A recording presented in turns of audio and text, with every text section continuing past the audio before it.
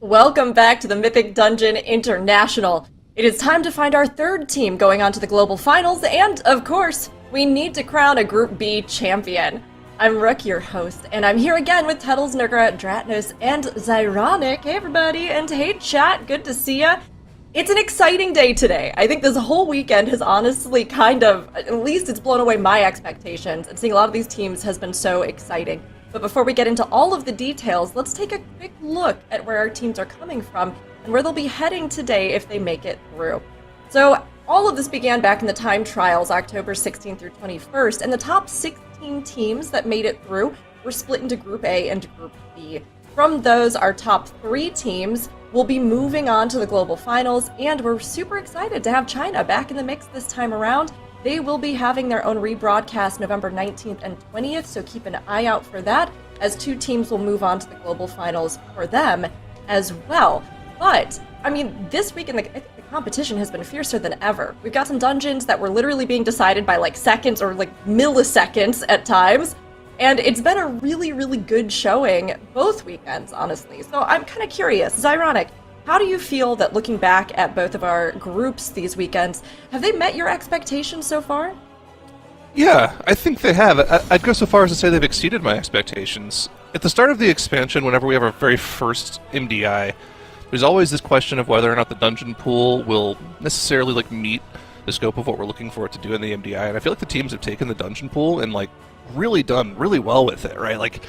Typically, around this time in the competition, 2 weeks in, we're talking about, well, the only way the teams could really improve their routes here is if they had, pull half the dungeon together.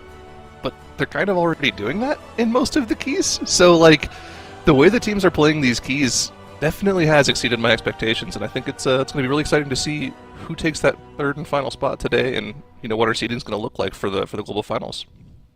Oh, I totally agree. I mean, we have big powerhouses here in Group B, like Mandatory. We've had newcomers coming in like Holy Moly that have really blown us away. And I think that between both of the weekends, seeing so much new blood in the scene who are really out there to, go big or go home has been really cool. So I completely agree, Zyra. I think it's been an awesome one to see so far. But of course, this weekend we've seen some really cool stuff as well. So Tettles, give us a little recap about day 2 for anybody that maybe needs a little refresher. Oh yeah, so I mean, right off the bat, immediately in day 2, Mandatory and Holy Moly, they're playing through the upper bracket, and they kind of took care of business. They were able to send some teams down to lower bracket while looking pretty dominant in their performances, putting up some incredibly fast runs. I think that we saw sub 10-minute, 15-second RCRs by both of these teams yesterday, which I think is going to create an incredible shootout in the upper bracket finals today between these two teams. And then meanwhile, we had some teams getting eliminated with Cursed, some seriousness, Lebros and Advance all, kind of having a little bit of troubles. I think that, again, kind of like we talk about, consistency and deaths are some of the more important stuff. And so those teams had a bit of a hard time. They ended up getting eliminated. And then that kind of created an interesting situation that we have for the lower bracket right now, where we have NOTITLE and Ducks Can Fly. And so they had to kind of play through a gauntlet in the lower bracket to make it into this lower semis match to try to secure the third place slot for Global Finals. Because, like you said earlier, we are qualifying 3 teams from Cup B into that Global Finals. And so now basically the winner of the NOTITLEs versus Ducks Can Fly series is going to be that third team, where we have Mandatory and Holy Moly. Whenever they're playing through the upper bracket, those teams have already secured basically their position, making it into the Global Finals. And of course, sometimes there are mistakes from great teams, such as falling off the edge and missing tier to side, as you saw there. But I expect that we're going to see a lot of very solid gameplay today. I think that teams have been improving over the course of the entire weekend. Their consistency has been improving, and we're seeing far fewer deaths just as the weekend has been going on. I mean, Tuttles, just like you were saying, I mean, gravity, a huge enemy of all the teams, falling off the edge there. But also, I mean, just these matchups have been so powerful. And there is a lot on the line for our lower bracket, especially today, as they look to see who's going to secure that third spot. So thinking of that, let's go ahead and take a look at our bracket for the weekend. We'll be starting out in the uppers, where we have a really great matchup. I mean, oh my gosh, Mandatory versus Holy Moly is one that I know that I'm really looking forward to. So Nagura, give us the lowdown on this. Yeah, I mean, Mandatory against Holy Moly is going to be amazing to watch. I personally think it's going to be super, super close. Now, I don't think it came as a surprise to anyone that they're going to be the ones ending up here as the first and the second seed coming into this weekend. But I do think Holy Moly definitely surprised some people with how well they played. Both Mandatory and Holy Moly 2-0ing their matches to get to the semifinal. And they also had the fastest time in all of the dungeons that they played for the whole weekend. The only dungeon that both of them played was Arakara. And Holy Moly is actually faster in that one in comparison. Only by 5 seconds, which is not a lot. But that's all that matters. Like 5 seconds, that's enough to win the game, right? So I think it's going to be really close, and I'm super excited to see it. Zyro, I mean, looking at the lower bracket, I mean, we have this huge matchup, right? Mandatory Holy Moly. I think just like Nagura was saying, Holy Moly has really come in here with some amazing times. But down in the lower bracket, we have just as heated of a competition. So what are you kind of seeing looking at this matchup with NOTITLE and Ducks Can Fly? Yeah, I think the NOTITLE Ducks Can Fly matchup is pretty interesting. Both of them got here in different ways, of course, obviously. NOTITLE's had a little bit of a tougher time of it. Their first round matchup, they weren't looking too comfortable up against Advance, but were barely able to eke that one out, but then they just ran into a juggernaut in Holy Moly. And of course, their matchup against Cursed, I feel like most of us casters expected Cursed to win that matchup. Cursed is the team that had the higher pedigree players, people that have gotten as high as a third place finish in the MDI before, but NOTITLE was able to upset them and get their way into this matchup here, just vying for that third place slot to get into the Global Finals. Ducks Can Fly, on the other hand, they took out Cursed in the first round in insane fashion, 2-0'd them, lost to Mandatory, who are obviously the returning MDI champions, and were able to take out Advance, which was a team that NOTITLE had a lot of trouble dealing with in their first round. So this is an interesting matchup with very, very important context, right? Remember, this matchup, NOTITLE Ducks Can Fly, winner goes to Global Finals, loser goes home. It's probably the most important matchup of the day. Yeah, it's going to be a big one, and I mean, when you've got that much pressure on, both of those teams have to be feeling it, going, okay, if we can just do this, if we can just make it, if we can just get our best runs, then we're going to have that spot. So very excited to see how that's going to pan out. But of course, these teams have to wade through all the challenges that our dungeons present before us. And this time around, we have a lot of different affixes, seasonal affixes, and as well the key levels, right? A little different than last weekend. So as we look at the dungeons the teams are going to be in, Dratnos, give us the lowdown on each of them. Yeah, so we have dungeons this weekend ranging from levels 9, 10, and 11. The one that has been the scariest looking to me has been that 11 Voidbound Grim Batol, but our players have actually been largely banning out the Siege of Borealis plus 10, with Oblivion being the active affix in there. So that's going to be an interesting one to watch. We also have the City of Threads and Necrotic Wake as our plus 9s, which means that they are missing one of those tyrannical or fortified affixes, respectively, between the City and the Necrotic Wake. So those have been really speed run, massive pull intensive. City of Threads without fortified active, we've been seeing teams going very hard on the Venom Shell, massive pull after the second boss, into that third boss room, just doing everything all at once. Necrotic Wake, we've seen the fastest ever MDI dungeon run 2 days ago of 7 minutes and 47 seconds by Holy Moly in there. Incredibly fast run, so those have been exciting to watch, but I'm looking forward to that Siege of Borealis, which is unbannable. The way that our rules work is that each team can ban one map, but you can't ban the first map in the series. So in our match 11 here that we're just about to watch between Holy Moly and Mandatory, Siege of Borealis is not going to be bannable. We are going to see both of these teams in that dungeon in the series. And then, of course, that pivotal match 12 that will determine a Global Finals ticket. We're going to see that Grim Batol that I mentioned as being a really, really hard dungeon being unbannable in that series. So it should be some very exciting series with the maps that we have lined up today. Yeah, big challenges ahead, but I feel confident the teams can rise to the occasion.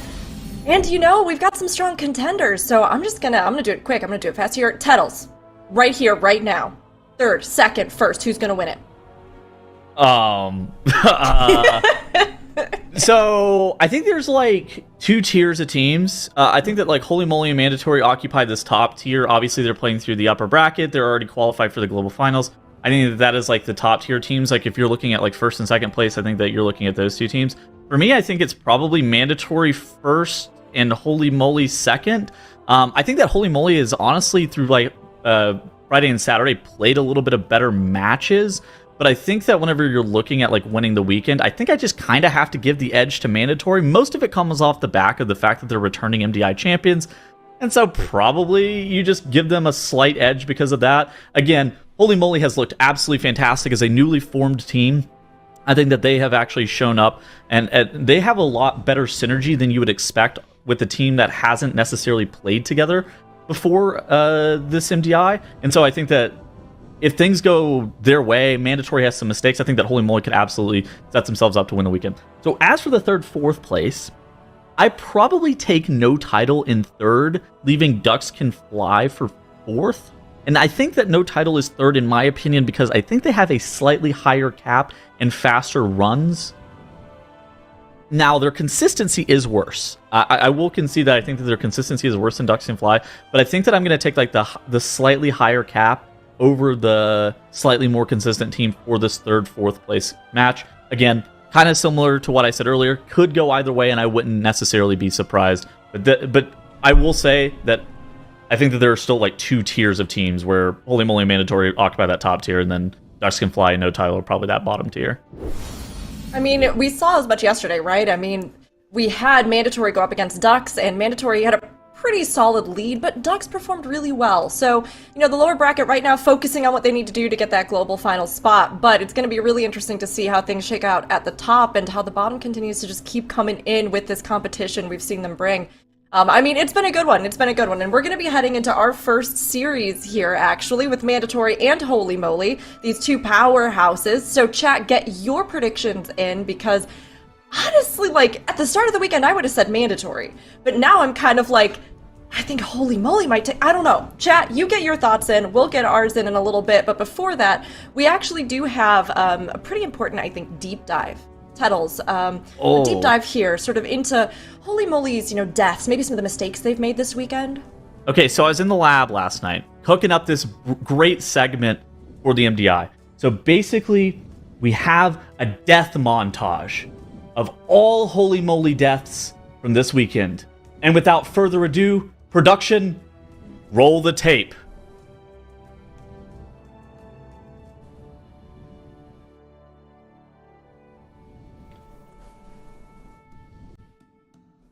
Wait, where were the deaths? Anyways, so I think that Holy Moly hasn't died at all in any of their runs so far. And so whenever I was talking earlier about how I think this is going to be a very close series, This is one of the reasons that I think it's going to be incredibly close. And Holy Moly has put up absolutely absurd times. They have the fastest time in Arakar, like Nagura mentioned earlier. But on top of that, I think that the ability to make sure that all 5 of their players stay alive with 100% uptime, that's the most important thing that I think I've seen out throughout the entire weekend. Mandatory, on the other hand, they've looked pretty good, but they've had a couple of shaky deaths here and there. But whenever you're looking at Holy Moly and 0 death runs, holy moly, we're so back. That's so good for them. I love that. That was amazing. I mean, yeah, and look, we're going to get into our bans. Oh my goodness, we've given here. mandatory We got 2 2 bans? Oh, wow. Okay, well, Holy Cut the tape, cut the Moly tape. is... Cut the tape. Okay, we're good. Holy Moly has been blowing us away so much that we didn't think they needed to ban a dungeon. They don't need that advantage. No, here we go. All right. So we can see how they've banned things out here. And I mean, like we were talking about, right, there's a lot of going for both of these teams. Holy Moly obviously broke the record for the fastest run in MDI, which was previously held by Mandatory. So they're definitely out for some blood. But Mandatory, solid performers and defending champs. So as we look at kind of the lineup here, I mean, Nagura, how are you feeling with what Mandatory alone has banned it out, how they both banned it out? So this is actually very interesting because we have seen Necrotic Wake from Holy Moly, and we've seen Mandatory ban Necrotic Wake before. And for Siege, we've seen Mandatory play it, but Holy Moly banned it before. So for the first 2 dungeons, one of the teams knows exactly what the other team is doing, which means they might have a faster strategy, especially because Mandatory is not banning out the Necrotic Wake. So clearly they must be able to match that 7-minute 47 clear from Holy Moly. And then the Dawnbreaker, I think that makes sense for Mandatory to ban. We've seen Holy Moly played already with a 0 death run. It was very clean.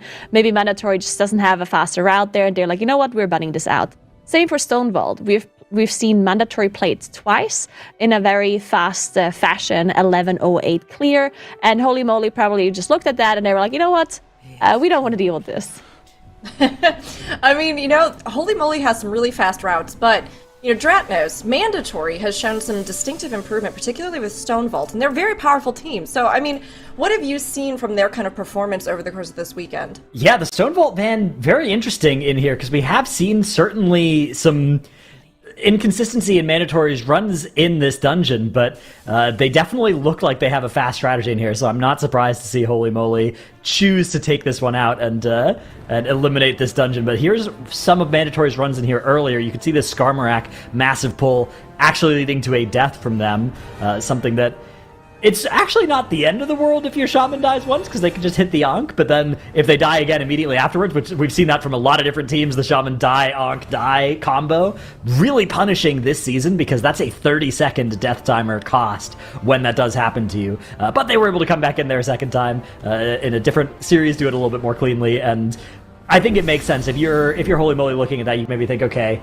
they probably have cleaned that up further. The chances of that same mistake happening again are pretty low. This team's really good. Their route's really fast. We're gonna ignore this. Like we're gonna ban this one out, and we're gonna not have to deal with that in the case that they do put up a flawless run. It's probably gonna be very fast in there. I mean, flawless run, I think, is going to kind of be key with either of these teams, right? They both have incredibly fast times, and while mistakes aren't something that we've seen them be wildly prone to, even those small things when you're in this kind of matchup can create these huge divides in time, right? So both of them, I think, coming in really strong and Mandatory, winding up, getting into it, and maybe even, keeping some of their stuff a little bit on the back burner, waiting to see what the competition brought. But we're going to take a look at down below, our predictions. And what we all thought, okay, all right. It's ironic. So you're favoring Mandatory in this one, then? Yeah, I think Mandatory, obviously you have to give them the props of the former MDI champions. They took down Echo last time around. I think they should have the chops to take this matchup. But like we've been talking about, Holy Moly has been flawless so far this weekend. So let's get right into it, into the Siege of Borealis. All right, absolutely. Nagura, go ahead and take us in for our first map. All right, so both teams utilizing that Shroud here at the very start to get past quite a lot of trash. We have seen Mandatory in this dungeon before, so they're going to be gathering up a huge pool on top of the boss. And let's see if Holy Moly does the same thing. We do see Mirror comes as well. Actually, it looks like we have a Frosty K versus an Unholy. Interesting. We'll see how that goes down, as Mandatory does engage the boss a little bit before Holy Moly does on their side. It's kind of interesting because I do think that these specializations between Frost and Unholy have a decent amount of difference in terms of their damage Stove. profile, and Stove going down with that bloodlust after he ends up pressing his Ascendants, getting hit with that heavy hitter from Chopper Red Hook. I'm surprised at that. Oh, okay, so basically For the health, I think. Mode melded off Chopper Red Hook, and Stove had threat on Chopper, and so Chopper has the ability to be able to white swing it, after you meld it for like 1 frame, and so Stove was the person who had threat. In theory, Skylark maybe is supposed to taunt the boss there, but whenever there's a trash pack that's this big, you kind of have to be aware that you want to be peeling out of melee there. It's really unfortunate that Stove goes down on the side of Mandatory. It's going to cost them an insanely large amount of damage, though.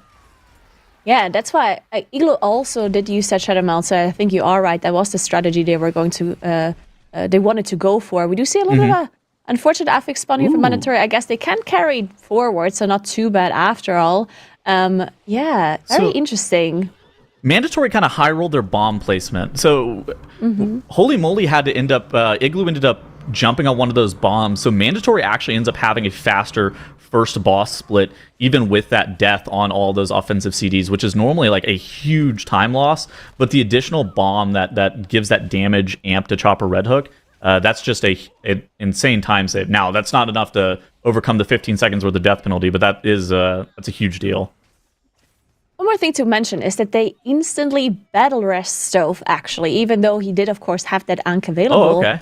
Not sure if that was just like a reflex from Maystein, just instantly using that rest, or if it was maybe intentional to just get the full HP rather than the lower HP Ankh, because as we just talked about in the pre-segment here, a lot of shamans dying, anking, and then immediately dying again because you don't have that health pool that you have when you have a battle rest. So maybe that was the thought process behind there. But definitely it's going to be a downside. Not having a battle rest for 8 minutes in such a fast-paced dungeon could cost them, as now Mandatory is already moving on towards Lockwood. They might even be engaging the boss here, as Holy Moly does do a little bit of a smaller pool here in between. It's kind of interesting that the strategy of Holy Moly is very straightforward. Basically, they're playing around their 2-minute CDs. They have that Breath of Cinder Ghost every 2 minutes. They have that Ascendance every 2 minutes. They have that Death Mark every 2 minutes. And they pull as much trash as possible onto the boss. The Unholy DK has 1.5 and 45s with that DT and that Unholy Assault. And so the Unholy DK, Mandatory is going to be kind of splitting up some of their trash pulls occasionally. Now, Mandatory ended up pulling a bunch of this trash onto the boss on the 2-minute windows. And they're kind of leveraging that Unholy DK to be able to kind of kill off some of the trash in between whenever the Enhancement Shaman and the Assassination Rogue's cooldowns aren't up. But that allows Mandatory to actually get Dread Captain Lockwood pulled substantially earlier than Holy Moly. But Holy Moly should be able to catch up with all of their offensive cooldowns here. But how fast are they going to be able to catch up is the question. Yeah, they actually did catch up quite a bit on boss HP here. They do get the intermission phase now as well on their side. But yeah, Mandatory. I do think they're further ahead than the 15 seconds death penalty for sure. So Holy Moly will have to catch up a little bit more, maybe even between Lockwood and the next boss's area. That's an area where we've seen Mandatory do really insane pulls too, though. So Mandatory in this siege, we've seen them 2 days ago, I believe. It was the very first match they played against the 8th seed, against Lebros, and they looked just so clean on their side as they dropped lower and lower on this boss. And they did get one affix there at the very end. Holy Moly also getting their 10 stack, or actually they only got an 8 stack. So a little bit of a missed opportunity here with that 2 stacks here at the end. All right, so Mandatory able to down Dread Captain Lockwood, while Holy Moly has to do one more phase of this trash, these Cannoneers, and kill off all of these deckhands prior to getting Dread Captain Lockwood to come back down.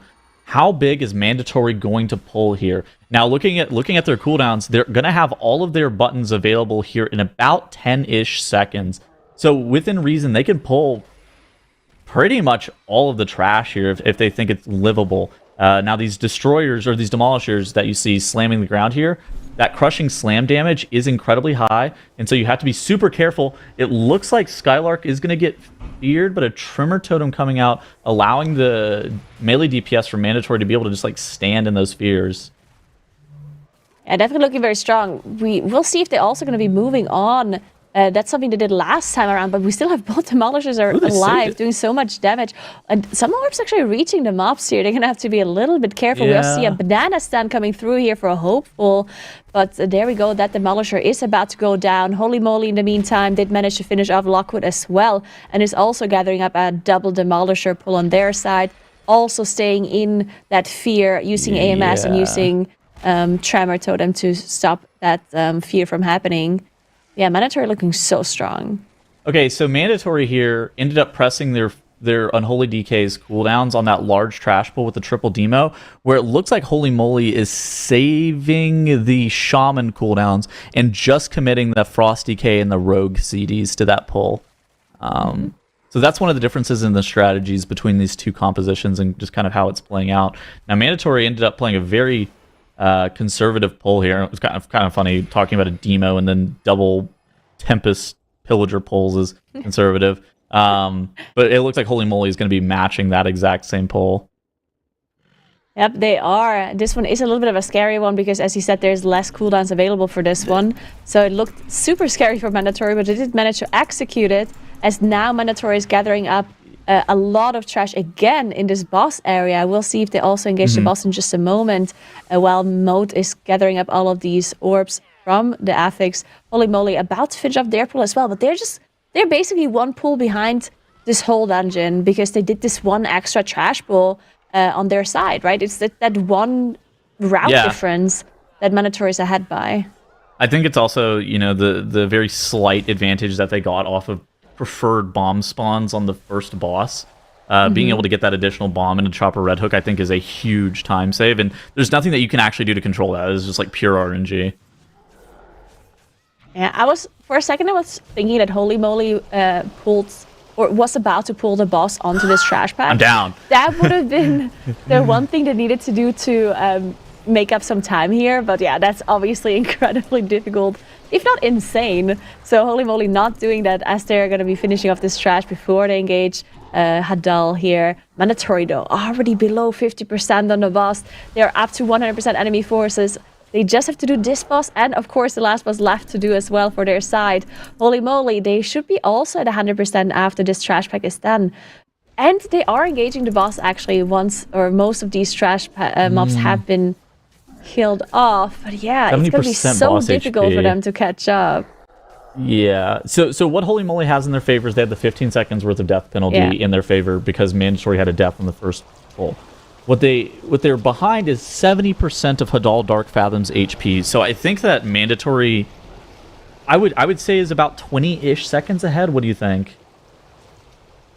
Yeah, I think so as well. I think they're slightly further ahead than the death penalty that they have from this one death. Now, obviously, if they have one more death somewhere, which we've seen them die, I think it was Stove actually that died on the way down to these panels. So let's hope that doesn't happen again. That did happen. I forgot about that.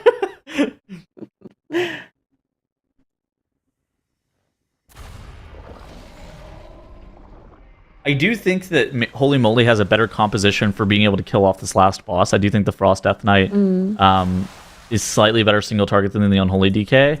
But I don't think it's by enough to be able to kind of overcome this damage difference here. And look at how Mandatory is dealing with this boss. They're actually splitting up their DPS, where Stove is over here soloing this Gripping Terror, where they send the rest of their players over to that Demolishing Tentacle, and they're trying to kill it off. Now, you would never do this on live, and the reason that you never do this on live is because that Demolishing Tentacle does the Ground Slam ability, and it does an insane amount of AoE damage. However, the most time-efficient thing that you can do is, of course, splitting up your cooldowns and splitting up your DPS, such as Mandatory is doing here. And so I think that for timer purposes, obviously not for safety in the slightest, this is a very good strategy. They're also leaving Skylark behind on that Vengeance Demon Hunter, and he's going to be shooting the cannon and then double Infernal striking to the next Demo Tentacle. Again, you would never do this on live, because if your tank doesn't make it in time, the Demolishing Terror casts Hole Cracker Slam and completely wipes your entire group. But if your tank can get there fast enough, say they're playing a Vengeance Demon Hunter, it's possible. But this just looks perfect for Mandatory. Yeah, it definitely does look really good for Mandatory. Holy moly did manage to get one more Affix spawn as the door was still closed. They had to wait for it to open and managed to extend it at the very last second as Igloo did walk back and pick up that last orb to get the 10 stack which means that they got a full buff here coming into this phase 1. So they caught up a little bit. They definitely were really fast for this first platform. Now Mandatory, they're almost done with their second platform already. So this is going to be very difficult. Bloodlust is still available for both of the teams.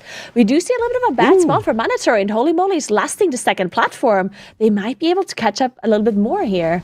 I mean, this is going to be incredibly close. I think if Mandatory actually has a death here, they're probably going to be in a position where they can lose. But if Mandatory is able to keep all 5 of their players alive during the hardest part of this boss with all of these Oblivion Orbs coming in, making sure that they soak those Oblivion Orbs, I think that Mandatory should be able to kind of seal the deal here. But again, you have to be able to keep all 5 of your players alive. That is the most important thing that you can do here, because another 15-second penalty would be catastrophic.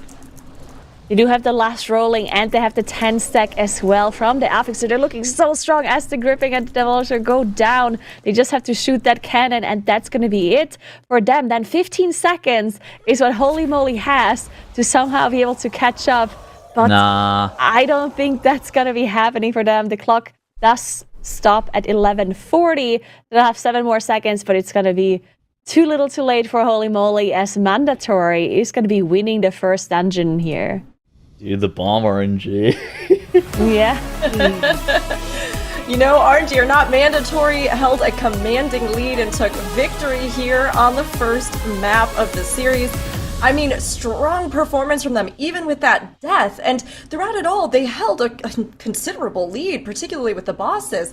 So, you know, Tuttles, where do you think that Mandatory really bought themselves the most time with this run? I mean, I think that the Unholy DK and not... Nagura pointed out while we were casting, there was an additional pull that Holy Moly ended up doing in between the first and the second boss that Mandatory ended up not doing, and I think that that was an insanely large time save. I think it kind of comes down to the offensive cooldowns that are available. I think that they were able to utilize a lot of that damage from that Unholy Death Knight. I mean, looking at the DPS here that you're seeing from him, he was doing 3.2 million DPS, and it's not that the Frost Death Knight was really that far behind for Holy Moly, but I think how they pulled around the Unholy DK really is what bought them a lot of time. Quick question. It's ironic. Okay. Go ahead. Do we count that death from Soda for Holy Moly? It happened after Mandatory finished their key. Do we still count Holy Moly as being deathless on the weekend? Oh. I'm gonna go with yes. Was it within the 15 seconds? Was it within the 15 seconds? I don't think so. I think it was afterwards. Well, okay, if it was afterwards, then he would have been alerted by the admins that the run was over, which... True. Yeah. All right. Agreed. Teams do weird stuff after that. Holy Moly's I still don't know. deathless. Count it. I have to agree. They're still deathless. We're still good. They got the alert. It's confirmed. Yeah, so they probably just went, all right, well, that's it. Now, as ironic as you were looking at this from the analyst's perspective, are you feeling the same with some of the commentary, some of the observations with these two in this matchup? Yeah, let's take a look at that first boss, because it was a huge question mark for me. I was watching it and wondering, how is this so how is Mandatory killing this boss faster than Holy Moly, even though they lost their ascendants on Stove? It was really weird. And then you look at the bomb positioning here. Not only were their bombs very spread out, but they also popped the wrong one first. Ideally, you'd like to pop these in a line. They popped the middle bomb first, which means, yes, the second bomb is still closer, but if they do need to go to the third bomb, they have to travel twice as far to get to that third bomb. Whereas Mandatory, not only were their bombs more clumped up, but also they went to an edge one first, so they didn't have to travel too far to go to the second and third bombs, and that really helped them out a lot on the boss damage here.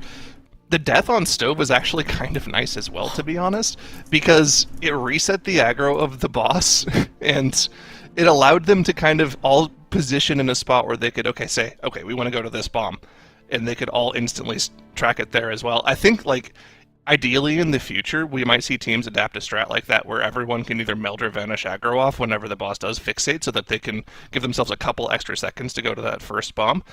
But not only were they faster on the first boss, they were just faster in the rest of the dungeon too, and it wasn't like their actual damage numbers were higher. It just seemed like the damage allocation was better.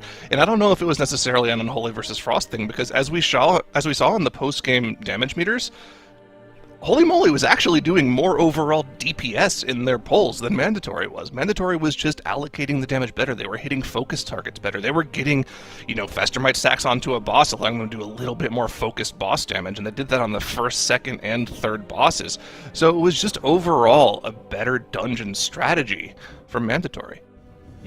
Also, Stove can't get targeted by the fixate from the boss. It was an issue of mode melding while Stove had aggro on Chopper Red Hook, and then he can auto attack you. I mean, kind of like we were discussing as we got into this, right? Both of these teams have had just really good performances, just solid across the board and fast times.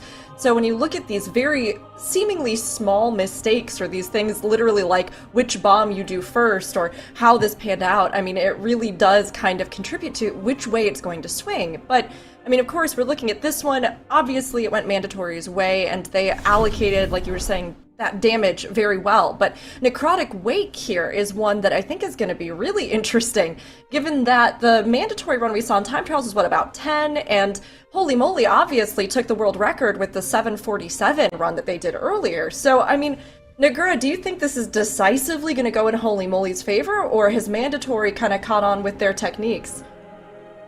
I don't think it's necessarily going to go Holy Moly's favor, because clearly mandatory saw what Holy Moly was doing, and they chose not to ban the dungeon. That doesn't necessarily mean that they have a faster strategy. It could just mean that their strategy in Dawnbreaker, in comparison to what Holy Moly does, is even worse, in their opinion, compared to the strategy they have in Necrotic Wake compared to Holy Moly.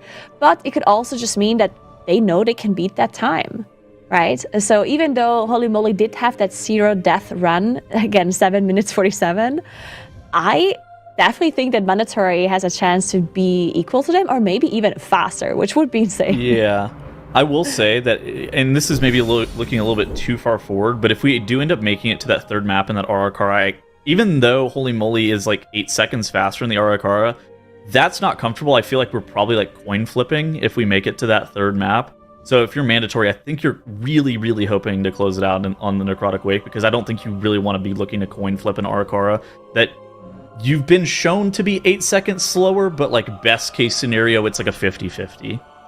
Yeah, no, I would completely agree. And I mean, how wild would it be if, not saying that Holy Moly is going to have that flawless, incredible run again, but it would be kind of amazing if mandatory lost their like world best time and then got it back in the same weekend. Oh, that would be so cool. Now, I think a lot would have to go right for them though, right, Tuttles? Yeah, I mean, I think that Holy Moly is in position to be able to reverse sweep this. I don't think like it's. Sometimes you see a situation where you see like a map pool where you're like, oh, okay, this team is favored in 3 out of 3 maps. They're probably going to win this series. I think that this is a situation where I think we could be witnessing a reverse sweep depending on how Holy Moly does in this Necrotic Wake. You know, Holy Moly is going to have to show what they can do in Necrotic Wake again, replicate that incredible run, or at least beat Mandatory, or they'll be moving down to the lower bracket. Mandatory here coming in a really strong position as they go into map 2 here, the Necrotic Wake. This has been a perilous one for many of our teams. Even at its key level, we have seen full wipes on multiple occasions. And while Holy Moly seems to have perfected their technique, Mandatory has so much experience behind them and the momentum of a first win. Mandatory, if they can get this one, they will be moving on to our finals this weekend. Holy Moly, they've got to put it on the line, they've got to pull it out again, and they have to perform. So we'll get here into Game 2, the Necrotic Wake between these two. And I mean, Nagura, following up as we get into it, we'll pass it over your way. Oh, that's a Warlock. Mandatory. Pulling out the Dastra Warlock here. Very, very interesting. Both of them otherwise playing a mirror comp. It's just a Warlock versus a Rogue here. Of course, both of them immediately gathering up an insane pull, instantly engaging the boss, instantly popping that Bloodlust. This is a super difficult pull to execute, as they do have a Gatekeepers here and basically all of the trash in this area, and all of their cooldowns, of course, are going to be committed for this one. It's kind of interesting as well, because I think that we've seen Maestine on the DK all weekend. I don't think that we've actually seen him swap off that Death Knight. And so because he's the person who's the Warlock player on their team, they have to have Hopeful swapping over to that Unholy DK. But I mean, Mandatory able to down Blightbone in 37 seconds. An incredibly fast split. Holy Moly, 46 seconds on Blightbone. A little bit slower than they were last time that we saw them in here. I remember last time whenever we saw them kill Blightbone, they killed the boss off also in that 36-second mark. So they were 10 seconds slower than their previous best. Yeah, interesting. We do see a shackle come out from both the priests here, making sure that mage from the necromancer is not going to be casting frostbolt volleys from the back here. As, I like that, yeah. Igloo is also, engaging further mobs here, more marauders on top of this mini boss pool. There's going to be loads of AoEs that they have to dodge out of. This is a little bit of an advantage for the range player here. Of course, Mace Team being able to just stay outside, not having to walk out every time that fear does come through.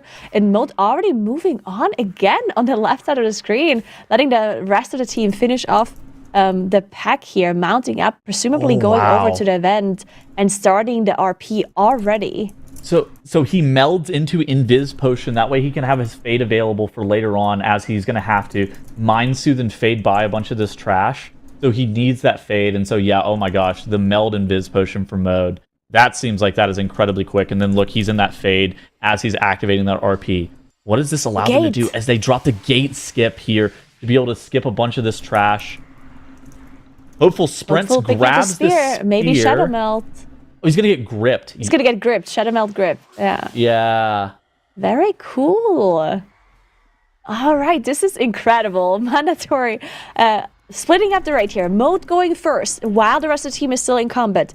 Using Invis Potion, using Shadow Melt, starting the RP event so a Marth actually spawns. Then gripping up Hopeful that walked into the Necromancer pack to pick up the spear. Shadow Melts off the aggro, gets gripped while the rest of the 3 players are gathering up the trash they want to pull on top of a Marth here. And this all happened in 2 minutes. They killed the first boss already. This is incredible. Yeah, I mean, look at this. Stove is absolutely full sending a Marth here. Over 9 million DPS. The thing that you need to know about the Enhancement Shaman is that a lot of this damage is going to be funneling straight into the boss as well. He's going to be the recipient of that power infusion most of the time. You do see it go on to the Unholy DK occasionally, but I saw in the first pull they were actually PIing Stove as well. Just still really prioritizing that funnel over the just raw AoE damage. And Mandatory able to down a Marth here in 1 second and get a 237 split for that Amarth split. And Holy Moly is honestly hot on their heels, Nagura. We kind of overlooked the fact that Holy Moly actually caught up a bunch of time here. We thought that Mandatory was doing a kind of slick strategy, but, you know, Holy Moly still only that 10 seconds behind that they were at the very beginning. They have a faster split, so even it's one second difference in favor of Mandatory for the second boss split here. It really was the first boss that Holy Moly lost their 10 seconds on. Maybe the difference between the Warlock as well and the Rogue here, just the Warlock just having so much AoE damage there at the very start with all of the trashes being pulled on top. And now we do see a huge gather for both Mandatory and Holy Moly here up in the Necropolis as they pull almost all of the trash together. We do, of course, have both of the priests that are going to be able to mind control that Cleaver mob. So they're going to be able to get that extra damage in for the rest of the dungeon here. And it's just about execution now, right? With the mind control, with the CC coming through, how much are you utilizing the cleavers? Because, of course, also like positioning yourself and whatever, that can also just be a damage loss or a time, like the time that you're not actually saving. So we'll see Mandatory already in that second kind of gauntlet area where we do see those 2 assistants spawn. I think I like, from here on out, I think I actually prefer the Frost Death Knight and the Rogue over the Unholy DK and the Warlock. But that trash pull that Mandatory did at the very beginning of the Necropolis was a little bit faster. And so that kind of makes me question as to whether or not the composition of the Frost DK and the Rogue is actually going to be able to catch up, because Mandatory is 1 full pack ahead of where Holy Moly is, just off of being able to burn that first pull here faster. Yeah, let's take a look at the weapons here. We do see Igloo still holding on to that spear on their side. Mandatory also having that 1 spear on Hopeful, so that looks to be equal. They're going to be using that later on, probably. I'm not sure did they use it on the last boss the last time? Do you remember, or was it? They did. Yeah, but both teams did. And Holy Moly actually kind of got unlucky as well. So with these assistants, one of them casts an ability called Morbid Fixation, and what you see is that most of the people on the side of Holy Moly are running Night Elf. Soda, of course, playing that Shaman can't be Nelf, and he got targeted with a fixation. And he was in Ascendant, so he was able to cast Storm Strike and hit the mob from a little bit away from the mob. But in theory, you would much prefer that to be on one of the melee DPS. Yeah, definitely a little bit unlucky there for Holy Moly, as the Mandatory is about to finish off that last mob to spawn the boss in just a second. So we'll see if they have, yeah, there it is. The cleaver is feared in the background. That creation is attackable. That first hook is going to come out in just a second. Their buff from the affix is going to run out, so they're not going to be able to get it for the damage on Stitch Flash. But the fear on the Flashcrafter should be running out soon, exactly for Stitch Flash to come down, so they're going to be able to get the extra friendly fire damage in. You can see the first one here on Maysteen as well. And they are making sure the creation is pulled away. Very nicely done. They need to beat the escape from Surge and Stitch Flash. So in approximately, I would say about 20 seconds from this point, Surge and Stitch Flash will actually jump up to the platform. Now, if you get the boss below 5% HP, you can actually avoid that happening. Yep. And it looks like Mandatory is going to be able to do that. Now what's going to happen here is Mode's going to mind control that Fleshcrafter, and they're all going to click this port to be able to port up to the top of the Necropolis. The Fleshcrafter is going to teleport. That's what's going to allow them to go from 99.1% count to 100%. And they're going to throw the spear, and they're going to unload every single offensive cooldown into the boss. And they're going to try to burn this boss before the first Dark Exile cast goes off. The first Dark Exile comes out approximately 45 seconds in, but we've seen in the past, especially with no Tyrannical on this boss, that it is possible to be able to kill that boss off before the first Dark Exile resolves. And it's so much damage coming through with all of those offensive cooldowns and the PI on Stove as well. Maysteen also just popping that Infernal Hopeful blasting as well. And there we go. The Exile cast is about to come out. They did get another cleaver in from the Flashcrafter. Here come they Holy also have Moly. to finish off the Flashcrafter though, because the Flashcrafter, they need it for percentage. And it looks like they are, yeah, wow, 740 for Mandatory. That it's 7 seconds quicker than what Holy Moly had on their first run. And that's it, Mandatory winning against Holy Moly 2-0, moving up into that final. Absolutely incredible. I mean, Mandatory did it. They did it there, right? I mean, yes. Amazing to see. They have gotten back their record. I mean, they managed to get those 7 seconds off and just blast this. So huge congratulations, victory to Mandatory, who have reclaimed their world record here in the MDI for fastest run and have also secured their place in the grand finals. Absolutely incredible to see here. I mean, Mandatory, they saw Holy Moly coming up and they went, oh, no. We're defending champs for a reason, and they have perfected this. So, Tettles, I mean, looking at their run here, what do you think was so successful about it to shave off those extra 7 seconds? I mean, I think first and foremost, the first boss split, it was the same. I think it might have even been like 1 second faster than what we saw from Holy Moly whenever they put up their previous fast time.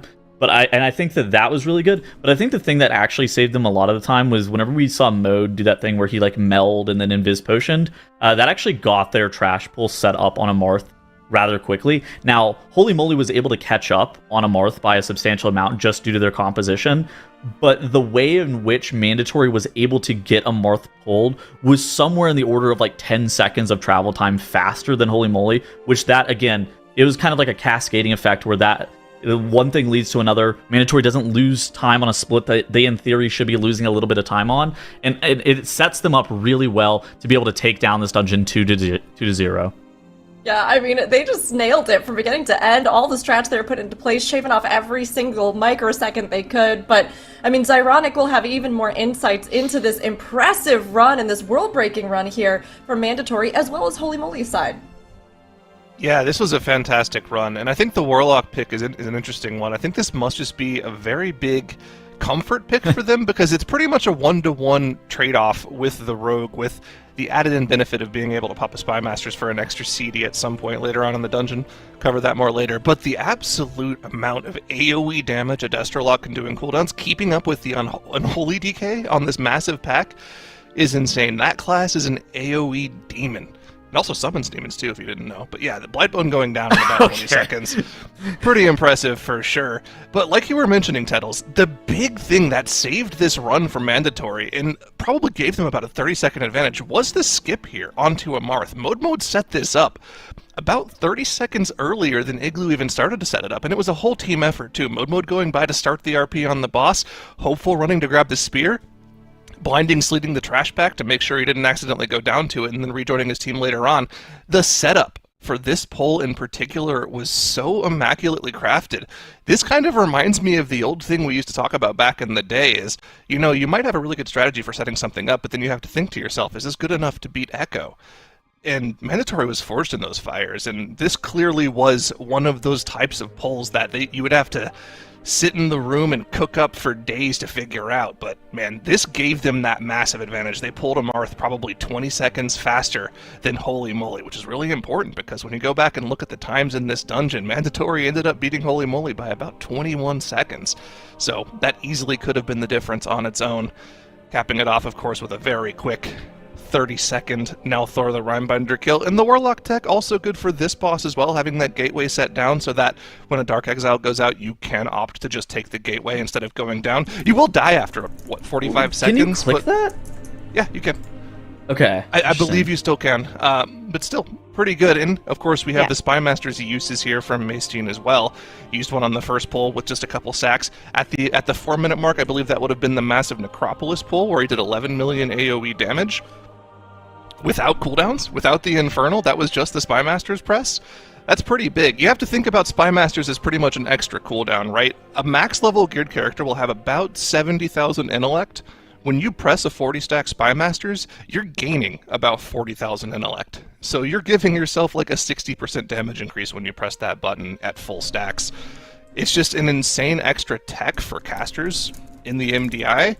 And it also comes with a drawback, right? If you die, you lose all your stacks, and these keys are so volatile that you really have to be super confident in your run in order to run that. So, yeah, very overall impressive run from Mandatory, able to take that world record as well. Just a lot to talk about for a sub 8-minute key.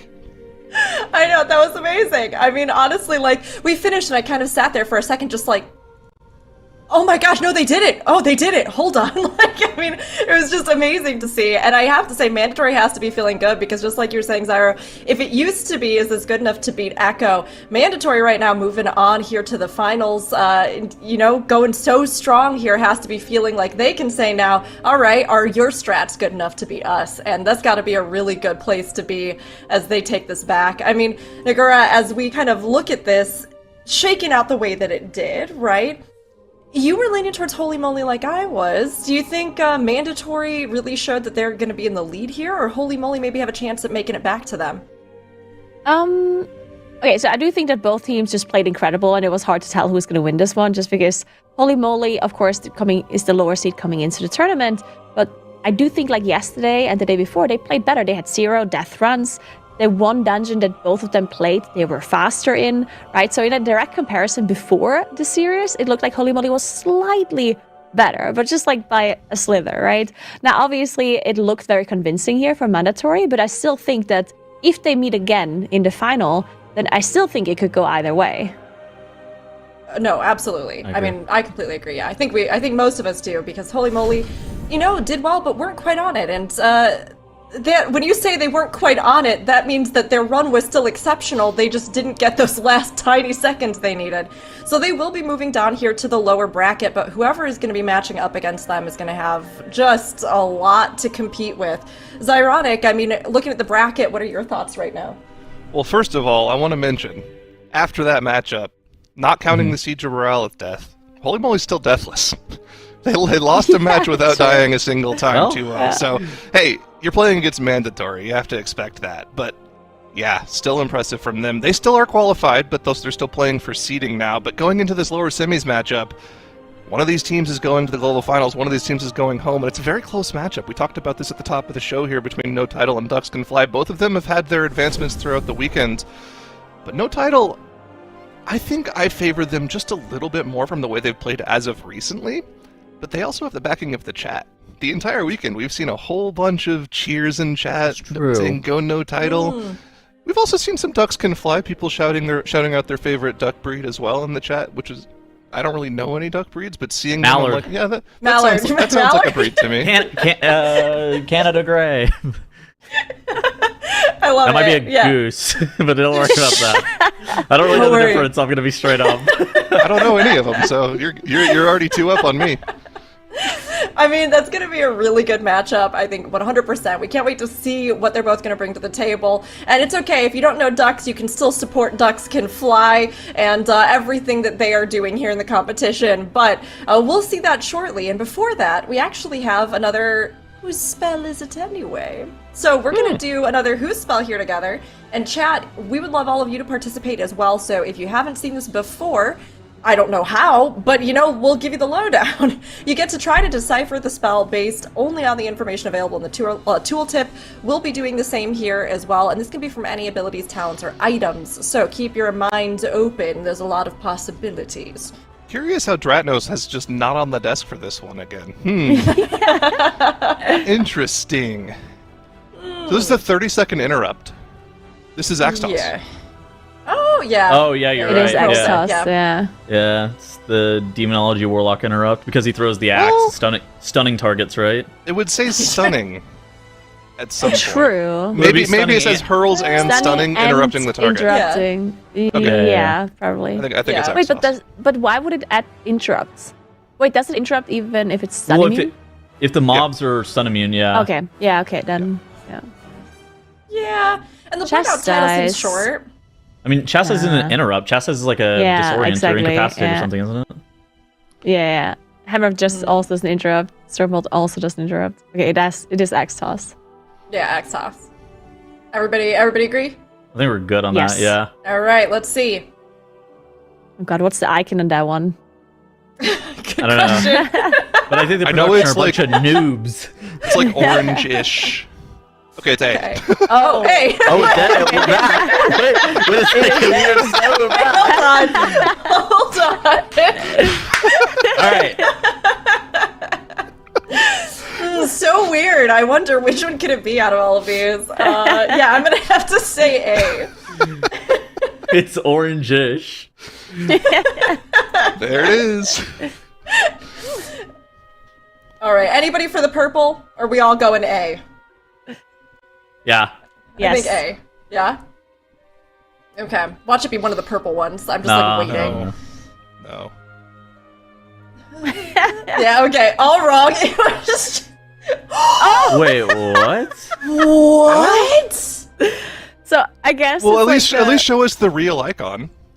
yeah. so we can I compare. think it's like it's Okay, it without was A. the Okay. No, it wasn't A. You see there's like these things on the like fingers? Like the Oh my without the God. runes. The markings? Oh, They had the runes on okay. A. Yeah. whatever. All right. Okay, Listen, Chad. we were the closest. That's my what matters. bad. We got baited by picking the right color fist. Oh, all right. I demand a recount. This Yeah, is I feel like illegal. this was stacked against us. We were set up here, but I think we still did great. So everybody, if you were voting with us, then great. If you were one of the people whose idea this was, then how very dare you? But honestly, I think we did pretty well. So we're going to have a big matchup coming up next, and a reminder to everybody that this one is our elimination match. So whoever continues on here is going to be locking in their place, and whoever doesn't is we're going to be saying goodbye to them here this weekend. But no title and Ducks Can Fly. It's going to be a close one and a fierce one, so stay tuned. We'll be back with everybody in just a couple minutes.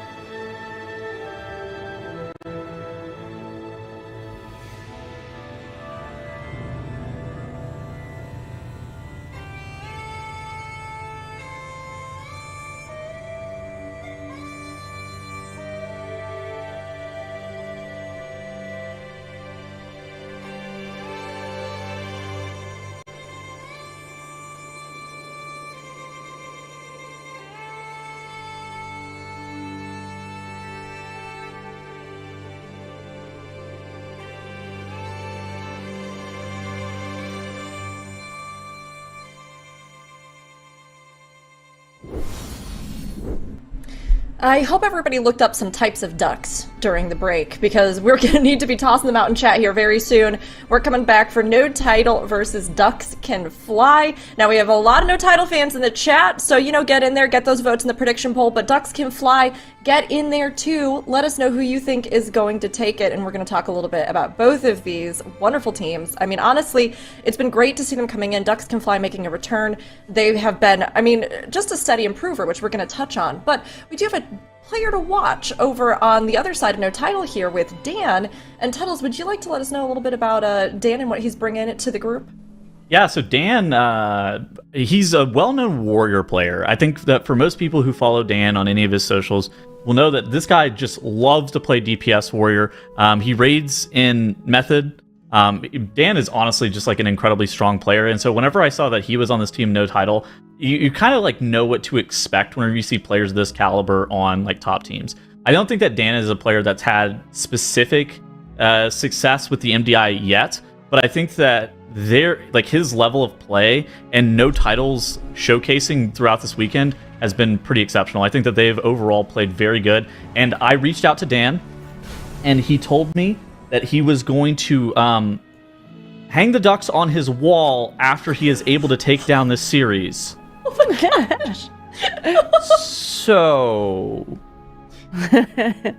yeah. Anyways, that's just something that you need to know about Dan, is that he's also into, what's it called whenever you like stuff animals? Like trophy hunting? Taxidermy? Taxidermy, yeah. Taxidermy. Big into taxidermy. It's just a hallmark of being a warrior, I think. Yeah.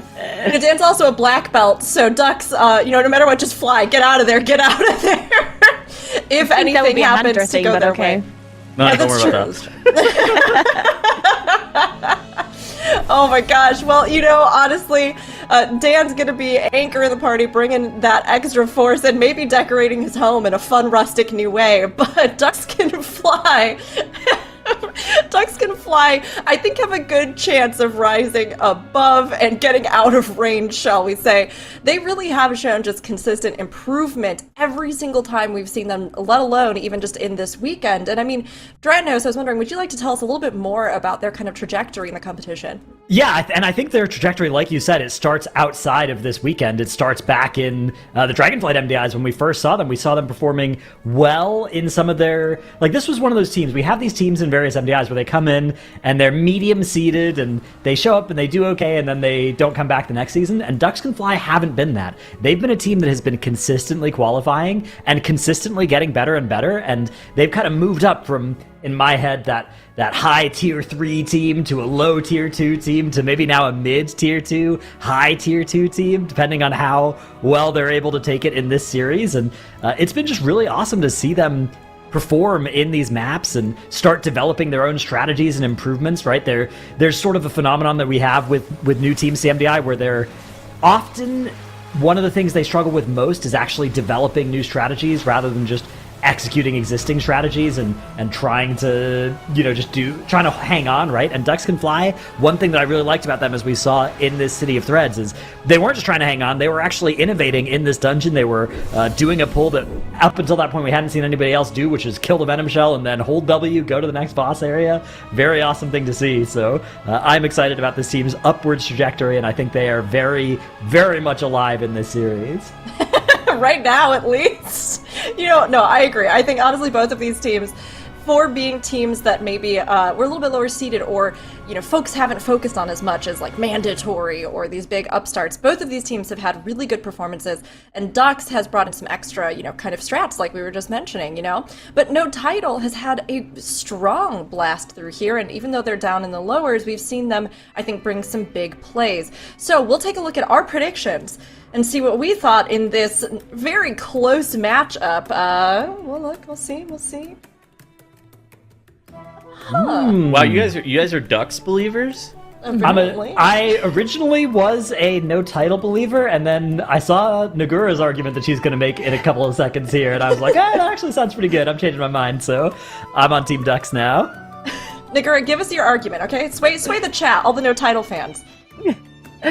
Okay, so I do think that No Title is obviously a very good team. I think it's really close between those two. But looking at the map pool, right? So first of all, we have 2 dungeons in this map pool that No Title has banned before, it's actually Siege. All right, so Siege has been banned by No Title and by Dux, so that's not going to be a problem for them. But the first dungeon, Grim Battle, it has been banned by No Title before as well. So that may or may not mean that No Title is not very good at this dungeon. And then the other 3 dungeons, City of Threats, Arakara, and the Dawnbreaker, we've seen No Title in all 3 of those dungeons before, and they had full wipes in all 3 of those dungeons. While Dux Can Fly, on the other hand, did really well in the dungeons that they have played on their side. And they are incredibly consistent in City of Threats in particular. They played it twice and had a 11:59 clear both times with 0 deaths. So I do think that for this map pool here, Dux Can Fly does look a little bit stronger for sure. Nagura, it seems like chat agrees with you. 77% right now leaning towards Dux Can Fly. I don't know if you want to type quacks in the chat or, list your favorite type of duck. But honestly, the hype is real, and I think a lot of us are feeling it. Dux Can Fly, they have taken off, and they have just continued to rise. But No Title, again, I think that if they can get these clean, if they can avoid some of those deaths, maybe with a little bit of the extra practice, that absolutely they are strong contenders, and they may be able to overtake some of Duck's more conservative strategies if they can pull it off. So, I mean, it's going to be a bit of a toss-up here in this matchup between No Title and Dux Can Fly, but there is a lot at stake for both of them, as the loser of this series will be eliminated, and the winner will be securing their place in the Global Finals. This is going to be a big one here in Grim Battle, a very difficult dungeon right off the bat for them to be jumping into, but we are going to jump in right now, so it is all over to you, Dratnos.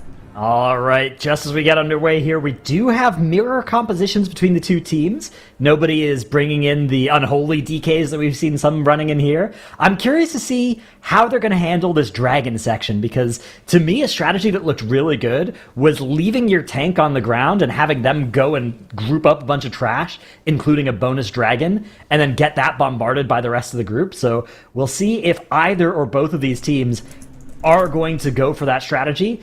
It can be costly, especially if you mess it up, and it can cost you your cheat death pretty easily as the tank too. So this first pull, it's actually going to be Dux Can Fly that get it done much more quickly than No Title. The team already now entering those dragons, and you can see they are going to go for this strategy. Their tank is going to go and do a cool little double jump vengeful retreat to get over to the other side here. So look at this cool maneuver. Same with Sky for No Title.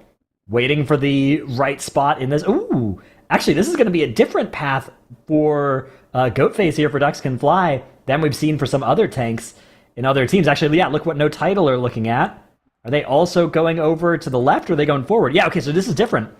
It's going to be a different dragon procced by both teams, although they are both procking a dragon, so kind of a different way to get the same outcome. Both of those dragons are out of the way, and both do get picked up by both teams. Interesting. Wonder what the difference is here. Very cool difference here between the 2 teams. One very notable thing as well is that No Title did not commit Bloodlust for that very first pull. They also pulled slightly less percentage, so they're saving their Bloodlust for some pull later on. This dungeon, Grim Battle, actually is a pretty long one. The fastest run we've seen was from Holy Moly with a 13 minutes and 14 clear, which means that No Title has to press that Bloodlust pretty soon if they want to get a second one, unless they want to commit to a single Bloodlust run here. Dux Can Fly and No Title engaging the first boss pretty much at the same time, though.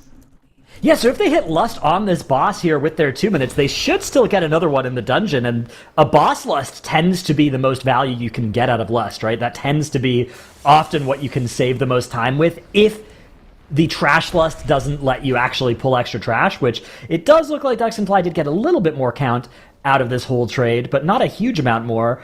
I kind of like No Title's side of this. I think they're going to get a lot of free boss damage as a result of this, and they are still going to get a Lust at the end of the dungeon on the last boss, which that's kind of your only option for the second Lust in this dungeon anyway, so a cool strategy for sure for No Title. I mean, saying that, their Lust is rolling, but the boss is dying faster for Dux Can Fly. Oh, it's about the same speed. But Dux Can Fly are keeping up with the Lust without it. That is very impressive, because that certainly wasn't true on the first pull of the dungeon, right? Although now No Title are accelerating more. It looks like that Breath of Sindragosa is still rolling for them, whereas maybe it's not for Dux Can Fly. Yeah, very interesting. I think I also like this adaptation here. And I think at the start, when they pressed that Bloodlust, a lot of the damage was also going into the trash there at the very start, making it a little bit safer as well. Because, of course, they are not using those dragons to deal with that trash pack that is in front of this boss. They're just cleaving it down with the boss. NOTITLE about to finish off General Umbris now. They already did position themselves close to the exit, so they're able to move on. They also get a very favorable dodge here, because if at the very end you get a dodge all the way at the entrance rather than the exit, that is obviously not nice, as both of the teams are also going to avoid Emissary spawning at the very end. They are just dealing with it as they move along. Yeah, it's interesting to say, because, like, on the one hand, it's annoying to get it when you otherwise would like to just be running, because you kind of have to stop running. But on the other hand, no mobs are being affected by its damage reduction aura, so that's kind of nice, right? You just get to kill it sort of for free, but also sort of not. I'm actually not sure when is the best time for it to spawn. My guess would be like at the start of a pull, as your cooldowns are just going to kill it for free, and the mobs are only going to get a 10% DR for 3 seconds anyway, so it's not a big deal. Yeah, I think that is the best one. Yeah, I actually agree. As Ducks Can Fly, they did a little bit of a different pull compared to NOTITLE here, as they did pull that first Molten Giant at the start, while NOTITLE skipped that one, moved on, and only pulled that second Molten Giant with the trash bag. Ducks Can Fly is doing that same pull that NOTITLE already did now. So that means NOTITLE has to pick up some trash somewhere else to be able to catch up, as they now engage Forge Master and also pull the Molten Giant that is left there on top of it. Yeah, I think this is going to mean that there's probably an extra dragon getting added to a pull for NOTITLE later in the area after Throngus. I'm not 100% sure, though, on how this all maths out. They did get a little bit less count at the start of the dungeon, NOTITLE did. Oh, Dux is just not pulling the last Molten Giant. So they just decided to do Forge Master without. I bet the plan is going to be to pull that giant during, like, the Molten Mace kite.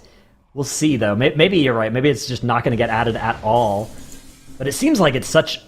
It's right there. That mob is, you know... You really do want to pull it, although it is kind of sketchy. You can see Last Resort is on the raid frames for Ducks Can Fly, which is a resource you really would prefer to have access to for this next part of the dungeon, so it's not good that that's procced for Ducks Can Fly, whereas on the side of NOTITLE, their tank does still have that resource available, so that could be a decisive factor as well. Forge Master Throngus here, 20% ahead are NOTITLE, as they do that Forge Mace kite. Let's see if Ducks Can Fly are going to use this kite as an opportunity to pull some trash. They're running up the... It looks like no. It looks like they're going to go on the outer path here. So yeah, maybe skipping it entirely, that Molten Giant, and saying, we got some extra count earlier, we don't have to pull this now. Yeah, interesting. Ducks Can Fly is still slightly ahead in count, presumably because they pulled that first pull of the dungeon a little bit bigger with their lust that they committed. We do see a death for Ducks Can Fly. Yeah, I was trying to think of when we had that death as well. It could have been like an instant unk from the shaman. Yeah, those do happen.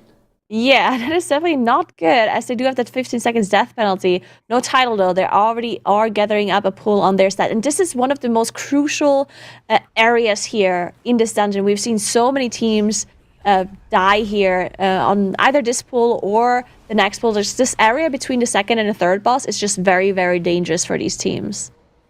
Yeah, lots of great raid damage, right? Lots of damage on the rest of your group with those curses, applying a large heal absorb as well. Looks like NOTITLE have done a good job of getting through the worst of it, though. I don't think they pulled the second Lava Bender into this pull, so it's a little bit less sketchy than what you can see Ducks Can Fly are setting up here. Luca running forward is going to tag that Lava Bender, probably. And, yep, there it is, that Moonfire. Going to be bringing in extra mobs.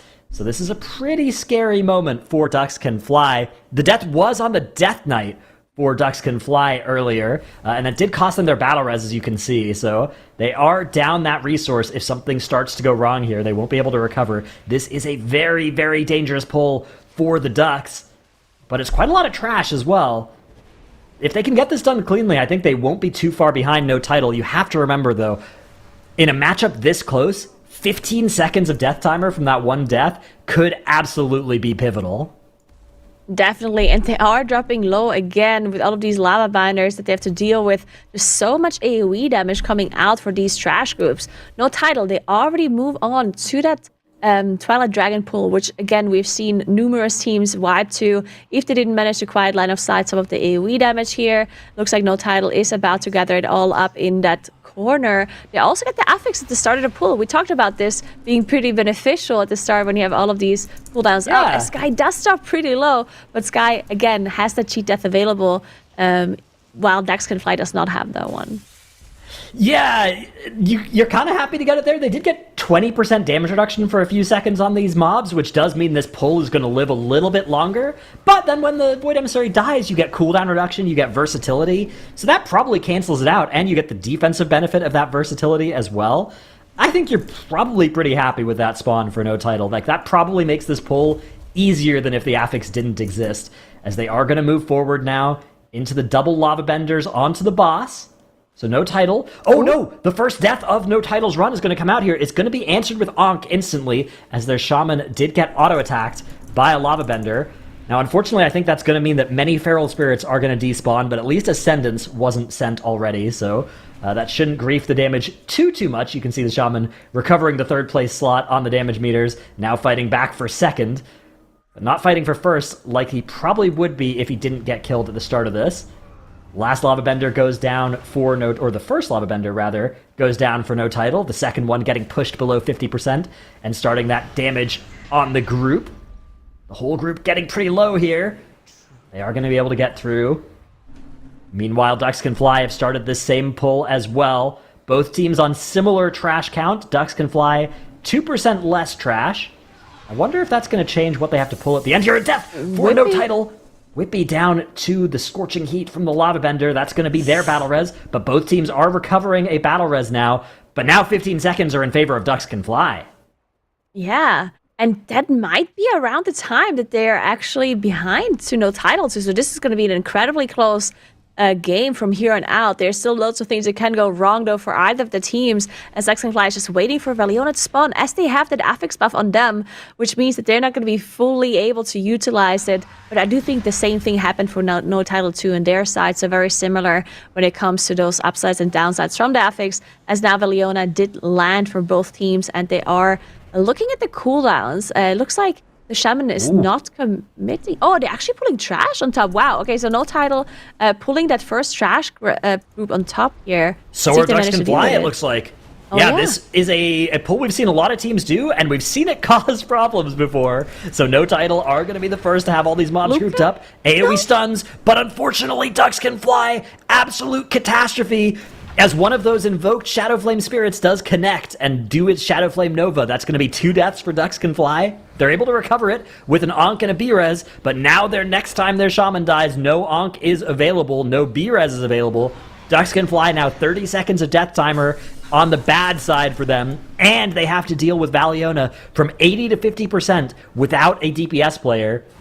This is catastrophic for them, and I worry that things are going to spiral from bad to worse. They still have all this trash alive. Yeah, that is tragic. Daxconfly are full wiping here in the worst possible way, having already dealt with more than half of the time of this boss fight. All of that is going to disappear. All of that value, all of this run back as well. Daxconfly have probably, in the span of 30 seconds, lost maybe 4 minutes. Yeah, what a disaster for Daxconfly. And we talked about how difficult this pull is with that trash on top of Valiona. Things go wrong. We do see 2 deaths. And even though they managed to get both Luca and their shaman back up, they lost a lot of stuff. Like, they lost a lot of their offensive cooldowns, a lot of their defensive cooldowns, being able to recover the hots on the players as well. Just not able to recover that one and having a full wipe there. NOTITLE, on the other hand, they managed to deal with it just nicely. Soko does proc that cheat death here from this Corruptor pool with all of these shadow increased debuffs on them. And it looks like they are looking very good though. They're going to be finishing off this last Corruptor here in a moment, and then they have to do another double Corruptor pull, and they have the Bloodlust available. We talked about their Bloodlust being used late for that first boss, which is a little bit of a change in strat, but that's no problem because it is back up for them now anyway. Yeah, this is not over just yet, but for Daxconfly to come back here, they would need a wipe from NOTITLE probably at like 50% or lower on the boss, right? They would need all of those deaths back to equalize the death timer side of things, and they need NOTITLE to lose a comparable amount of time to the amount of time the Ducks Can Fly lost on that boss pull. I mean, it's going to be very tough. Ducks Can Fly are going to be grabbing this trash now while they're waiting for Valiona to spawn. So that's sort of a nice thing about doing it this way, is that you get to fight this trash a little bit before Valiona spawns now that the other trash is dead. So silver lining here for Ducks Can Fly, making this pull maybe a little bit safer the second time around.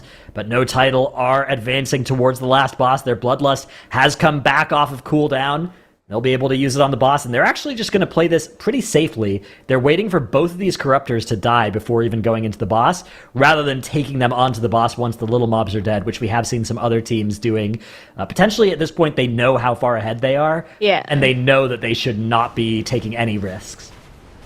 Yeah, I think that might be it. I think NOTITLE is going to be aware at this point that Ducks Can Fly did have a full wipe, so going slow and making sure that they don't have a full wipe there at the very end of the dungeon is very smart. I do like this decision, as they now are popping all of their offensive cooldowns slow and that Bloodlust that they've been saving, and they're just looking very strong. They have to 100% enemy forces, and again, this match is probably the most important one of the day. Absolutely. As it will decide who makes it to the global final, right? Only the top 3 teams are making it, and whichever team loses the series is not going to make it into the top 3. So this is going to be a really nice confident boost for NOTITLE to be able to win that first dungeon. And Ducks Can Fly, they have to shake it off. We've talked about their experience, and they've been competing for quite a while now, so they technically should be able to shake it off, but it's still going to be difficult, and it's definitely going to help NOTITLE a lot in the rest of the series, in my opinion.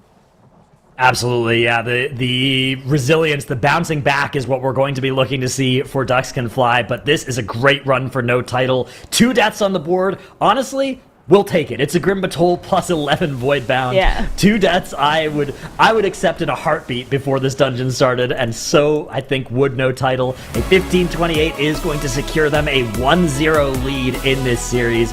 Well played. NOTITLE claiming the first victory of the series and giving themselves a real leg up as they look ahead to the rest. I mean, as we said, neither of these teams wants to be eliminated here, so they have to put it all on the line.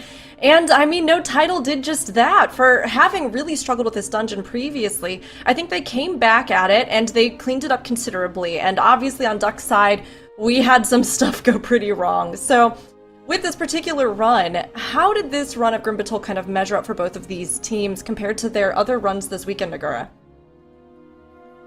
Well, I do think that for Ducks Can Fly, this is probably their worst dungeon from the whole dungeon pool. So even though they did play it before, they still had quite a few deaths. They won against Cursed, but it definitely wasn't clean. So even in their run before, they had a 1650 clear, which was more than a minute slower than what we've seen from NOTITLE here. So I do think this is not going to speak like too much about Ducks Can Fly's performance in the rest of the series, but NOTITLE definitely did clean it up. We've seen them make mistakes yesterday quite a lot, and they did do pretty well in this one, I think.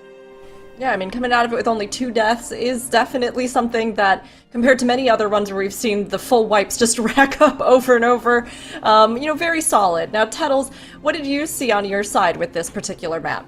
Yeah, I mean, I think that it was less of a game of like advantageous plays and more a game of mistakes, more or less. I also thought it was kind of interesting that NOTITLE ended up pressing that lust on this first boss as opposed to pressing it on the first pull. I didn't recognize it like immediately in the moment. Whenever I was watching it, I was like, oh wait, they're lusting this first boss. And it kind of makes sense whenever you ended up watching it back after the fact of how they ended up lining up their second lust and whatnot. And so that kind of made sense. Now, again, as I said, this was less a matchup of like perfect play and like outperforming and outskilling the opposite team, and more a matchup of like who can make less mistakes. And unfortunately, Ducks Can Fly just ended up making more mistakes. They had a DK die to the frontal from the lava benders here. They ended up having a full wipe, obviously, on the third boss, which was the most costly thing that you could possibly have. Whenever they had that first death, I actually thought that first death might be the make or break moment because they ended up losing their Breath of Syndragosa. That was actually pretty big. Now, Whippy ends up dying to this boss, and I was like, oh, okay, so maybe Ducks Can Fly can kind of catch up here, because it seemed like they were keeping this Lava Bender alive for a while. They ended up getting that Voidbound ad that spawned at perhaps the worst possible time, but this was the key moment of the dungeon. Basically, Luca was struggling to keep players topped up high enough, and whenever the trash pack gets pulled into the pack, the Warlocks put curses on players. This comp only has 2 decurses consistently in their comp. Now, they are running a couple of dwarves, but they don't have a ton of dwarves. They don't have a ton of ways to be able to remove these curses off.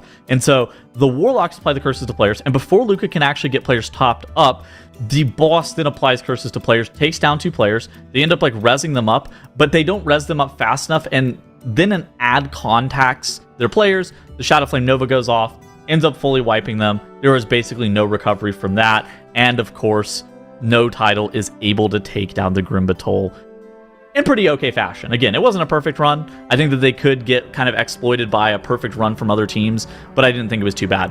One of the things I did want to point out, though, is just this cool kind of tech that you guys were talking about. How both of these teams were utilizing Vengeance Demon Hunter to jump over the gap and then use the Dragon Bombing run to just try to kill off as much trash as possible. And I thought that it was very interesting that both sides elected to do this immediately. Now, it wasn't a strategy that we saw that was super popular until this weekend, and seeing teams be like, oh, hold on, we can do this. They're just immediately adopting it into their strategy. I think that's nice. I think it's one of those strats where it's like, this is clearly a time save. It's not especially hard to execute, right? The hard part of that strat is having the idea to do it, right? And then once you see somebody else do it, you can very easily be like, oh, yeah, that's better than what we were doing. Let's do that, right? And then like you do that, and it's good. It works at a pretty high success rate. Kind of the worst case is that it procs your DH's cheat death, but it doesn't even always do that, and the Demon Hunters can find ways to avoid that. So yeah, I wouldn't be surprised if that was the new normal in Grim Batol, and it would be very rare to see teams doing something else, or in order to do something else, they wouldn't be doing the old thing, but they'd be doing some even newer, more exciting thing. Maybe pulling even more trash with the tank to get it bombed all at once or something. I kind of wonder what's the limit of that. Like, how much trash could we reasonably gather? Because like you could have it like proxy pull other trash packs if you wanted to as well. Yeah, or you could have like an evoker in your group, and they could go with your tank, and they could go and grab even more dragons, and you could get a bunch of more count at the start of the dungeon, and then do a cool skip later. I don't know. Hold on, I think we're cooking. I think we're cooking. Oh, the theory crafting. I mean, it's real. But this is the thing, right? We see this over the course of the weekend as new strats are revealed and teams try to figure out if they can adapt them. Now, of course, City of Threads coming up next here, and Ducks themselves kind of pioneered a little bit of a strat here, coming out with some of the trash pulls. And this is a dungeon that, as we highlighted earlier, is one that Ducks has been very strong in. And they're going to have to be, because they need to take this one or they are going to be out of this Mythic Dungeon International. So a lot on the line here, but this is a dungeon we've seen them do several times with consistency. So hopefully if they can shake off what happened and pick up their flight path again, they should be able to soar. NOTITLE coming in strong with the first point in this series, but we'll see who takes it, Nagura. All right, so very interesting. We do see a little bit of a comp change here for NOTITLE. They did play the Resto Druid before when they played this dungeon previously against Advance, and they switched to a Disc Priest now. Notably, the last time they played this dungeon, they had a full wipe to the Venom Shell as Sky, their tank, did go down. So maybe partially switching to the Disc Priest because of it, being able to get that pain sub to help out the tank there, as we again have a difference in strategy here at the very start, as Ducks Can Fly does not pick up that extra buff here, as we do see a little bit of a problem here coming in with that Bloodlust being used at the very start. NOTITLE, on the other hand, did wait to get that buff on the whole group before they went into the boss. Yeah, it's interesting. I mean, NOTITLE looks like they're actually accelerating on boss damage. That buff is nice. We have a death. Oh no, right away for Ducks Can Fly. That's going to be their battle res. That's going to be cheat death. Not available for their rogue for such a long time. It's not over just yet, but already this run is starting to look a little bit sketchy for Ducks Can Fly, and now we have another death with no res available for their Death Knight. Now, luckily, we've killed off the trash. So it is just a boss left over for Ducks Can Fly, but there's 50% of this boss's health that they have to deal with a DPS player dead. That is going to slow them down so much, and already we're only a minute and a half into this dungeon, but if NOTITLE just have a clean run from here, this is such a huge time loss for Ducks Can Fly. It's 30 seconds of death timer, and they're probably going to be in combat with this boss for the better part of an extra minute. Yeah, this is so unfortunate for Fly. They've played this dungeon twice, and both times they had a 0-death run. Such a clean run for them and for their strategy. And now they're crumbling here under the pressure to be able to make it into the top 3 here, into the Global Finals, and just having mistakes in the Grim Battle, and now also the start of the City of Threats, very, very unfortunately. Now, of course, the dungeon is not over, and we also know that NOTITLE in their run also had mistakes previously. So we'll see if NOTITLE can execute this. Being able to know that the other team had a mistake definitely is going to help NOTITLE, though. They're going to be a little bit cooler. They don't have as much pressure anymore, as they know that they're going to be decently far ahead with look at the boss split as well. I mean, they lost so much time, 40 seconds. Yeah, this is tough for Fly, but like you said, it's not over. Also, given that NOTITLE changed their comp here, there is some volatility, right? Like, something that happens 1 out of every 10 runs. You might have done a couple of practice runs with your new comp and just not encountered that. And so that could be the way back in here for Fly is, new comp problems for NOTITLE rather. That could happen. But it's pretty unlikely, I'd say. I think that NOTITLE definitely have a good shot here, especially because the reason behind that comp change, I do think that second pain suppression should go a long way towards making this super safe, removing that tank death as a large risk after the second boss. So I am very, very worried about Fly here. I think that they have to keep playing this. They have to try their best, but it's going to be so hard to claw back that minute and 10 seconds that they are now behind when you add in those 30 seconds of death timer. If NOTITLE just have a clean run, I don't know if you can make up that much time. It's so much time. Yeah, it's going to be very difficult for sure, as NOTITLE also executed the Quadra eye pull very cleanly as well on their side, being able to get their tricks onto the tank and then getting back to the entrance by walking to the deception area. Fly, on the other hand, also did try to execute the Quadra eye pull. I do think they have all 4. Yeah, so it looks like they did manage to do that as well on their side. Yes, I can count 4. So, yeah.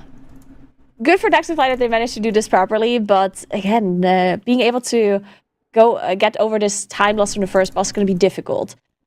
We talked about the pull on the Venom Shell after the second boss numerous times, so that is something that we've seen many teams make mistakes in, and we know for a fact that Fly can execute that pull very, very nicely, being able to immediately move on after finishing off the Venom Shell, which we haven't seen NOTITLE be able to do just yet. In fact, they even had a full wipe there. So we'll see what happens after that boss, but yeah, definitely firmly in the lead for NOTITLE, as they already engaged NX and VX. The good news for Fly is that I don't think NOTITLE are far enough ahead that they can slow down their pull after this boss, right? Like, if you try and add an extra pull and do it more safely, I think that probably does lose you most of the minute that you're now ahead. And Fly, they've been pretty quick in that last section of the dungeon. So Fly are playing without a battle res. They have no safety net. They need to play perfectly here, but if they do, like you said, the only part left in the dungeon is a part that NOTITLE have wiped to before. So there is still a glimmer of hope for Fly, but it is all going to come down to NOTITLE's ability to execute the pull right after this boss. This is going to be a pivotal moment. Of course, Fly needing to optimize as well. They need to claw back some time on this boss split. They need to optimize that damage just as much as possible, too, to try and save a little bit of that time back. And Fly definitely looking pretty good here at the start of this boss fight, being able to nuke the bosses pretty quickly, as the PI is going to come up for Luca in just a moment on their disc race, but they might want to hold on to it for that Venom Shell pull, so they might not be able to get that damage buff here, as we do also see potentially the Shaman also holding on to the cooldowns too. Very interesting. Now, we do know how difficult that pull is, so it does make sense, but it's definitely going to slow down their kill time here quite substantially if they're holding on to all of their cooldowns. NOTITLE, on the other hand, did now finish off the boss, and it's going to be all on this pull now to see if they can execute it. Unfortunately, they just got the affix, so it's going to be running out, and they're not going to be having that extra buff going into this one. Yeah, that buff could be important as well. It's quite powerful. I think it's like a 10% crit buff, right? So pretty powerful extra damage increase, especially for this comp. Crit is a stat that all of these specs do quite like for optimizing their damage. But here goes NOTITLE. It does look like there may be Let's see how many mobs are running in here. A lot of them so far. Defensive's already being committed here. Yeah, the rest of the mobs are now starting to run up, so they have got the full pull. Shield wall charge number 1, about to expire. Pain suppression, cycled onto Sky here. He's starting to kite as well, making sure that he's not getting autoed by all these mobs at once. Last stand and shield wall still available. That Venom Shell, gonna get one last Earth Shatter cast, not even. Does get killed before that goes off, which is also a frontal, so they could have dodged it as well. And they're now gonna run around, and they're still in combat with all these other mobs, but they're saying, you know what? You're coming with us. We're going to the boss now, and if you want to stay in combat with us, that's fine, but we're gonna do it in the boss room. Yeah, so really nicely done by NOTITLE. Now, it's not over yet. As you said, there's a lot of mobs still running in here, but they want to make sure they're focusing down these mobs first for the boss to spawn, because that's, of course, the major thing they have to worry about to be efficient in this dungeon and to move on. Ducks Can Fly now also gathered up their pull with the Venom Shell, and they have so much focused target damage for this Venom Shell that actually died so quickly. It definitely looked a little bit cleaner on Ducks Can Fly's side compared to NOTITLE, so I do think they made up some time here as they're now also moving into that boss area. But they also have those 2 deaths on the board, of course, a 30 seconds penalty for NOTITLE. NOTITLE just looking very clean. So even though I do think they executed it slightly less fast, NOTITLE just looking so good, but still there's more and more mobs coming in for NOTITLE, so you can see all of these casters just now arriving. Yeah, Sky has used Battlescarred Veteran, Shield Wall, both charges, and Last Stand, and I think both Pain Suppression charges as well. So NOTITLE are now playing with basically no defensives left on their tank. Most of the mobs are dead. Most of the remaining mobs are casters. They're not as deadly for the tank as those conscripts are when they're in such large numbers as they are in that pull. But it is still a dangerous time for this team. Most of the mobs are dead. They're just cleaning up the last few, but they have this boss active as well, and they are running out of defensives. That is a crucial factor here, as that affix is going to spawn. Looks like they're going to be able to start getting the healing on. It's less scary than it looks, because it's not actually a healing absorb, but Sky dropping super low does get back to another charge of shield wall, and that is going to save his life. Beautiful work there. The boss healed so much. I think the boss did heal a lot. Yeah, you can see 80% on the boss. It's going up. Oh, it's an affix heal as well. The boss is healing from one of the affixes not being dispelled. That's a huge amount of extra healing on the boss. Even. Yes, that is catastrophic for NOTITLE. The boss gained so much health out of that, and now Ducks Can Fly, you can see on the right-hand side of the screen, are actually 20% ahead on their boss. They still have a Webmancer alive as well. Once that dies, they are going to be equalized on count. There you can see 81.81% for both teams, and the question is, are Ducks Can Fly 30 seconds ahead or not? Because there are 30 seconds of death timer working against them here.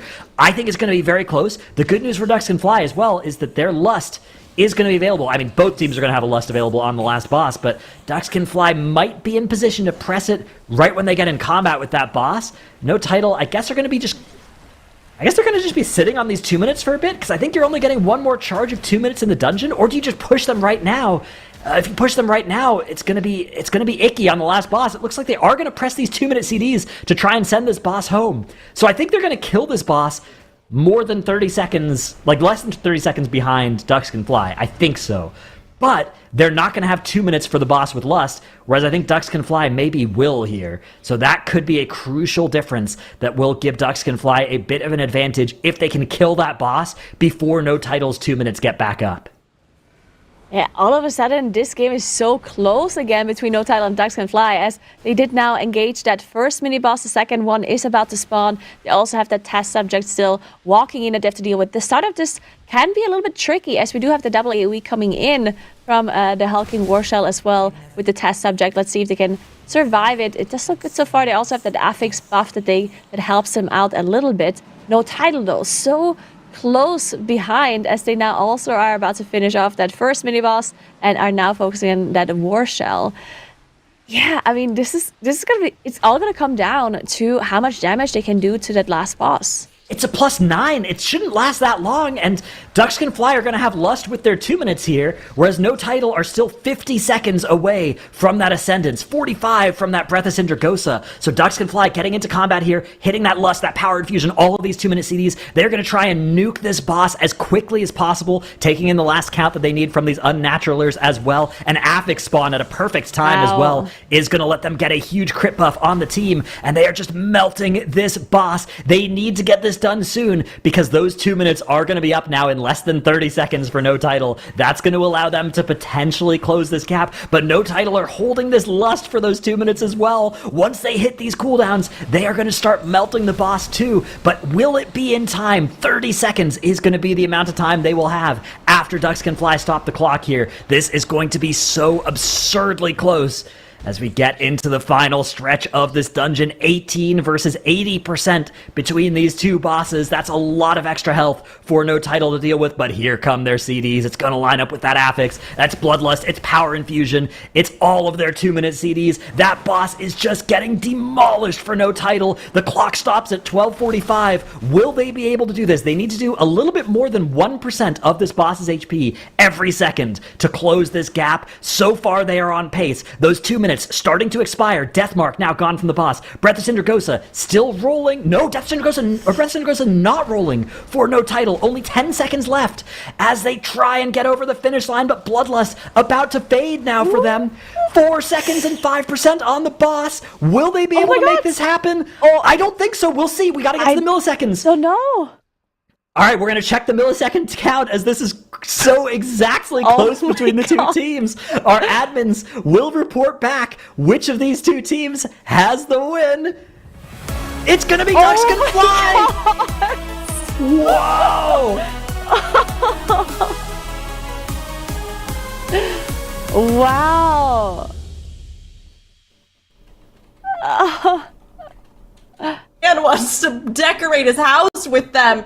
They are absolutely flying hard. They are absolutely going up against the strongest of winds, and they eked that out by the milliseconds. Incredible on that. I mean, Nagura, this was, I think, the closest one we've seen, maybe in the entire MDI so far.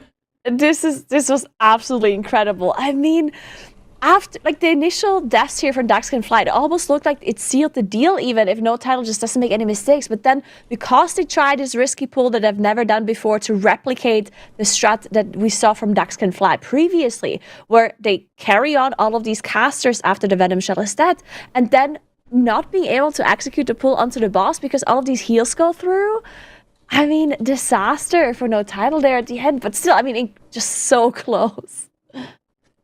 That was incredible. I mean, my heart is still racing. Tettles, if you're recovered, if you're ready, do you want to take us through the analysis of this map?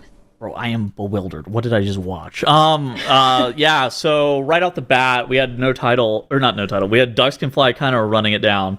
I'm gonna be honest with you guys in chat. The deaths to the frontal from the Royal Swarm Guard was brutal. I thought that was going to be like basically game losing, having your DK dead for most of the first boss in almost all situations should be game losing. How a lot of MDI teams have been doing that pull is basically they're pulling the Swarm Guard in, and the frontal is like flush against the circle from the first boss, and it's really, really hard to dodge. And so I think the Rogue probably just didn't see the Earth Shatter from the Royal Swarm Guard. Maybe he ended up getting stunned by orbs, and so he gets res, and it's fine. But then your DK dies the exact same thing just a few seconds later, and it's just like the worst possible scenario. And I was like, oh, okay, this is great. No Title is going to end up winning this. My prediction was awesome. How smart am I? Oh, how foolish I was.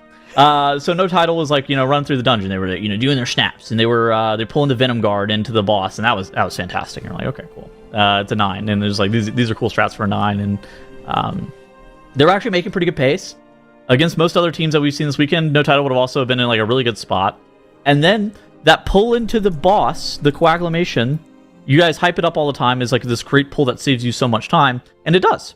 And funnily enough, it wasn't even the pull that was the problem. It had nothing to do with any of the trash. It had to do with the affix Devour. And we don't really talk about the affixes all too often, except for whenever they're negative. They have Kiss Curse components to them. Devour is one that gives you critical strike and maximum health whenever it's removed off your players. It's attached to a dot, and if you apply 500,000 or whatever, 3 million healing to a person who has a dot, then it gets removed. If you don't, or you don't dispel it, and you have multiple dispels in this comp, or you remove it with AMS or Cloak or anything, then the mobs that you were in combat with can heal. And No Title gets this boss to 35%, and they heal it up to 85%. They're also having the mending web from the webmancer go off at the exact same time, and it was not only just it was the mending void and the mending web, and it just healed the shit out of the boss. Wow. Oh, That Absolutely mending web brutal. also healing so much though. Yeah, so that's I a honestly single didn't- target heal. I didn't even know that would ever target the boss, but wow, didn't you know got to either. make sure to That's stop crazy. this. 'Cause we've seen some teams sort of leave those mobs channeling mending web. Because it's fine if they're just healing up each other, right? If the casters are just healing up each other with mending web, it's whatever. You just deal with them later. But yeah, if that ever targets the boss, it's healing 10% of the boss's health per tick. That is crazy. Wow.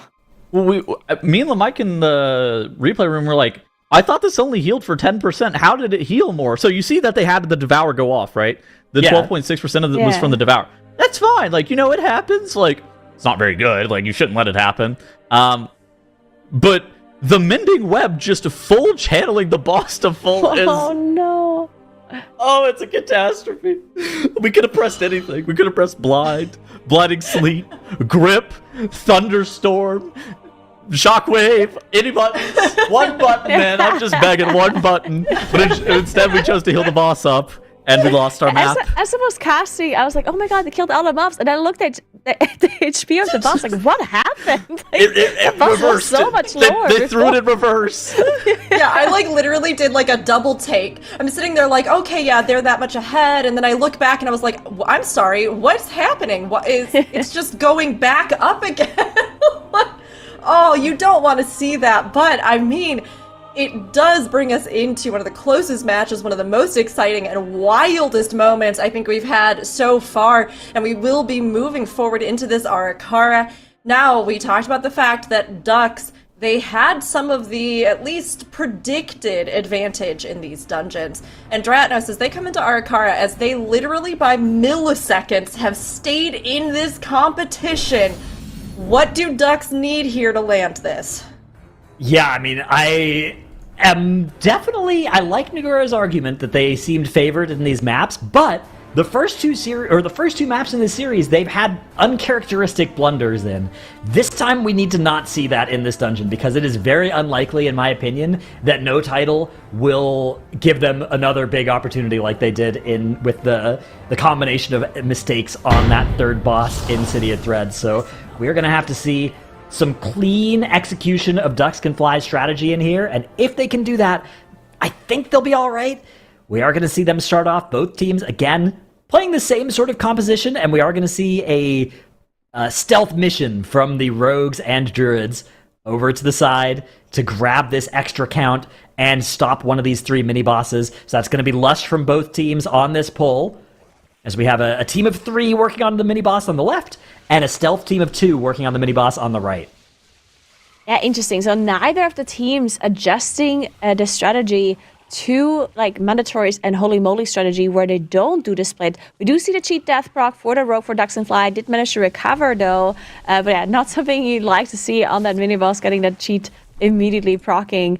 Dan dropping a little bit low for NOTITLE as well, as the healer is not there to heal him back up, so they have to be a little bit careful, as it looks like both teams did get similar trash count as well. So doing a little bit of a small, whenever you are doing the split strategy where your rogue and your healer are going off, you have to, of course, do a smaller pool with the other 3 members of your team than you would be able to do if everyone is there. So they're going to have to make up some trash counts somewhere else compared to the other strategies we've seen. But there we go. NOTITLE already on that last mini-boss, while Ducks Can Fly still gathering up some trash. So a little bit of an advantage for NOTITLE, as they all drop super low at the start of this pool. Sky goes down! No NOTITLE are just having a catastrophe here. This is going to be a wipe almost for sure. Will they be able to recover? No, not at all. There's very little path to recover once this happens, and so that's going to cost them 5 deaths.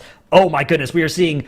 I wouldn't say this is even the reverse of last map. I think this is much, much worse for NOTITLE. They have lost a huge amount of time here. This is going to be more than a minute. I mean, if you just look at the death timers, it's already 1 minute and 15 seconds of death timer working against them, and they're going to have to reset this pull. And that pull is not easy. That pull is not easy at all.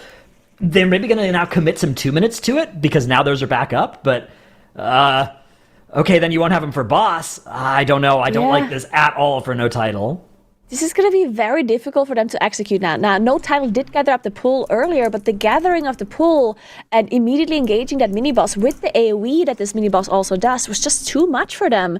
And now they're going to try to do it again. They're actually not engaging the mini-boss straight away. They know they can't do this. They know they have to deal with some of this trash first before they're going to go into the mini-boss because they can't deal with the AoE that it does. Well, Dax Can Fly, on the other hand, looking much, much cleaner on their side as Evanox is engaged for them. They also dealt with the trash that they were pulling on top of this, so they only have the boss left to do. NOTITLE, again, still not having the cheat death on Soko on their rogue here, and they're even finishing off everything before they engage the mini-boss, so going much slower. Speaking of cheat death, one big difference here is that Sky is not playing that last resort cheat death on the Vengeance Demon Hunter, opting instead for a slightly more damage build with the Soul Crush vulnerability side of the tree. So that may have contributed to that surprise tank death on that pull there for NOTITLE. That's always... It always feels really bad whenever you're playing tank, you drop a cheat death and then you die. It's such a tough spot to be in. But NOTITLE have to recover from that. They have to try and keep this within range of a similar size mistake from Ducks Can Wipe being a way for them back into this game. As you can see, Ducks Can Fly already now have dealt with the boss. They are going to be so far ahead on this split. They make their way into the second part of the dungeon. Let's see how fast they can do this area, because one way that NOTITLE can maybe claw back some time is if they can do this area in one less pull than Ducks Can Fly do. They go into that hulking Bloodguard, and then they're going to start pulling some of this trash on the left, but I don't think they're going to go and grab that next Bloodguard. I think it's going to be everything up to but not including the second hulking Bloodguard on the left here for Ducks Can Fly. Yeah, this is still very dangerous though, this whole area before that second boss. There's just so much damage coming through onto the group that the second Bloodguard is patrolling around. We'll see if they're going to be pulling it in just a moment as that first Bloodguard is about to go down. There we go, the damage reduction now gone on... Oh, we do... Did see a cast? As we do have more Bloodguards coming in here. Do they have 3 now? Did we have a Sentry Stag Shell cast finish? I think so. I think we did. So that's something we pretty rarely see. But when a Sentry Stag Shell finishes its cast, you spawn extra hulking Bloodguards, and those slams are nasty. That's going to be a B-res for Ducks Can Fly and a release. So they're rogue releasing their healer battle res. 4 players now are going to try and finish this pull. The big problem here is that when that Sentry finishes its cast, it pulls in the extra mobs. Any mobs within 50 yards get aggroed by that, and it spawns a bonus Bloodguard that doesn't give you count when you kill it. So absolute catastrophe here for Ducks Can Fly. Now, when I say absolute catastrophe, it's not as bad as what happened to NOTITLE. So maybe relative catastrophe, or not even a relative catastrophe. Relatively, things are fine, but they're getting worse here as we have another death here as their rogue released, took the bat, ran back, and then I think got hit by the frontal just as they got back in range there for the Bloodguard. Releases again, and is now flying back again. But Ducks Can Fly have lost 45 seconds of that death timer advantage that they had. Now only 30 seconds ahead on death timer. Probably still 30 seconds ahead in dungeon progression as well. And they do get a lot of count from the extra mobs that the Sentry aggroed, not the extra ones that it spawned. But I don't know if they'll have anything good they can do with that extra count. Yeah, this thing, is getting equal again. So one thing is, like, can they change their route on the fly to somehow, like, not pull something that they would have pulled otherwise because of that extra count? And if they want to do that, is it going to be a bad decision? You know, like, do they want to change their strategy from what they're, what they've practiced and what they've known? That might actually cause some issues if they think, you know what, we have to pull less, we have to utilize that extra percentage that we've done, and then because of that, they have not practiced those pulls and then might not be able to execute it. We'll see what happens for them moving forward. NOTITLE, of course, still behind in dungeon progression as they're just about now dealing with that Bloodguard pull on their side. So Ducks Can Fly still looking good, but yeah, I mean, it's not boding well for them having mistakes like this. Especially as we've seen them make mistakes in the previous dungeons as well. Yeah, I mean, Ducks Can Fly are still ahead. They're they're no longer comfortably ahead, right? They're ahead, but if they make another mistake of that size, they will be behind. They can't afford another thing like that happening, so they've got to try and keep secure here, make sure no more of those Stag Shell casts go off. That would be the kind of thing that they really can't afford to have happen, as they do finish off most of these mobs. they're now in this position where they cannot do anything that is like less risky, right? This was the same position that we saw NOTITLE in earlier, where they are ahead, but because of those deaths and because of that issue that they just had, they now have to go fast still, because if they go slow, if they go pack by pack or whatever to play it safe, then NOTITLE, of course, still has the opportunity to come back now. Absolutely. They do get into this boss here, and that's still well ahead of where NOTITLE are at. And remember, they do still have 30 seconds of death timer. 30 seconds was exactly the right amount of death timer for them to win that City of Threads. So it's definitely still going to feel good here for Ducks Can Fly, because they are now they're still ahead in progression. They still have that death timer advantage, but yeah, they're not enough ahead that they could do something like lose a pull from the remaining part of the dungeon, right? Unless they can figure out what the extra count that they have lets them do, but I actually don't even know if they got any extra count now looking at the overall. Maybe they already skipped a pack. Or maybe just all the mobs that got added by that stag shell were just the spawned ones that don't give count. So, very unfortunate thing. If you ever have one of those sentry stag shell casts go off, it's an extremely punishing sequence of events. That caused them to lose so much time of doing extra damage to those mobs, and it cost them all 3 of those deaths that they've had. So, it was bad, but it looks like they're doing an okay job of recovering. We're going to get an idea of just how far ahead they are based on this Anub'Zect boss split timer as well. We can see they're still ahead, still about 25% of a boss ahead. But yeah, that's not a comfortable lead at all. That's where you're starting to be a little bit worried that the other team might be able to just kind of clean up and be faster and start clawing back most of that advantage. I like what Ducks Can Fly did there at the very end of the boss fight with the affix, though. So they did have the affix spawn, and they waited to remove the absorb on some of the players to be able to stack it up at the very last second to get the 5 stack to be able to move that buff into that next pool. Now we do see Ghostface pulling the Overseer to the side, Shadow Melting off the aggro. Did look like they did the skip successfully, and now they're going to do another pretty dangerous pull on their side. NOTITLE also trying to do the same thing. Notably, NOTITLE actually had a full wipe to this Overseer pool the previous time they played this dungeon. So we're going to have to see if they can execute it well this time around. While Ducks Can Fly, though, already gathered it up, and that's one of the most difficult parts, is gathering up these huge pools. And UNB does go down to Dashing Strike from those winged carriers, and they also did not manage to reset the Overseer. They don't want this Overseer in this pool. Yeah, NOTITLE are in the unenviable position now of probably having to slow this pull down, as they have an extra Overseer that they didn't want to be included in this pull, nor are they going to be able to get any benefit out of it, because you're still going to have to pull these next 2 Overseers anyways, but they probably won't be able to go into boss when these Overseers get low, as they're going to have to just send a lot of resources. Yeah, those 2 minutes now coming out from NOTITLE, as they need to send those to get through this pull. Ducks Can Fly also decided to do that, so both teams are going to have to wait on 2 minutes on this boss. Ducks Can Fly do have Lust available, and it is a plus 11 key, so this boss is going to last quite a bit longer than the last boss of that City of Threads. Ducks Can Fly will have Lust coming up in the middle of... Cast went through. An Overseer cast went through. We have to poison everyone. We did have an Ankh come out for the Shaman there. Looks like they did manage to out-heal the rest of the damage from the Slam and that poison combo, and they're now about to pull that last boss. They still need 9% count, though. They do have those Overseers still alive that they're dragging in here. Ducks Can Fly, they did finish off their Overseers. They're now up to 100% enemy forces. And again, they still have a minute in favor of them from those extra death penalty timers that NOTITLE has gathered up.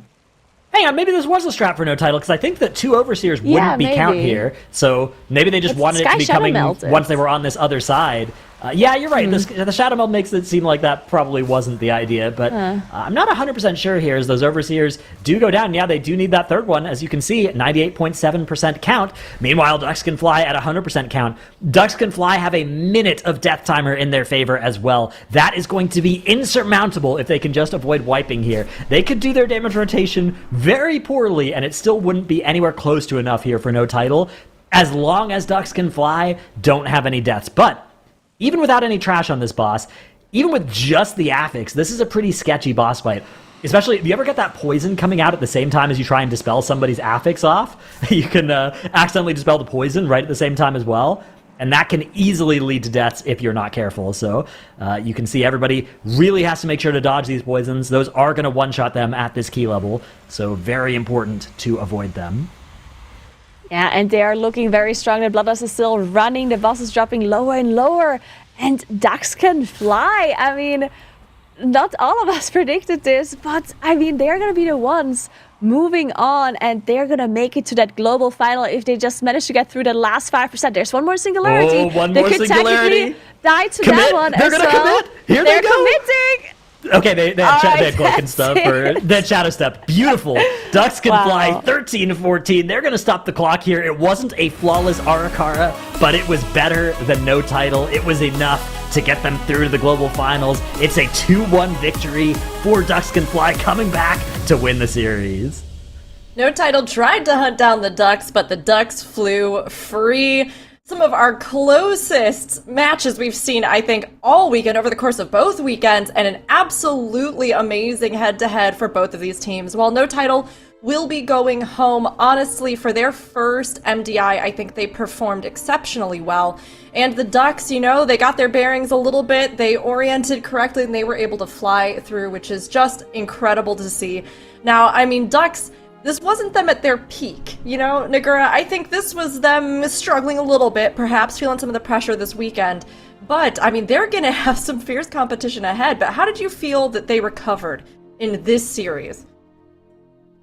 So I do think, like, all in all, considering the mistakes they made in the very first Grim Battle, like, it must have been demoralizing. And there's so much pressure on them, too, because of how important this series was. So, all in all, I do think they recovered well. But, I mean, it was incredibly close, and they played a lot more consistent and a lot better on the previous day. So this wasn't their best day so far, but they still managed to get through to the global finals, which is such an incredible feast for them. And Nagura, I know that, you know, you've talked a lot about how you've helped them in their training and encouraging them to do better and always strive more. But would you say that you're proud of Ducks here? I am proud, and I would also like to say that I think it was mainly because of me. You're welcome, guys. You're welcome. All right. Well, Tuttles, maybe from the analyst side, you can talk about how Nagura's influence impacted them, but also the details about our runs. I think Nagura cast a hex on No Title, I think is probably the most important influence, and the caster curse, of course. It seemed like Sky had a bunch of abilities available to him whenever this first area was kind of occurring. And he had spikes, he had brand, I think he even had meta available here, and he ends up just like going down on this pole. Once you have a tank death, it is so hard to recover. Basically, you have 4 other people who are going to be falling almost immediately after. For No Title, once they have this full wipe, there's almost no way that they can recover. Now, Ducks Can Fly did not have a perfect run by any means, by any stretch of the imagination. But the wipe that No Title had was such a more catastrophic event that even these couple of deaths that Ducks Can Fly had here didn't really matter too much. Ducks Can Fly was able to kind of play out the remainder of the dungeon. They honestly were pretty clean throughout the rest of the key. No real complaints here. They were able to get the last boss pulled in a timely manner. They even all ended the boss with their cooldowns up, and Dratnos was worried that they were going to wipe, but it was totally fine. And I just want to take this moment to give Ducks Can Fly their flowers. So Ducks Can Fly was the 10th seed coming into this weekend.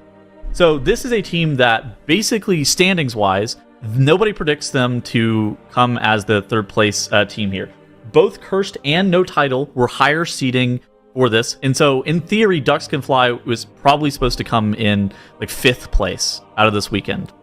However, they have drastically overperformed their seeding coming into this cup, and they've improved time and time again over the last couple of MDIs, and they have finally made their way to the global finals. So big kudos to them. Big shout out to Ducks Can Fly. You guys performed excellent. I thought that, while this last series, you've had better series, but ultimately though, I think that there's a lot more practice time that they can apply for the global finals, and I think they'll be able to show up and put on a great performance in the global finals.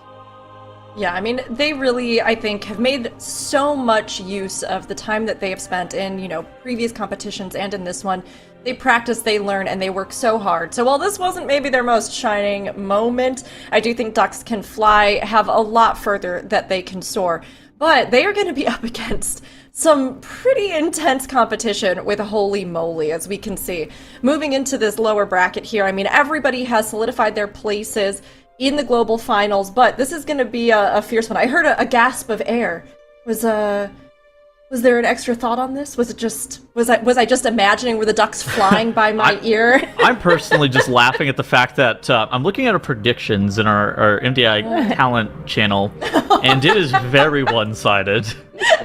What? I don't know what you're talking about. We clearly anything could change before we reveal our predictions after our break that's coming up. I mean, look, Holy Moly, I think, is very much favored in this, right?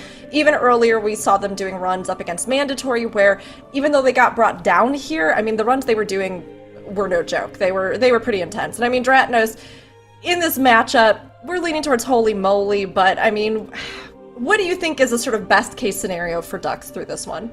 Look, I don't want to spoil any predictions, but I will say that the runs that Ducks Can Fly survived against NOTITLE with ain't gonna fly against Holy Moly. Those are gonna need to be better than that, because Holy Moly have looked unbelievably good. They got beaten by Mandatory earlier today, but not by much, and Mandatory are coming in as defending tournament champions, right? This is gonna be a step up in level of competition for Ducks Can Fly. The good news for them is they've made it through the global finals. That's a great place to be already, but yeah, they're gonna need to do better than they did in this series to have a chance against Holy Moly.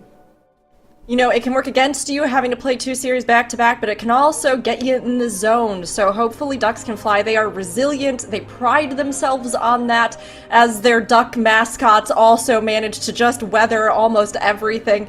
So, you know, it's going to be a lot to go up against Holy Moly, but no doubt Ducks Can Fly have shown us time and time again that they can fly the distance. So everybody, well, we're going to be taking a short break here. Start sending all your energy towards Ducks. Get hyped for seeing more with Holy Moly, and we will have our lower finals after the break.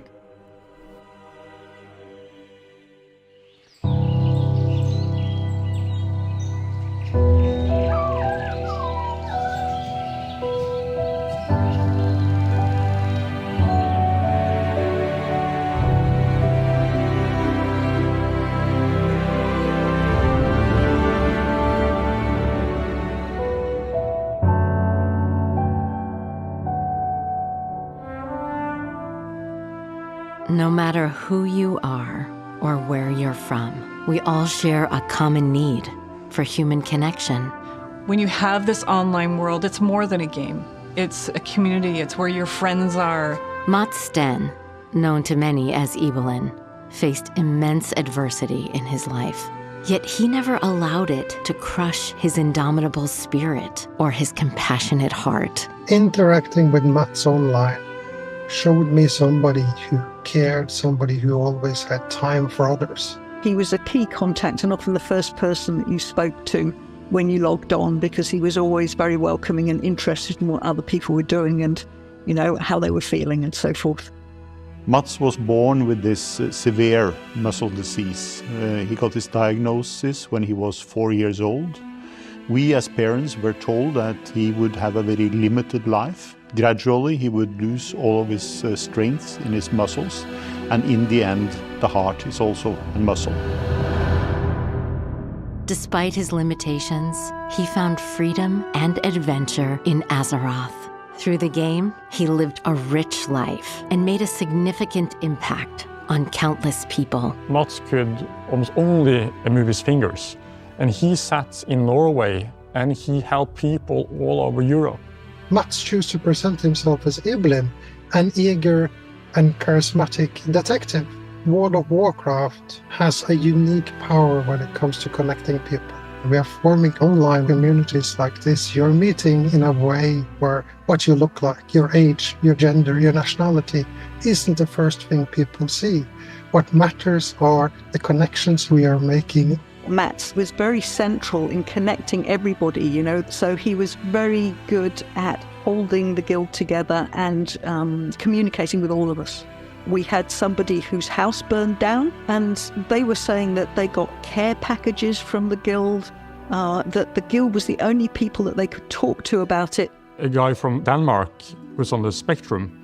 He hadn't been to school for 3 years. He had locked himself inside, and Mats helped him back to school again. So like over 50 stories like this. He made a huge impression around the world and changed the lives of so many people. I know these connections have helped me through tough times. Without it, my life would have looked so very much different. Now, after learning and reading the story about Mats, we understand that there is much more to this gaming community, because it is not games. These are real social interrelations that you have with other people. 10 days after his passing, we had his burial, and to that funeral, people came from all over Europe. Mats's journey is a testament to the human spirit, showing us that no matter the obstacles life presents, we have the strength to overcome them. In honor of Mats and the positive impact he made on so many players' lives in World of Warcraft, we are happy to introduce the Revan Pack, in support of Cure Duchenne, a nonprofit organization dedicated to improving and extending the lives of those affected by Duchenne muscular dystrophy. By purchasing this pack benefiting Cure Duchenne, you will receive Revan, an adorable little fox themed after Ebelin's detective persona, along with a special backpack. This enchanting duo brings a touch of warmth, letting players carry the essence of Mats's adventurous spirit on all their journeys. We want to renew and confirm our commitment to making sure whoever wants to play our game can. And that's doing research, talking to communities with accessibility needs and wants, and making sure that we're committed to allowing anyone who wants to play World of Warcraft to have that opportunity.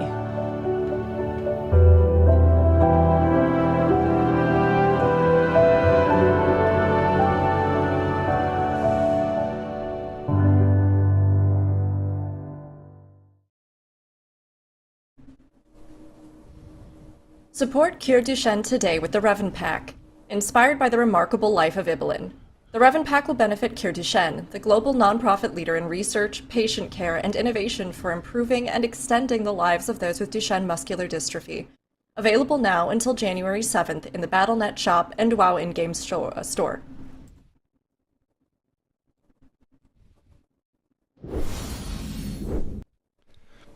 Welcome back, everybody. We are so glad to be able to spend the day with you and the weekend, and, you know, some entertaining weekends ahead. But here we are in the lower finals. We've got a pretty big head-to-head, and we've seen some huge matches this weekend. And with that in mind, there's a way for all of you to get in on this action as well. With some of these new records we've seen set this weekend, we've actually partnered with Raider.io so that you can compete against Mandatory's Necrotic Wake at home, since they took back the title here this weekend. Download the Raider.io app and use the Replay Race special event on any Necrotic Wake run. The fastest runs in Europe and North America will be eligible for prizes, so go to rio.gg/replayrace for full details. Now, Dratos, I think you're actually pretty familiar with this kind of replay app, right? Yeah, it's a pretty cool feature that Raider.io has, and this is a cool special event that they're running. So you basically get to race against this mandatory run in your key. Now, of course, very few teams in the world can beat a 740 against mandatory in a fair fight, but this isn't a fair fight. You can do it at any key level, so I would recommend Keystone level 2. I think that's going to be the best choice for this. Drop your Necrotic Wake down to a 2, and then try and beat the 740. Just pull everything that you can would be my recommendation. Remember, you're only going to get one Bloodlust in the dungeon, so use it wisely, and use those spears to full effect as well, and you might just be able to do that. We have some prizes as well, but this is a pretty fun, neat little thing you can do on the live servers. You don't have to get on Tournament Realm or anything. You just have to download the app, enable the live tracking, and load up the event. It's pretty straightforward to do, and then you basically get to... It's kind of like if you ever played like racing games when you were a kid and you get to race against a ghost, right? You basically are doing that, but with Mandatory's run. I love that. That's honestly so cool. And I mean, it's something too where, as I think they were setting this up, right, we thought Holy Moly was going to be the one that held the run with their, 747, but Mandatory showing them up today, and I mean, we're going to see another Necrotic Wake actually here in this series. So, I mean, Holy Moly going up against Ducks Can Fly. They don't really, I think, need to prove that they can set world fastest records. Although Ducks is they've had solid performance. But, I mean, this is kind of a David Goliath situation, isn't it, Nagura? I mean, Ducks, you believe in them. You've converted fully to believing in them. But this is going to be a difficult one, right? Yeah, so looking at the map pool, like, you know how I said earlier that Ducks Can Fly had a favorable map pool against NOTITLE? It's the opposite for this one here. As Mr. Tuna Scythe is a dungeon that Ducks Can Fly has bunned twice before. Maybe or maybe not means that they haven't practiced too much in this one. And then, I mean, yeah, I don't know what to tell you guys, but I think this is just going to be very difficult. I mean, I think that sentiment matches our prediction. Yeah, the other problem as well, like if your Ducks Can Fly coming into today, you are prepping for last series, right? Because last series is what gets you through to the global finals. This is now all bonus point series. So I think this series is Holy Moly's to lose, right? If Holy Moly has some kind of uncharacteristic mistakes, which we haven't seen out of them, right? We've seen clean runs out of them. Even when they lost to mandatory, those runs were quite smooth out of them. But we haven't seen that many runs, right? Our sample size is pretty small. They could still have mistakes. It could happen. So far, they've looked like a very consistent team, but they still have to prove that they can do that every series, not just in the 3 we've seen so far. True. Yeah, I mean, I can see... Oh, go ahead. I want to follow up on that point. I think the more interesting matchup, not to be mean to Ducks Can Fly, because they've obviously earned their spot here, but I think the more interesting thing in this series is going to be whether or not Holy Moly can hold on to their deathless streak this weekend, rather than see if Ducks Can Fly can take 2 games off of them. But, I mean, we thought the same thing last week when we saw Polish Mountain versus Miscount, and Polish Mountain did upset Miscount, so, I mean, it could happen again. I mean, it totally could. And, you know, Ducks, they've had some great performances. If Holy Moly tries to go wild with some things here because they think, hey, why not? We're all going to global finals.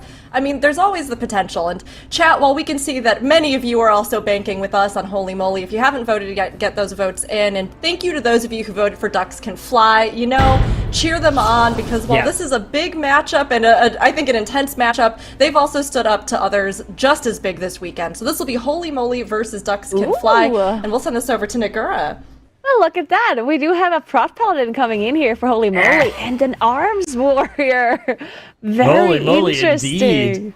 Okay, Arms Warrior is kind of sweet in this dungeon. There's a lot of cool stuff it can do. It's really nice on the first boss as well. Sweeping Strikes works out so well to give you free cleave damage onto the main boss while you are working on that tree on the first boss.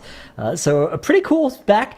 Also has a lot of burst for making that one phase possible against Mistcaller, right, against the second boss in here. So I think that this is a very cool composition to run in here. And you still got that Battle Shout, right? You've lost the Prot Warrior, but you've added a DPS Warrior, so you still have the Battle Shout for your other 2 attack power scaling DPS. Very cool comp out of Holy Moly.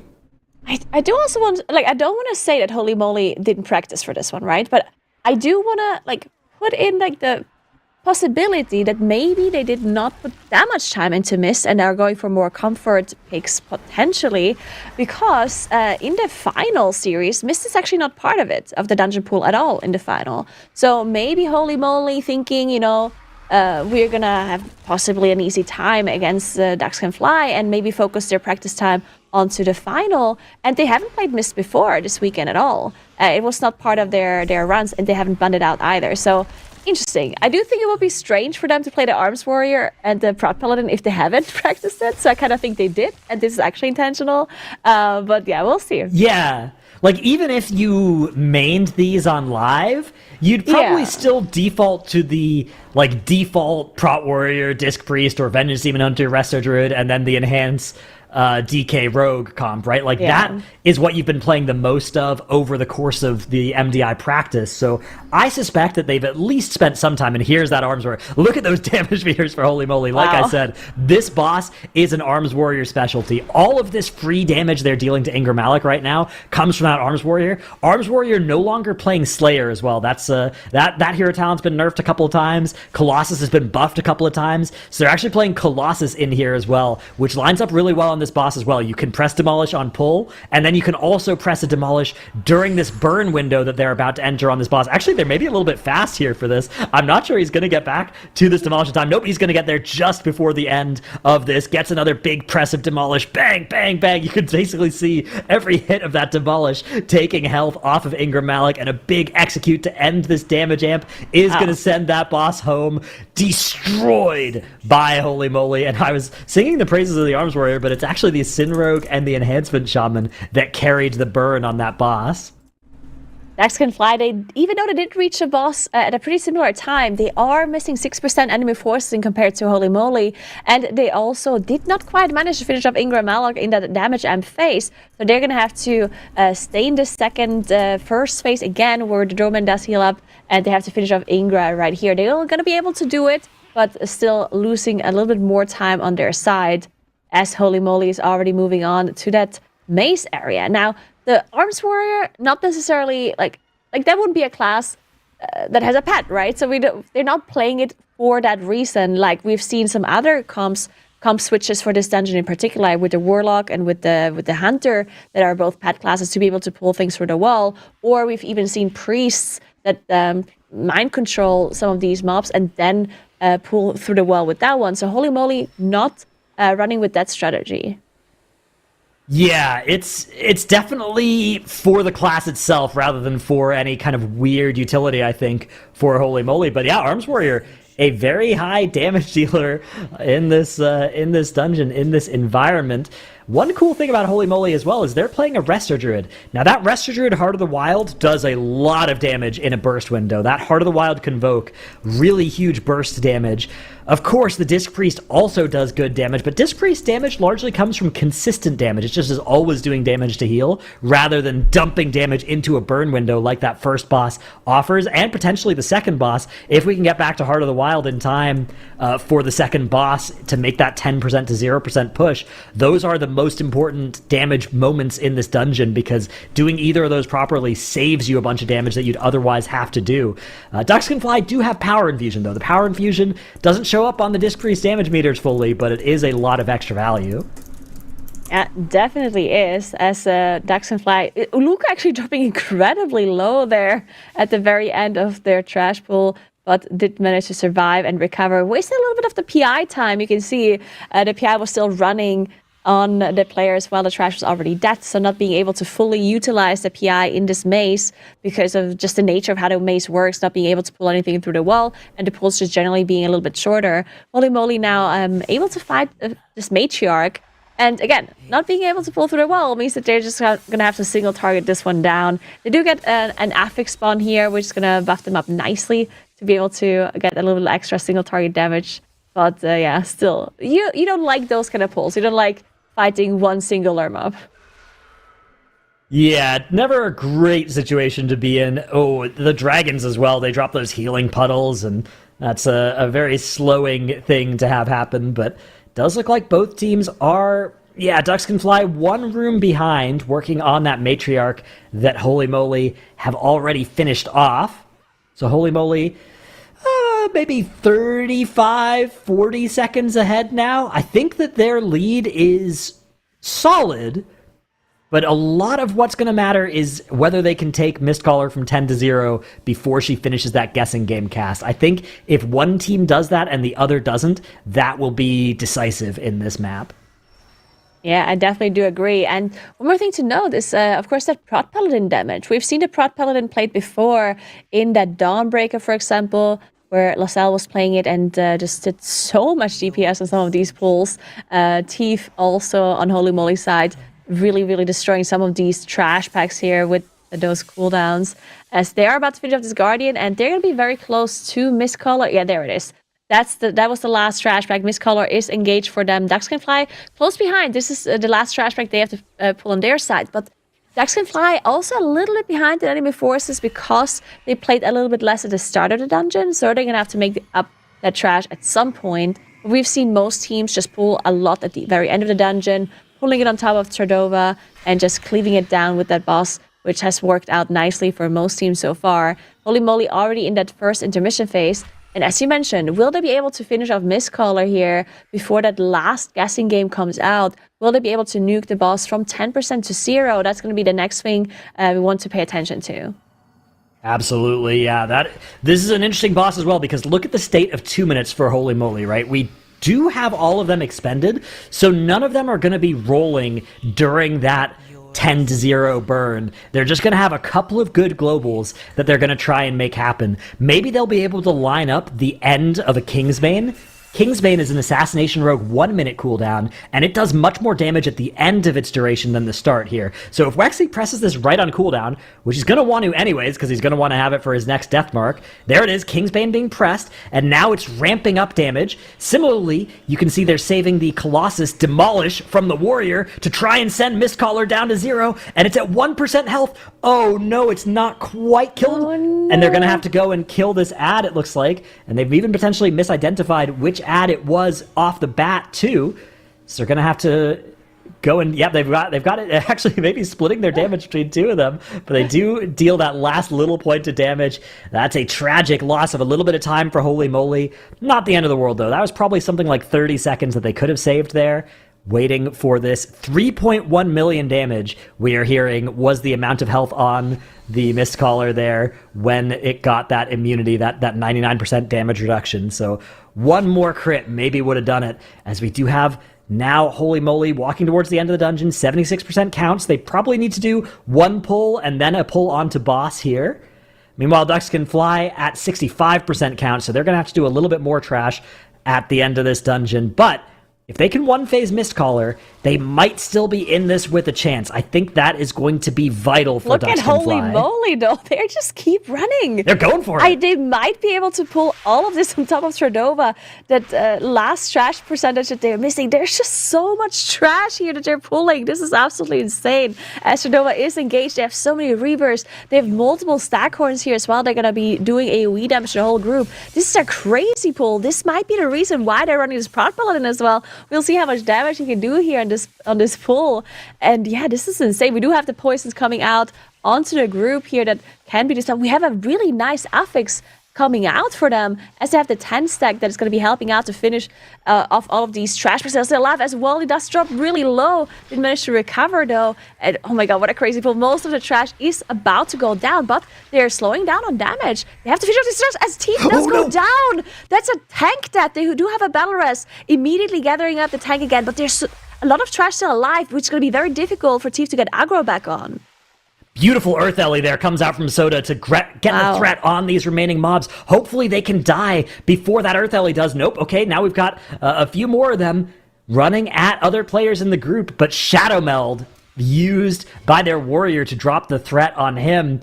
Nice work by Holy Moly, recovering what was almost a disaster. Meanwhile, Ducks Can Fly actually did land the one phase on Mistcaller, but they had a rogue death. That is a real death on their rogue from that dodgeball ability for Ducks Can Fly. So still also equal on death timer. And you know what? Holy Moly, 95% count here. Only 30% left on Tradova. They are through the hardest part of this dungeon. They just have to finish off this boss and kill a little bit of that last trash pull, and they should be able to stock the clock here. And it just seems like they are so fast in this dungeon. This is going to be so difficult for Ducks Can Fly to overcome. I mean, this is just an incredible run out of Holy Moly, even with that tank death on the last boss. The recovery was impressive. Yes. It's very rare that you see a tank be the only person who dies, especially because he didn't have an AoE taunt or anything. He'd already committed his bubble taunt, his final stand, at the start of that pull, so he wasn't able to just res an AoE taunt. He had to res and then rip back threat painstakingly. Great use of Shadow Melds, of Earth Elementals, everybody else in the group identifying what they needed to do to not have threat, to not die to aggro while their tank was recovering that pull. And with these last couple of trash mobs going down, that's going to be all Holy Moly need to stop the clock here and put a 1-0 lead on the scoreboard. Holy Moly coming in, and as we thought they might just go in so fast, I mean, holy moly. They really did blast through, and that recovery at the end, so impressive with the tank. This is going to give them their first victory here in the series. But, you know, Ducks, they hung in there as well. Even at that slower pace, we still saw them work through this, especially whether or not they really prepped for this one, thinking about getting through their lower finals, who knows, you know? But Holy Moly and Ducks Can Fly, really impressive here. And Holy Moly with this interesting comp.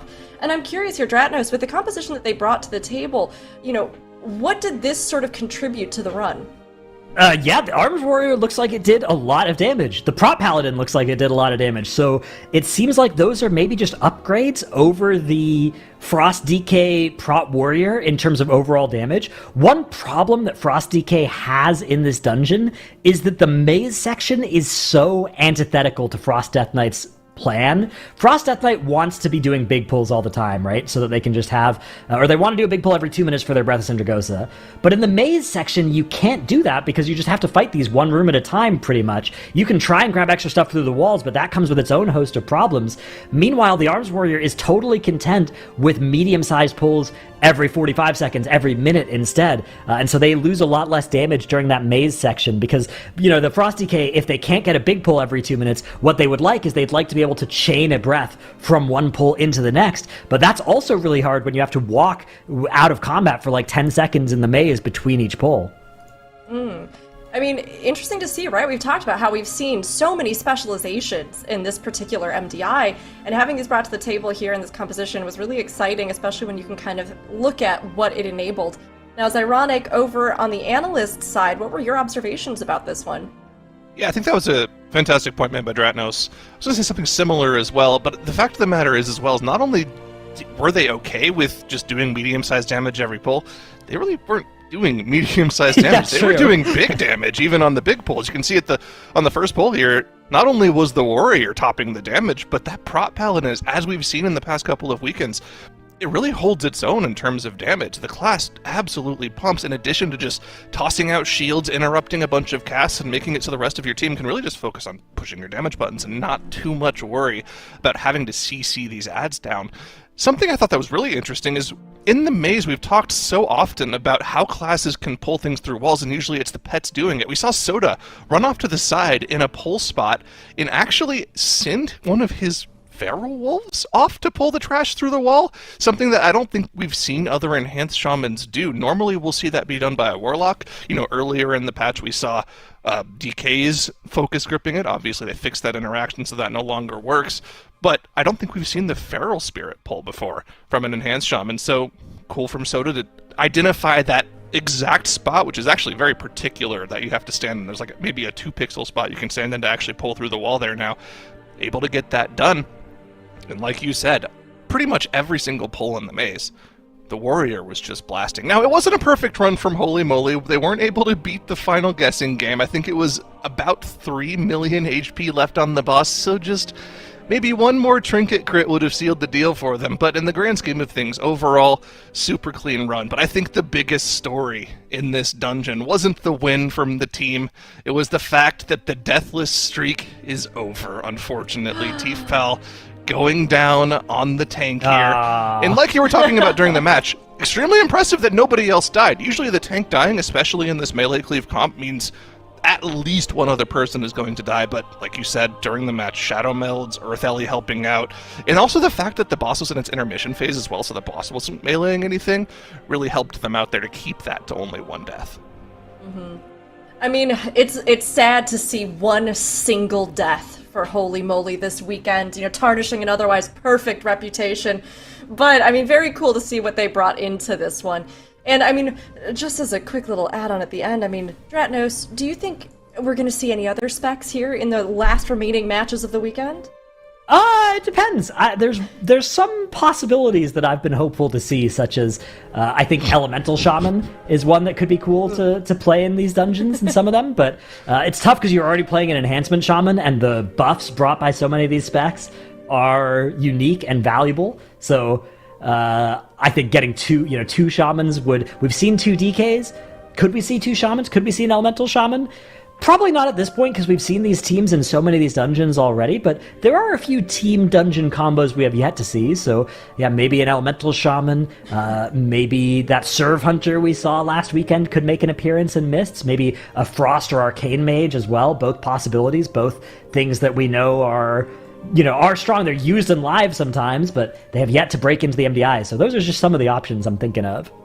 You've really been carrying the torch for the Ellie Shaman all weekend, and I love that. It's great, But, I mean, Dawnbreaker coming in on this one. This is one that we saw Holy Moly pull off actually a new strategy for this weekend. And Nagura, Dux can fly versus Holy Moly on this one. I mean, do you think Dux tries to adapt to that strategy, or do you think they just fly through as best they can? Yeah, so we haven't seen Dux can fly in this dungeon at all. Well, we've seen Holy Moly with their 12 minutes and 11 seconds run, which is the best run that we've seen this weekend.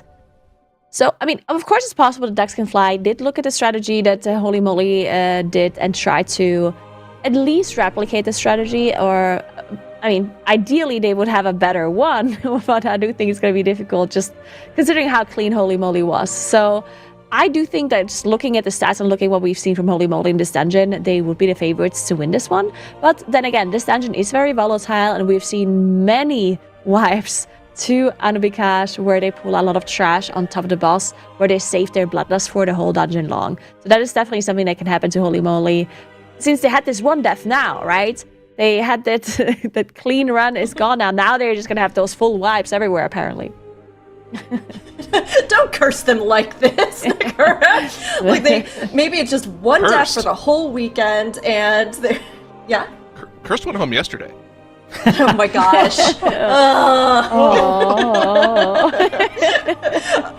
Bonafide comedians ironic here with us today on the desk. No, I mean, it's interesting here. I mean, we did get to see that Holy Moly kind of introduced this concept, right, of taking advantage of that Rashanan sort of transition into the second half of the fight to try and get some extra count, which they nailed. So we know they have a clean run here, but Ducks, how they're going to approach this really is going to be more of the question mark, especially as we get down into, just like you were saying, Nagura, that precarious city area and the approach to Anubikash. So we will have to see what they both bring to the table. Either way, Ducks can fly, standing up against the absolute powerhouse that is Holy Moly. And while our top 3 teams have been determined for global finals, of course, we are still fighting for a Group B champion. And whoever takes it here will have the opportunity to move on. Ooh, this is look Holy at that. Moly versus Ducks Can It's Fly. Go for it. Oh, wow. There it is. A powerful wizard on the battlefield. We've got an arcane mage for Ducks Can Fly. That's our first mage of the MDI, which, if you told me that mage was going to be one of the classes we last saw in MDI, I would have been shocked. But there it is, the first arcane mage of the MDI. Also, almost going to be beaten by the Disc Priest in the first pull here, but not That's to okay. worry. Their arcane mage is just ramping for the second pull, right? This first Holding pull, arcane surge, it looks like. So yeah, they only used a touch on this pull. Gonna have that back and a full surge on this next pull. For those who don't know, arcane mage, it's sort of like Unholy Death Knight in that you have your surge, which is your big cooldown, and you have your Touch of the Magi, which you kind of weave in between every surge. You do a mini burn on every surge. Same with Unholy Death Knight and the Abomination versus the Dark Transformation that you do 2 of for every 1 Abomination. Yeah, so Holy Moly did already manage to finish off that second trash, but they're going to be moving on to that second boat area. They can mount up now, fly through, and they're going to be able to deal with that second trash in just a moment. As Ducks Can Fly did actually press their bloodlust here. Very interesting. Actually, it might be the... Yeah, I mean, maybe the mage.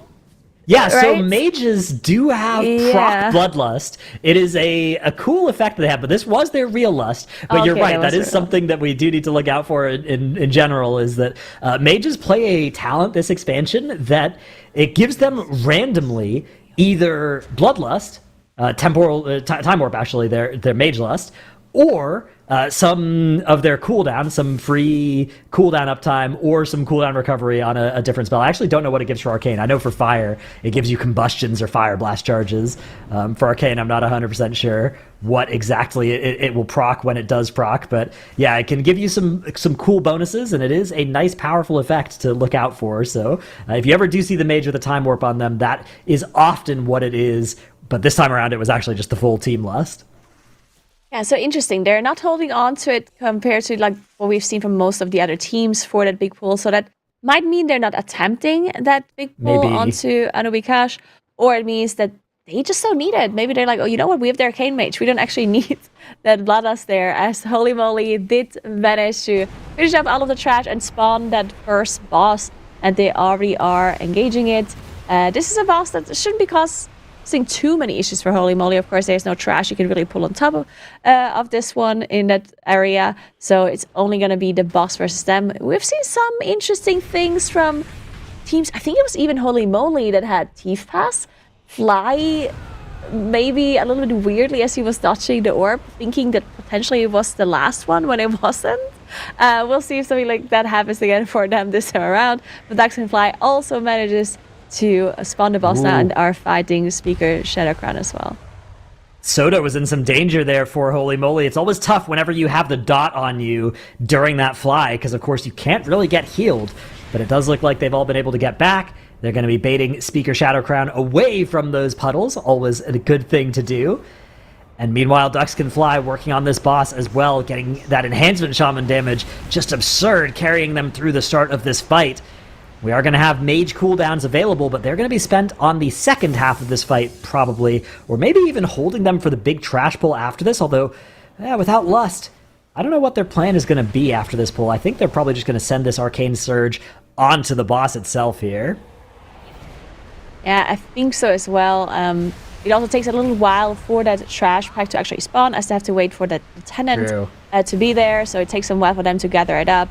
You see Holy Moly now getting into the last AoE into the darkness, so they are going to be moving on. They have to wait for the whole cast to be through, for the boss to go down, and then slowly that lieutenant is going to be spawning. So they are just waiting around here for just a second. This is a really big pull, one of the biggest pulls in this dungeon that can be really dangerous. We've seen teams have mistakes here. There's just so much damage coming out onto the group from all of these dots. So we'll see how much they gather up here on Holy Moly's side.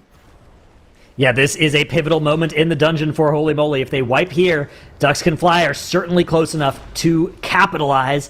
So they have a lot of enemies in the corner here, all grouped up. No Lust being committed by Holy Moly. That's going to be saved for a big pull later in the dungeon, perhaps. But they are dodging all of these swirlies, doing a good job of kind of stacking up to bait them all on the same spot so that they can then all dodge as a team. Always a good thing to be doing on this kind of pull. The Affix is going to spawn here, that Void Emissary, as they'll swap some damage onto it and try and focus it down. And beautiful work here by Holy Moly. It is getting a little bit sketchy. Those Dark Flows cast, dropping everybody a little bit low. But they're able to get through here without any deaths. And that is a huge time save for them. Yeah, also, the one thing that can be a little bit of a downside here is in this area is that you have the stairs, right? And sometimes when you have these swirlies on the ground, the stairs can make it hard to see where exactly they are. But Holy Moly doing a very good job dealing with that, as they're now gathering that second pull on their side. Ducks Can Fly, in the meantime, did manage to finish off the boss on their side too, and is now gathering up a very similar pull. And they do get a emissary spawn here in the middle of the mage cooldowns, unfortunately. We'll see if they can finish it off quickly before that damage reduction is going to lose them that much time. Looks like they did manage to finish it off, though. And Holy Moly also looking good on their second pull here. We are now approaching that Anubi Cache area. They do have to deal with one more lieutenant after this before they're going to go for that big pull, presumably. They probably know they're a little bit ahead at this point, but they're not far enough ahead at all to be able to do like a smaller pull or anything. Yeah, they're setting up this pull shield wall from Teef Pass here. And they're going to start grabbing in a couple of extra enemies with those death grips. And there is the Dark Orb being targeted out here as well on their rogue. Cheat Death procced as well. Not from that Dark Orb, just from other damage during this time. A lot of casters here targeting people somewhat at random here. So if you got bolted a bunch or you got a beam targeted on you, either of those things can be pretty bad. Ducks Can Fly, only one mini-boss behind here as well, so hot on their heels.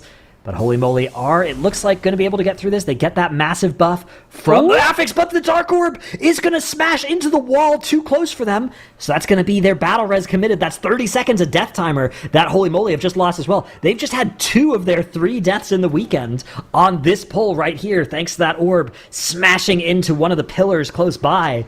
Brutal turn of events here for the favorites in this series. Are Ducks Can Fly within 30 seconds is the question, though. I think Holy Moly are more than 30 seconds ahead still. They might be. It is all going to come down to the next pull, though, and they're taking so long to finish this off. Waxy going down, having to release only one battle rest available for them. Waxy had to fly all the way back here, so they were slowing down their pull quite a lot. And now they're going to be gathering up this big pull into Anubi Cache. This is where they save their bloodlust for. Igloo dropping really low already from the get-go here. The start of this pull is so dangerous because you get the Dark Orb and you get all of this trash not to gather up because you see so many casts going through. Waxy does go down. They don't have a battle rest available. They're going to have to play the rest of this fight without their rogue. And there's still so much trash alive for them that didn't even gather up properly yet. There we go. We do see some interrupts coming through and helping the gather of this pool. But these mobs are still going to be alive for quite a while with their damage dealer dead. Yeah, they're going to live for longer, and they're going to be missing like an AoE blind that they would have had to do a stop here. Beautiful druid grip there, that combination of Ursul's Vortex and Typhoon, stacking up those mobs, interrupting casts from them, but we are seeing casts still going off here. That Tormenting Beam channeling at the same time as this Dark Orb coming out.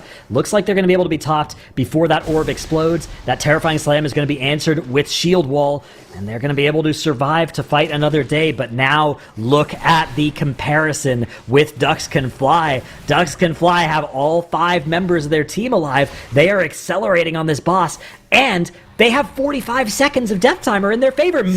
Scratch that. 30 seconds of death timer in their favor as their mage does go down. A B-Res is available, but they don't have anybody who can cast B-Res, so they're going to have to use those engineering bracers. It's going to take a little bit of time to land that res. They do manage to do it, though, and recover so far. They do need more count as well. This is going to be a slow pull into the boss. Extra count for Ducks Can Fly, but holy moly, are just taking so long to take down this boss because they are missing a damage dealer. This is so excruciating to watch. That boss's health just moving so slowly for them. Ducks Can Fly catching up here.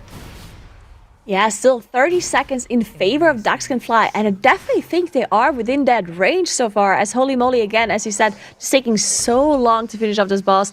Finally managed to do so as that Void Emissary spawned at the very end of the fight, which means they will be carrying it on to that trash mob that they have to fight. Waxy Dimension. Luca does go down for Ducks Can Fly at the very end of the boss fight. That means that they now only have 15 seconds in favor of them. That's going to be a lot closer now. Holy moly, already fighting that trash bag. Ducks Can Fly. I still think they're maybe if they pull it right now, they're slightly still. It's equal, right? It's tied. Yeah, it might be tied now. Yes.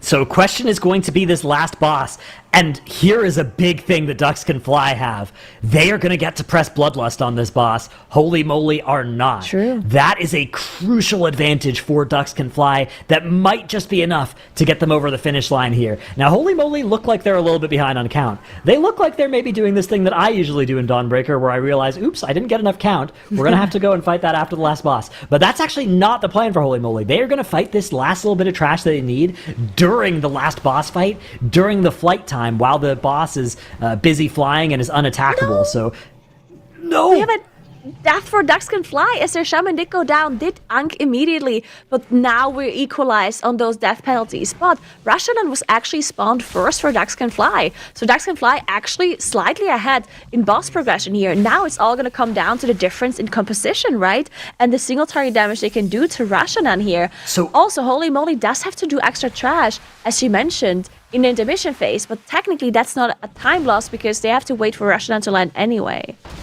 Holy moly did get to send their 2 minutes on pull, whereas Ducks Can Fly largely used those on the trash pack before this. So that's why Holy moly are accelerating right now. But Ducks Can Fly will get a use of 2 minutes at the end of this boss fight, and those 2 minutes are going to line up with Bloodlust, whereas Holy moly will not have that combination available to them. This Void Emissary spawn, a little bit unfortunate, I would say, for Ducks Can Fly. Probably not the best time for one of those to activate, as they now get this second set of bombs for both teams, throwing them into the boss and starting that second phase during the flight time. We will get to see just what that boss HP is for both teams. It's going to be phasing at 63.4% for Ducks Can Fly.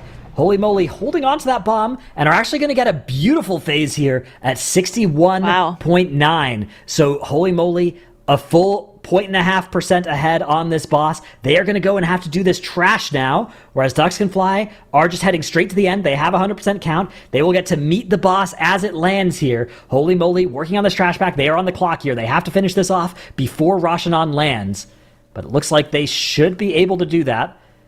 That's going to be Frostworm's Fury by them, sent to try and help finish off this pack.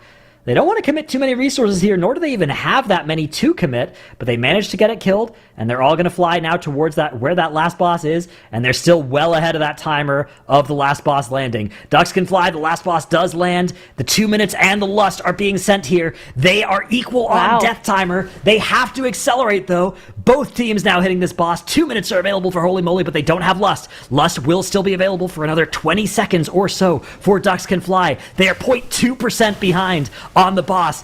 The 2 minutes are going to expire for them sooner, but the Lust will still be there to maybe bring them closer.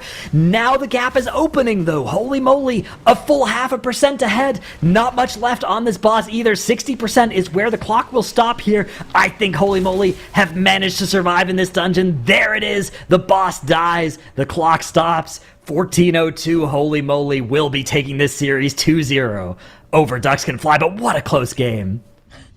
Incredibly close, and even closer, I think, than we expected going into this matchup here. Seeing so many deaths after Holy Moly was deathless on this Dawnbreaker wasn't at all expected, on my part at least. And victory will go to Holy Moly here, even with those, as the two teams went neck and neck on that final boss. I mean, impressive from both of them, and although we predicted Holy Moly would win, it was still, I think, a very, very, very tight race here on this one. It kind of came down to the final boss, it seems like. So, Nagura, how do you feel that their burns on Rashanan compared to one another? So, I personally do want to talk about Ducks Can Fly just performing so well in this dungeon, right? They have, of course, they have those two deaths, but they didn't have the Bloodlust for that Anubi cash pull, right? Where they had all of this trash on top of the boss. Did execute it really well. They had a death at the very, very end, unfortunately. And, I mean, they just did really well. They also played their Arcane Mage, which, honestly, I mean, they're the win of our hearts, right? Pulling out their Arcane Mage in this dungeon and getting so close to getting a win off of Holy Moly. I mean, that's incredibly impressive. Yeah, I mean, it was. And Arcane Mage, yes, something we've been hoping to see. I mean, Ducks, they continue to impress us, so it's great to see them flying, even if they won't be continuing on to the finals here. That was still so impressive. And we'll toss this over to Zyronic. I mean, we were talking a little bit about comparing the boss and other things. What did you see? I think that this was an interesting matchup. The extra class we've added now to our list of specs that have been seen in the MDI is great. Although I will say, I don't think this was particularly the best use case for an Arcane Mage. This might be a scenario where Ducks Can Fly just kind of wanted to have some fun in what they thought would be their final dungeon of the weekend. Arcane Mage, it's a very bursty spec that does actually benefit quite a bit from having targets on top of its main target, so a little bit of extra funnel damage coming in from talents like Resonance that increases your barrage damage by the amount of targets it hits.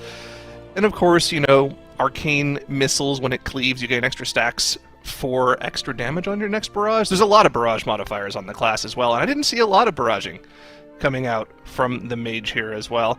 The class did get reworked recently in the 0.05 patch, so there might be a little bit of unfamiliarity with the Spellslinger talent system that they've swapped over to for dungeons, but the class is definitely capable of more than that. Now, I do think there was a little bit of misplaying from Ducks Can Fly as well. In particular, on the second boss, we did see the mage go down right before they pressed their surge, and they were also running Spymaster's Web in this dungeon, so they might have actually just lost a 40 stack Spymasters on that push. Again, it wasn't a perfect run from Holy Moly. They had a few deaths throughout the course of the key, 3 times the amount of deaths in this one dungeon as they've had the entire weekend.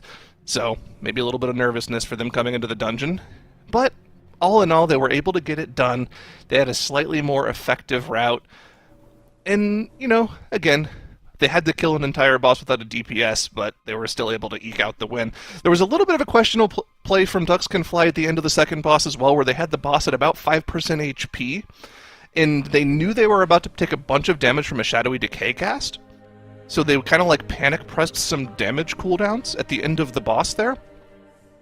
And I remember looking at that questioning it, like, why did you press Deathmark when the boss is on 4% HP? Saving that for the mini-boss right afterwards would definitely be a much more effective use of the cooldowns. They only got one more press of their 2 minutes in the rest of the key, and that alone might have made the difference. Ducks Can Fly might have been able to take this match if they were a little bit more effective with their cooldowns. This might have just been an overall not practice this dungeon enough situation for Ducks Can Fly. However, it was Holy Moly taking the series 2-0 here, and we'll get a rematch of that upper bracket semifinal where Holy Moly looked great, but just couldn't compete with the strategies that Mandatory showed us. Mm-hmm. And I mean, Dratnos, as we look at this, right, our finals here for Group B, the contest between the two teams that'll be facing down to become our champions, Mandatory Holy Moly. I mean, initially coming into the Mandatory Holy Moly matchup, a lot of us did think Holy Moly had a good shot, but now they've been down in the lower bracket, they're working up. I mean, Dratnos, how do you think this rematch is going to shake out for both of the teams? I would say that it's closer than the 2-0 in the semifinals would lead you to believe. I think that these two teams are quite evenly matched, but I would definitely tip the advantage towards Mandatory just based on what we saw in that upper semifinals. So I would say this is probably like maybe 60-40 in favor of Mandatory. Something like that would be the kind of odds I would give it. Okay, no, I can feel that. I mean, Mandatory, I think they are always strong. And today they just solidified that even more with their gameplay, right? Even just showing up and shattering that world record Holy Moly had just set. So, holy moly, we're going to have to see them at their peak if they want to become our Group B champions. Otherwise, Mandatory might be swinging that hammer down and claiming it again for themselves. But everybody, that action will shake out after our break. So until then, take a little moment, get a breather. If you're Ducks fans, congratulate them on making it this far into the global finals. And everybody else, when we return, we will be crowning our Group B champion.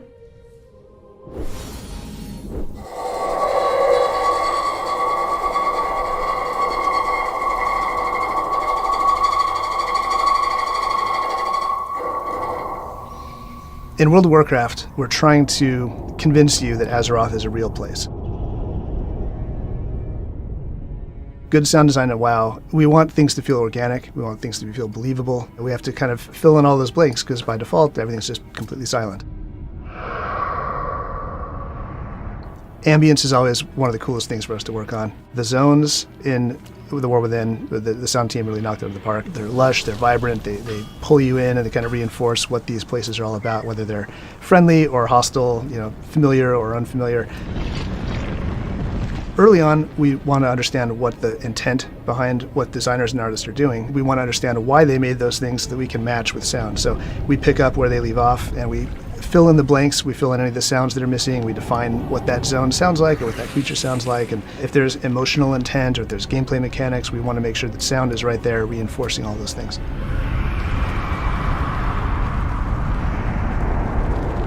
Ashkahet is the home of the Nerubian Empire. It's an all-underground biome. I think an important thing to delineate is that while the Nerubians are scary humanoid spiders, they have culture, they have commerce, they are just a fully functioning society. So the overworld, it's bustling, and then the underground portions are corrupted by black blood. So there's kind of two very distinct vibes. The beginning of my sound design process, we try to meet up with world building, or as a team, we will fly through the zone together, just kind of to get an overall feel for it. When they said we need this to feel dark, you're underground, it's hostile, there's crazy old god influence underneath, in my mind, this is going to take a lot of synthesis. That's kind of what I gravitate towards. I wanted to synthesize winds just to make it feel detached from our reality. So I synthesized these on my Moog, going through some reverb, some delay, and some panning.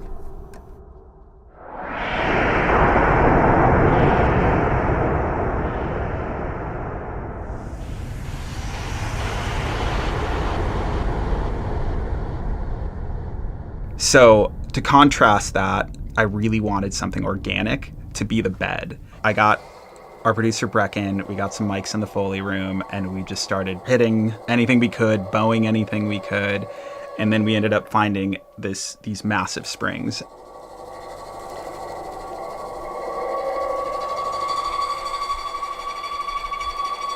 The combination of that led to this really incredible, rumbly but screechy quality from the giant springs in the bow. I processed it to the point where you would never know it's a spring. It has an organic quality to it because it's air moving, it's a thing vibrating.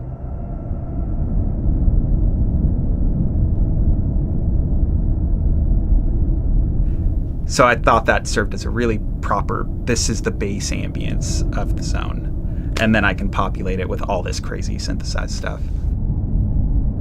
The trope of a scary thing is the knife sound we all know, the really pitched, high frequency. That's the jump scare, is the big top end. We didn't want it to feel so punishing that you have a daily quest in Ashkahet and you're I can't, it's the morning. I can't be hearing that. box with contact mics, bowed, building out a lot of the texture of kind of the sounds that surround you as you're flying through Oshkat.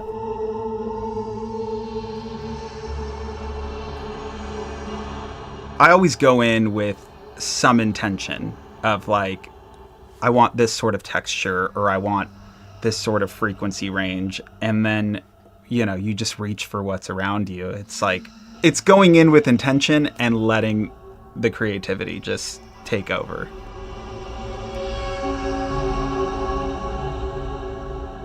Yeah, we get to play around with when do we want things to be grounded and feel Earth-like, and when do we want them to be abstract and weird.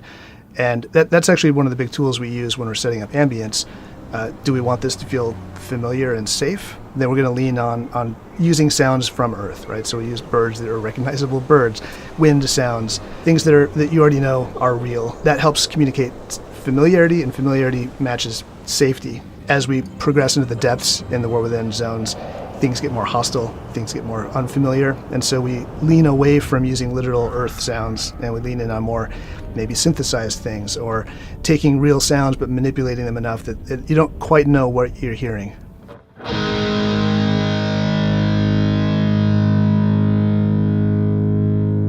Hallowfall is the biggest zone in the expansion. It's got a giant crystal, and the crystal actually has two phases. It will go from light into dark or void, and the ambience will shift to convey both of those feelings. When I first saw Hallowfall, the whole area is basically very alien. So I kind of look at it and think of ideas, what comes to mind. Since it's so alien, I went outside the box and thought about utilizing guitar and tonal things like crystals to create new sounds to supplement things like wind. I wanted to use the guitar, and I didn't want it to sound musical. I wanted to use it just to create like broad swaths of ambience that moves and shifts, so it feels like a space, but when you hear it, you're not like, that's a guitar.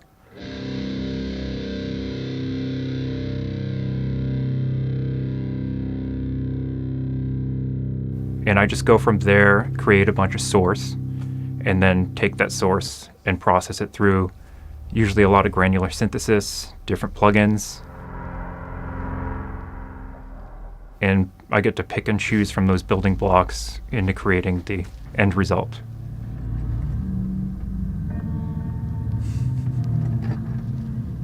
And then filtered it.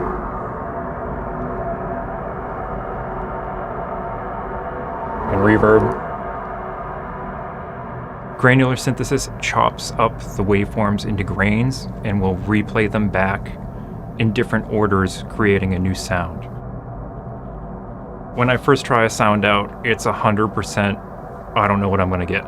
So I have an idea, an end goal, but it's basically throwing stuff at the wall until you find what sticks.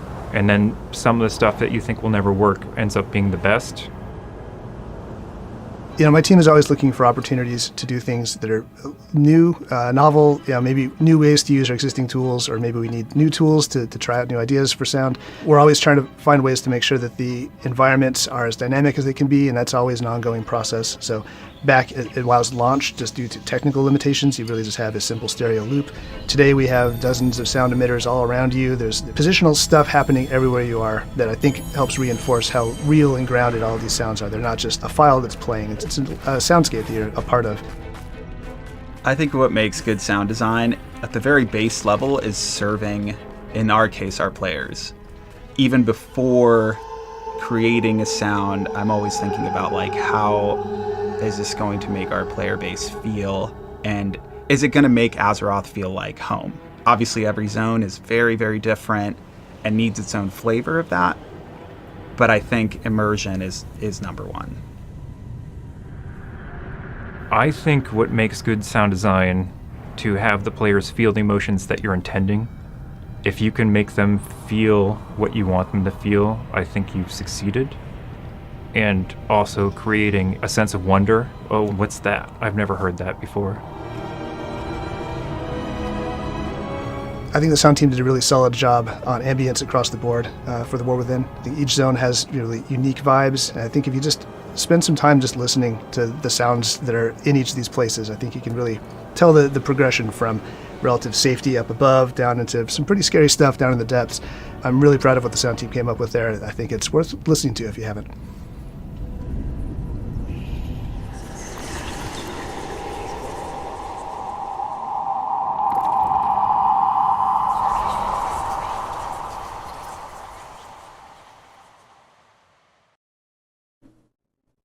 And we're back.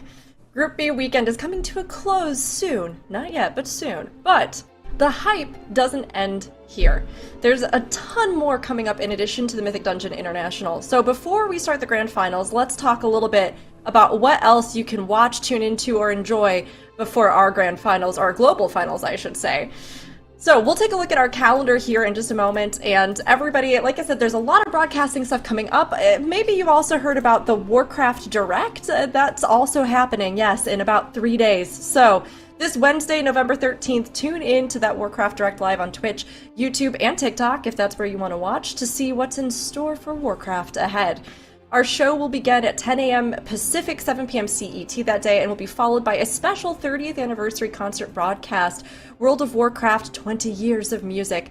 Honestly, the music of Warcraft is so good, so please just go listen, enjoy, and check out all the content that's going to be coming up. After that, we will also have our top gladiators from The War Within face off in the AWC Grand Finals starting Friday, followed by the MDI China Finals, so you can see our Chinese competitors. And then all of that will be capped off with the MDI Global Finals, which we'll be doing starting November 22nd. So if you want to check out the Chinese teams November 19th and 20th, and if you want to see the culmination of all of the action, November 22nd through 24th. I mean, there's a lot to be excited about coming up, and with all the things that you can watch or do, I don't know, Dranos, is there anything in particular that you're like, oh, I can't wait for this one? I'm looking forward to that Warcraft Direct. I want to know what's going to be talked about there, what we're going to learn, what's going to be announced there. It seems like a very exciting time. Of course, it's like the 30th anniversary of Warcraft, the 20th anniversary of World of Warcraft, the 10th anniversary of Hearthstone. It's a lot of anniversaries lining up here, so it should be a really cool thing. Can't wait to see what it is. I think there's some drops as well for watching it too, so got to augment my collection with those. Those drops. You're so corny. Look, man, I need them. I have hundreds of mounts. I need more. Yeah. Don't rub your hands together. I mean, listen, after doing the mount parade and seeing how everything was on the table, you got to get every mount you possibly can in this game. You never know when it's going to pay off. Dude, when you're doing the Mount Mayhem and one comes up that you don't have but you know you should, you're like, I was supposed to go get that, right? Like that would have cost me 200 gold at a vendor in Warlords of Draenor, and I just haven't gotten around to buying it. No worse feeling. I love the new title that you've acquired here, Dratnos. One for your collection, perhaps? That's me, yeah. No, I mean, Lore honestly, Master, get the drops. Oh my gosh. Veil Strider. Oh, interesting. Okay, all right.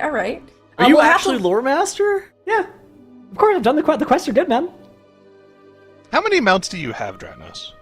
I have, not that I have World of Warcraft open currently, but 633. Oh, that's actually pretty good. Okay. That's up there. It's really weird how you just knew that number just immediately. You just keep track of that at all times? You know, just I remembered. Okay, all right. Well, Chad, if you remember, we have a little something that's coming up, namely our grand finals that are happening here for Group B weekend. If you haven't yet, get your predictions into the chat. We have Mandatory versus Holy Moly. This is honestly one that I think when we started the weekend, we weren't expecting how much Holy Moly was going to bring. But now that we have this rematch, I think it's going to be a really exciting one. So, I mean, it's ironic. These two rematching today. What's going to be different this time around, if anything? Well, of course, the main difference being the grand finals of the weekend here is that it's a best of 5 instead of a best of 3, so they really have a lot of dungeons here to hone their craft and give us the best matchup we possibly can to see who's going to be better of the two teams. I do suspect that it's going to probably be a mandatory victory here. They just have been the more refined team throughout the weekend. And even though Holy Moly have put together some very impressive runs, Mandatory's pretty much beaten them at their own game in every dungeon they've played, except for one so far. I think Holy Moly still has the faster run in Arakara, if I'm not mistaken. Let's see what we have banned out, though. Siege of Borealis from Holy Moly and Grim Batol from Mandatory. Interesting. Titles, literally, Zaronic over here just saying Arakara is one that looks like it's going to be strong for Holy Moly. Do you think this is going to start them off well here as they jump in? I feel like it's kind of like a coin flip. I mean, you say it should, in theory, be strong for Holy Moly, but whenever you look at the time between both Holy Moly and Mandatory there, it seems like their cap is around like 5-ish seconds apart, which to me, that kind of feels more or less like you're flipping in that dungeon. What I will say is about the bans, I actually like the Borealis ban from Holy Moly.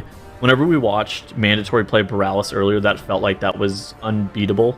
And so I think that taking a ban to that dungeon, that seems pretty solid. I approve of that ban.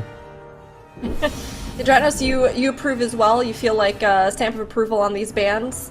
Yeah, I think that ban makes sense. I mean, we do have basically every map in our pool. Of course, best of 5, 2 bans. So we have 7 maps here, Mists being the only one absent. Looks like most of us are believers in Mandatory. Actually, all of us thinking 3-1 as well. So we're thinking that the Necrotic Wake is where they're going to send Holy Moly home, which they're only 7 seconds ahead in there. Nagura dissenting, but not on the desk currently, so not going to be able to defend her opinion here. I think it's less about like the actual time difference between the two teams across all of the dungeons, and I think it's more just like whenever push comes to shove, whenever we are in the finals of Group B, who do we expect to perform better? And for me personally, it's the defending MDI champions Mandatory. Absolutely. I think that you've got that clutch factor just has to be in their favor until proven otherwise, which looks like we are going to get started here. That Arakara. Wow. Take it away, Zyro. Yeah, let's see what the strategy's actually going to be between the two teams. We've seen other teams throughout the weekend go for that split strategy that you showed off over on the Warcraft channel, Dratnos, earlier on this week, but looks like both of the teams are just going to go for the typical strategy as we head with all 5 players straight to the first mini-boss. Yeah, so both of these teams played this like whole W lust the first boss strategy, where the main difference is, like you mentioned, you're not killing 2 of the mini-bosses at the same time, which in general I think that killing 2 of the mini-bosses at the same time is actually a very fast strategy, but you lose the ability to get about 15% enemy forces, and losing that 15% enemy forces is kind of unfortunate. It also is kind of the situation where you have all of your offensive cooldowns up for this first pull, you don't necessarily need Lust, and I think that it seems like at least both of these teams agree that taking all of that trash that you possibly can, it's about 15 to 20% enemy forces, into that first boss with the Lust is a more valuable Lust than getting 2 Lusts in this dungeon. If I'm not mistaken, we actually have disagreeing strategies between the two teams on when this Lust is more valuable, too. It was mandatory, like you mentioned, that Lust of the first boss. But if I'm not mistaken, Holy Moly actually saved the Lust for a triple Bloodhusk strat in the middle section of the dungeon. When they have no cooldowns available. So we'll actually get to see which of the strategies is actually faster if they do stick to their guns and both go for the same strat. But look at this neck and neck as we get through the first minute and a half of the dungeon here. Both of the second lieutenants going down almost at the exact same time. Ooh. Check out this POV from Igloo here, using that travel form wild charge to mind the gap and get some extra trash to pull on top of Attic, the third of the lieutenants here. Yeah, I think that this right here is, again, one of the big reasons that splitting the mini bosses, while it is very fast and you end up committing your lust to it, it can be problematic because you end up sending your rogue and your Rester's Root over here. They end up stealthing over, and so you don't end up being able to get all of these attendants and all of these flyers and all of this trash that you're otherwise able to grab with things like, Igloo jumping the gap. And then now look on the left side of your screen here, Skylark is about to gather the entire world and pull that into the boss, where Mandatory is going to come out of this area at 50% enemy forces, just gathering as much trash as reasonably possible here and popping that lust into the boss. Now, like you mentioned, Holy Moly, not going to be lusting this. Instead, lusting is it a triple or is it even a quad hulking Berserker? I think What is it? I think it's triple. I think they do 3 of them, and it's in a situation where they have none of their Mm-hmm. cooldowns available because, like mandatory, they are pressing all of their 2-minute buttons here with the added extra damage they're going to get from having Crash on top of the boss. The funnel on the rogues in particular is going to be absolutely huge, but not if your enhanced shaman just gets a whole bunch of resets during their ascendance and absolutely pops off on the boss. Yeah. Look at the damage coming out from Soda for Holy Moly here. Just crushing the boss and actually keeping this incredibly close in single target damage on the boss. They're within 10% right now. Dude, I think he had 6 lightning wolves out there. A lot of tempest procs there for Soda, and I mean this is a huge deal. Look at Holy Moly, they pressed that AOE blind on those starved crawlers as well. Not even going to be dealing with a second set of those starved crawlers. Instead, they're going to be going through and killing Avanax and making their way into the second area. So it looks like they're going to be about 15 seconds behind. Okay, so yeah, 15 seconds behind. Which do you prefer right now, Zyro? Do you prefer mandatory having 9% more trash count? Or do you prefer and being 15 seconds ahead, or do you prefer the Bloodlust here from Holy Moly? What do you think is better? Dude, it's actually so close. I think both of them are about equal. I think I would prefer to be in mandatory situation because they don't have to go for as dangerous of a secondary pull here. Look at what they have pulled together. It's just the 2 hulking blood guards. That second one is quite far and will slowly make their way towards the group. But look at the pull that Holy Moly now have gathered up here. This is their Bloodlust. Triple hulking blood guard. That's 3 auras, reducing the damage that every other non-Bloodguard mob is taking here, and they have none of their cooldowns available. No Ascendance, no Deathmark, no Breath of Sindragosa. This is just raw damage coming out from the classes trying to kill off these Bloodguards, and they're getting through them pretty quickly. Skull marked already, going down first for them, but they're still going to have 2 to work through afterwards. Mandatory as well, though. Mandatory has taking a long 3. time to get through this pull. Mandatory, did they get a 3rd one in there? They dragged a 3rd hulking Bloodguard into this pull, and they're doing a similar pull to Holy Moly, arguably less trash, but similar numbers of Bloodguards, and Mode going down on the side of mandatory. They are going to commit that battle res, but that's 15 seconds that I don't know if they can afford to lose here, Zyro. As you were mentioning, this is an incredibly close first map. Oh man, I mean, they both got through the Bloodguards at about the same time, but because Mandatory didn't have to pull as much trash, they were able to finish off the scraps a lot faster than Holy Moly is. It might actually be that 15-second difference in the time it took them to take down the first boss, but of course the 15 seconds were given right back over to Holy Moly with the death from Mode, so I would wager to say we're essentially at a dead heat right now at this point in the dungeon. Now, both teams tank leaping down to a Noob's Act to pull the boss here, which will then snap the rest of the teammates down after a few seconds here. And man, Titles, this is as neck and neck as a match can go right now.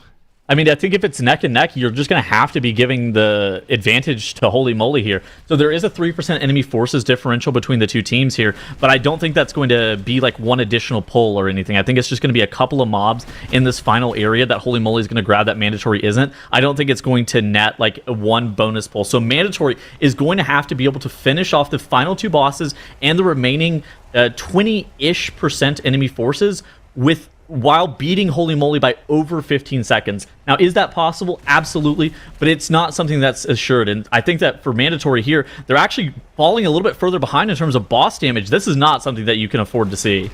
Something that's really important to mention here is there was a little bit of desync of cooldowns. Maystein actually desynced his Breath of Sindragosa from the other 2-minute cooldowns of his teammates. That's going to come off cooldown in about 10 seconds here, whereas Wally for Holy Moly actually had the breath on pull. You can see that Frosty Kit absolutely topping the meters, popping off for them on the boss, but it's not able to compete with the Lightning Wolf procs from Stove on the side of Mandatory. So it's just a full-on DPS race right now. Now, the important thing is, even though that Breath of Sindragosa came off cooldown due to the desync, Maystein is not popping it on the boss here, so they're not going to have the Breath of Sindragosa damage here. He's saving it for the big AoE pull afterwards. So whatever caused that cooldown to get desync earlier on doesn't seem like it's really paid off for them here. Holy Moly is ahead now. Looking at this boss split, it looks like they're going to be ahead about 10-ish seconds, and then you have to factor in the 15 seconds of Challenger's Peril death penalty on top of it. Looking at this, Holy Moly is now grabbing this Overseer, and most teams have been only playing 2 Overseers here. If you look on the left side of your screen here, Mandatory is also grabbing that double Overseer. The third one is going to actually be very, very dangerous. You need to make sure that you use range kicks to be able to get that third Overseer kicked in, and these teams both basically just run it down mid. This Nerubian Hauler casts his ability called Massive Slam, and every subsequent cast of the Massive Slam stacks up this damage amp, and so you're kind of on a timer for when you want this mob to be killed off. On top of the Massive Slam doing increasing damage with each and every single cast, there's also a bunch of other mobs, these winged carriers. They fly around and they end up hitting players as well. But you can use the tailoring stun to be able to stop the Nerubian Hauler's cast. And you can see on the right side of your screen here, Holy Moly has used that 12-second stun to cancel the second slam from that Nerubian Hauler, no longer stunning up the party. But Mandatory is the group that actually gets the last boss pulled first. Mandatory just opted to not use the tailoring stun on the Hauler whatsoever. They ate the second slam in the middle of their cooldowns, but because they were able to drag the Hauler along, they got to pull the boss earlier on, and that's given them the slightest of advantages here on this boss. Now, question for me is, did Holy Moly get the extra 3% trash count that they needed to make up the percentage here? And it looks like what they have on the boss right now might not be enough, but it doesn't matter if your tank goes down and kills off your Enhanced Shaman. Now, they were able to get the res off, and so was able to Onk, but that's that death advantage given right back over to Mandatory. Mandatory now with a 15-second advantage, rather. And they do have their count. Both teams have their count. Look at Maystein's health bar, though, as he drops incredibly low. Going to be a health pot to get him back to top. And now Hopeful's dropping low. There's no cloak. Needs to get topped by Mode, and he's able to just barely do it. Hopeful still does have that cheat death in the back pocket as well, so it's a little scarier than it wasn't quite as scary as it seemed. But, okay, we've reached equilibrium here. All the trash is dead. The cultivated poisons are gone. It's just a DPS race to the finish here from now on. There's no bloodlust for either team. Both teams without a battle res as well. Will come off cooldown in about 40 seconds if they need it, but it just has to be healing coming out of the healers to make sure those poisons don't take anyone off. Does Mandatory have enough of these puddles out of range for players to get in? It looks like the answer is going to be yes. Ooh, okay. Hopeful Shadow Step the last second onto Stove, which I think it's just allowing Mandatory to eke out a little bit more damage. So now the situation is kind of reversed. Now Holy Moly has to kill this final boss 15 seconds ahead of Mandatory. But unfortunately for Holy Moly fans, Mandatory is 10% ahead on this boss. I don't know if this is going to be possible, Zyro, without a death. We've seen deaths. The boss does a ton of damage here, but it looks like it's going to be Mandatory as they slowly pull ahead. One final Cultivated Poisons cast overlapping with the debuff. Quick dispels coming out from Mode to make sure nobody goes down, and they're able to get through that Affix and Poison overlap with no death. And with the Mad Queen's Mandate coming out during Execute, it is going to be Mandatory taking this map with an even faster time. This would have been a 10:04 if they didn't have that death on Mode. Mandatory and Holy Moly here trading deaths left and right as this ricocheted back and forth with Mandatory finally overtaking here at the end, and more deaths. Oh no, for Holy Moly coming in as they finish off the boss. I mean, we'll see here as the timer goes, but yes, victory will be handed to Mandatory here with that faster run, bringing them to the first of our best of 5 here that they'll need. I mean, okay, both the teams on this one, they had some mistakes that I think compiled a bit, and Mandatory managed to hang in there at the end with that one death. But Tettles, coming out of this one, where is your mind at right now? Dude, that was so stressful. It was just a situation, it's like, we talked about coming into today how Holy Moly had 0 deaths on the day. And I think to be able to beat a team like Mandatory, you have to have 0 deaths across this entire series. I feel like this should have been their map to lose. Mandatory kind of opened up that opportunity for Holy Moly to be able to win this map whenever Mode ended up going down to that Bloodguard pull. And that's just like, you have to be able to capitalize on that opportunity to be able to win the map. And I think with Holy Moly not being able to get that, like, take that opportunity and win that map, it's just an unfortunate series of events. And I think it's just kind of the reason that we were all, whenever we were doing our predictions, kind of leaning towards Mandatory being favored in this series. Yeah, I mean, with the exception of Nagura, I think a lot of us felt that given the earlier performance today, Mandatory just seemed to be in a more stable and dominant place. But Holy Moly, we've seen that when they play well, they are just as competitive, and I think we were kind of in the back of our mind thinking that a curveball could be really a possibility. But, you know, Dratnos, here in your analysis of this match, what were you seeing? Yeah, I mean, this is going to be one that I'm sure Holy Moly are going to be kicking themselves because Mandatory did show vulnerability in this. Both teams opting for not splitting up the party at the start, not doing the strat of sending a stealth team to kill the far mini-boss, largely because they're both planning to be done with this dungeon in 10 minutes or less and thinking they only get one Bloodlust. They don't want to do a strategy that's going to force them to commit a lust at the start of this dungeon. But Mandatory then does send the lust on this first boss pull with all this trash. It's a lot of count that they can do with this boss. It's a great opportunity to land a really good lust. Not something that Holy Moly were planning to do, so that was where the sort of strategies diverged between the two teams, was using the lust here. But look at just how much damage this Frost DK is able to do, not just to the boss, but also eliminating all this trash. Now here is this really cool strat that they were trying to set up here, of hulking Bloodguard to the side, rest of the group through, and then Sigil of Misery, Leap, Meld to escape that. But unfortunately, look at that Stag Shell. They got in combat with it, and then they tried to hibernate it, but they hit it with a Sigil of Flame, so it broke CC back there and was going to be tough to CC. And then just in the back there, it does manage to get that cast off, which is going to aggro everything within 50 yards. It's going to spawn an extra Bloodguard that doesn't give count, and instead of having a beautiful pull where they can just nuke everything down without those Bloodguards in the way, they pull them in, and that's going to add a lot of extra damage as that they have to do there. And luckily for them, the mistakes made on the side of Holy Moly, especially at the end of this dungeon, were worse, right? Deaths on the last boss, a lot of death timer caused there, and also just Mandatory's run just seemed like it was quite a bit faster, so they would have maybe been competitive even without this, even with a good but not great boss kill from the side of Holy Moly. But yeah, I mean, if you're Mandatory, you got to be happy that you escaped with a win despite that cast going off, and if you're Holy Moly, you've got to be very sad that you didn't get to capitalize on one uncharacteristic mistake from Mandatory. Mandatory's not supposed to actually pull that third Overseer into that large hauler pull at the end, right? They're actually supposed to like leave that mob stunned up and meld it off, but they had to pull it because they lost the 7 count from the shell. Yeah, that sounds right. Yeah. That's tough. I mean, that's tough. I mean, that's probably the reason that mode died too, is that they're not supposed to have the third Bloodguard there.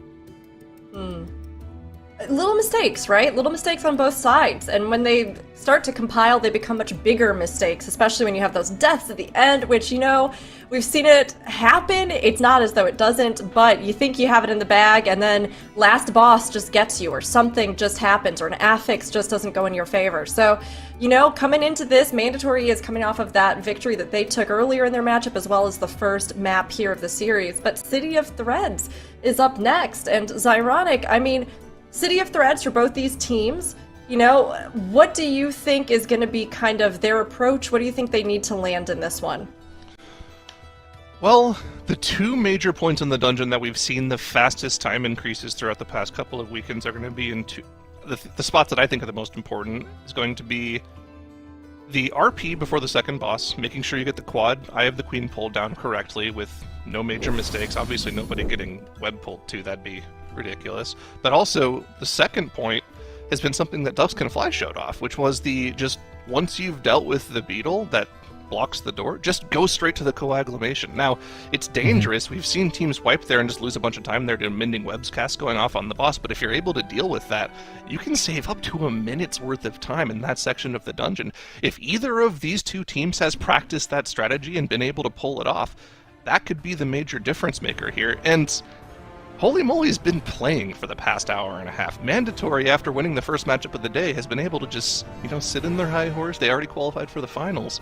They just get to practice for 3.5 hours. So I would expect them to be the team that has potentially practiced that here. You know, if anybody has the time, Mandatory did, but between these two teams, they are both competing to be the champion. Mandatory versus Holy Moly. Let's see what happens, Tuttles. I think right off the bat here, you're really scared about this shroud. This is a shroud that a bunch of teams have accidentally made mistakes on, and it looks like both Holy Moly and Mandatory are able to make it all the way through with that perfect shroud. Both of these teams are actually electing to grab this buff. It's not always true that teams are grabbing the buff. Oh my god, dude, Skylark accidentally pulled the has to die. Yeah. Herald pack. So we call this Be a Skinny Legend. Skylark was not being a skinny legend. Now, Fortunately, the rest of the team realized that and were able to do it without getting in combat. This is going to cost them a ton of time. Also, that engineering buff is going to be all but gone by the time they get to the boss. So that's a huge time loss here. And you can see in the meantime how this was supposed to go from Holy Moly's side. All the trash into the boss here. And we can just destroy the boss. This boss is going to be all but dead by the time Mandatory even pull it here. Holy moly. Due to that one mistake from Skylark, have essentially given them an entire boss's worth of advantage in this dungeon. This has got to go down as one of the best MDI names of all time. Holy moly. Holy moly. Is it an exclamation or is it just the team name? The world may never know which one you're referring to. Holy Moly was able to down the boss on the right side of your screen here. Now, how are they going to deal with this Eye of the Queen minigame? I think it's kind of been an interesting decision point for a lot of teams. It seems like most teams are electing to pull all of those Eyes of the Queen together, utilizing the rogue tricks of the trade to be able to snap. Now, the thing that you have to know is that you end up having to kill off that mini-boss first before that happens. Now, Tief and Wexy will be running off to the side and running as far as possible, and then once they're about in the middle area, they're going to dismount. Wexy's going to Tricks of the Trade Tief, and Tief is then going to walk back to that first Eye of the Queen area where Igloo is taking that mini-boss right now. Then Wexy is going to be tagging those mobs with the tricks still available on Tief, and it will just snap that Eye of the Queen to the entire pack. The group of 4 that's still standing here is just going to be able to deal with all 4 of those Eyes of the Queen at once. Ideally, this is how this goes. And then Wexy will then jump in the webbing from those priests that kind of patrol around this area, and then that ports him back here. That's perfect scenario. We've seen it kind of mess up before. We've seen it, the tricks falls too early. Okay. That's been a problem occasionally, but I think that we have to wait and see how many Eyes of the Queen do we have on the right side right now. I think I saw all 4. It's a little hard to tell. Yeah, we've seen all 4. It's kind of hard to see them all live at the same time because almost inevitably one of them is null slamming at a point, so you won't see their health bar because they kind of disappear a little bit. But Holy Moly does have all 4 of them. That 4th one was snapped in by Wexy here, so pull's gone great for them. Got to take a deep breath here as we get to the hard part of the key because the second boss can be pretty dangerous and there's a lot of time to gain. Yeah. The synergistic step. And we haven't seen anybody do it completely perfectly yet. It's kind of hard to deal with. Good POV from Hopeful on the left side as he finds that 4th Eye of the Queen. We'll get that snapped onto the group eventually. Hopefully. It looks like you got it, yeah. I think you got it. Okay, perfect. So the synergistic step, so Hopeful melds off the pack. And so the synergistic step, like you pointed out, is kind of jank. So ideally you bait it into the wall. But if you're too close to the wall, then the mobs can like bounce off of where they were supposed to go. So basically you're not supposed to be baiting it into the wall, like realistically, but it's by far the most efficient time strat. But if it's too close, they can like bounce off the wall a little bit, kind of moving, and then they can get like shot out into the middle of the room. There's also a situation where sometimes these mobs will port, and I don't exactly know why they port. Maybe these MDI teams have figured out a way to make the mobs either not port or port exactly how they want them to. But sometimes the mobs will port into like a really weird position, creating a very strange effect. But the most important thing is that you want these mobs stacked up as long as possible. As a full melee DPS composition, once the mobs get spread too much, you lose insane amounts of Breath of Syndragosa damage. I think that's the main one that I'm calling out here.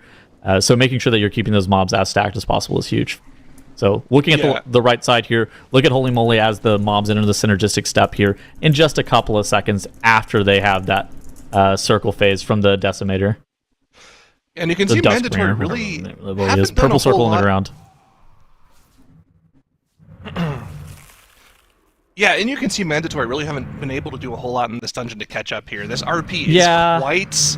It's quite premeditated, right? There's not a whole lot you can do to gain time. Both teams pretty much have the perfect strategy here. The snap on the far mob, that's pretty commonplace now.